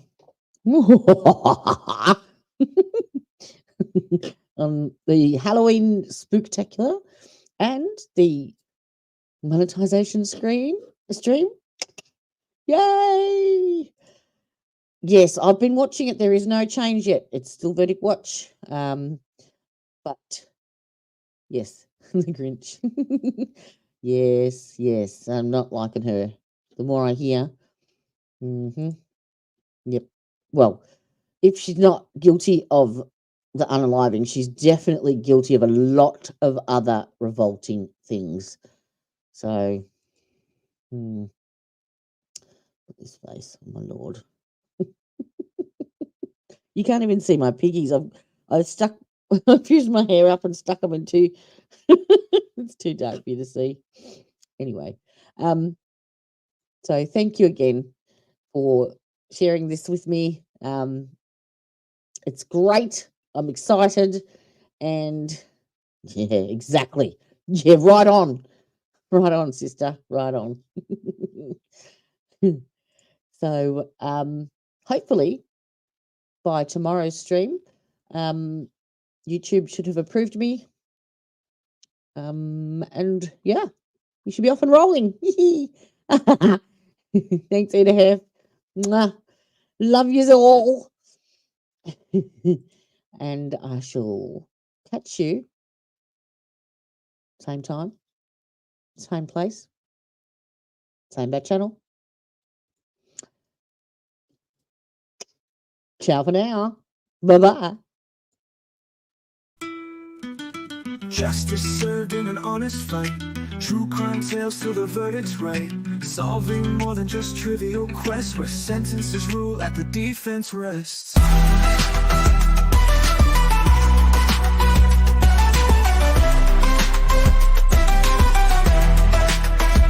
Justice served in an honest fight. True crime tales till the verdict's right. Solving more than just trivial quests, where sentences rule defense rests.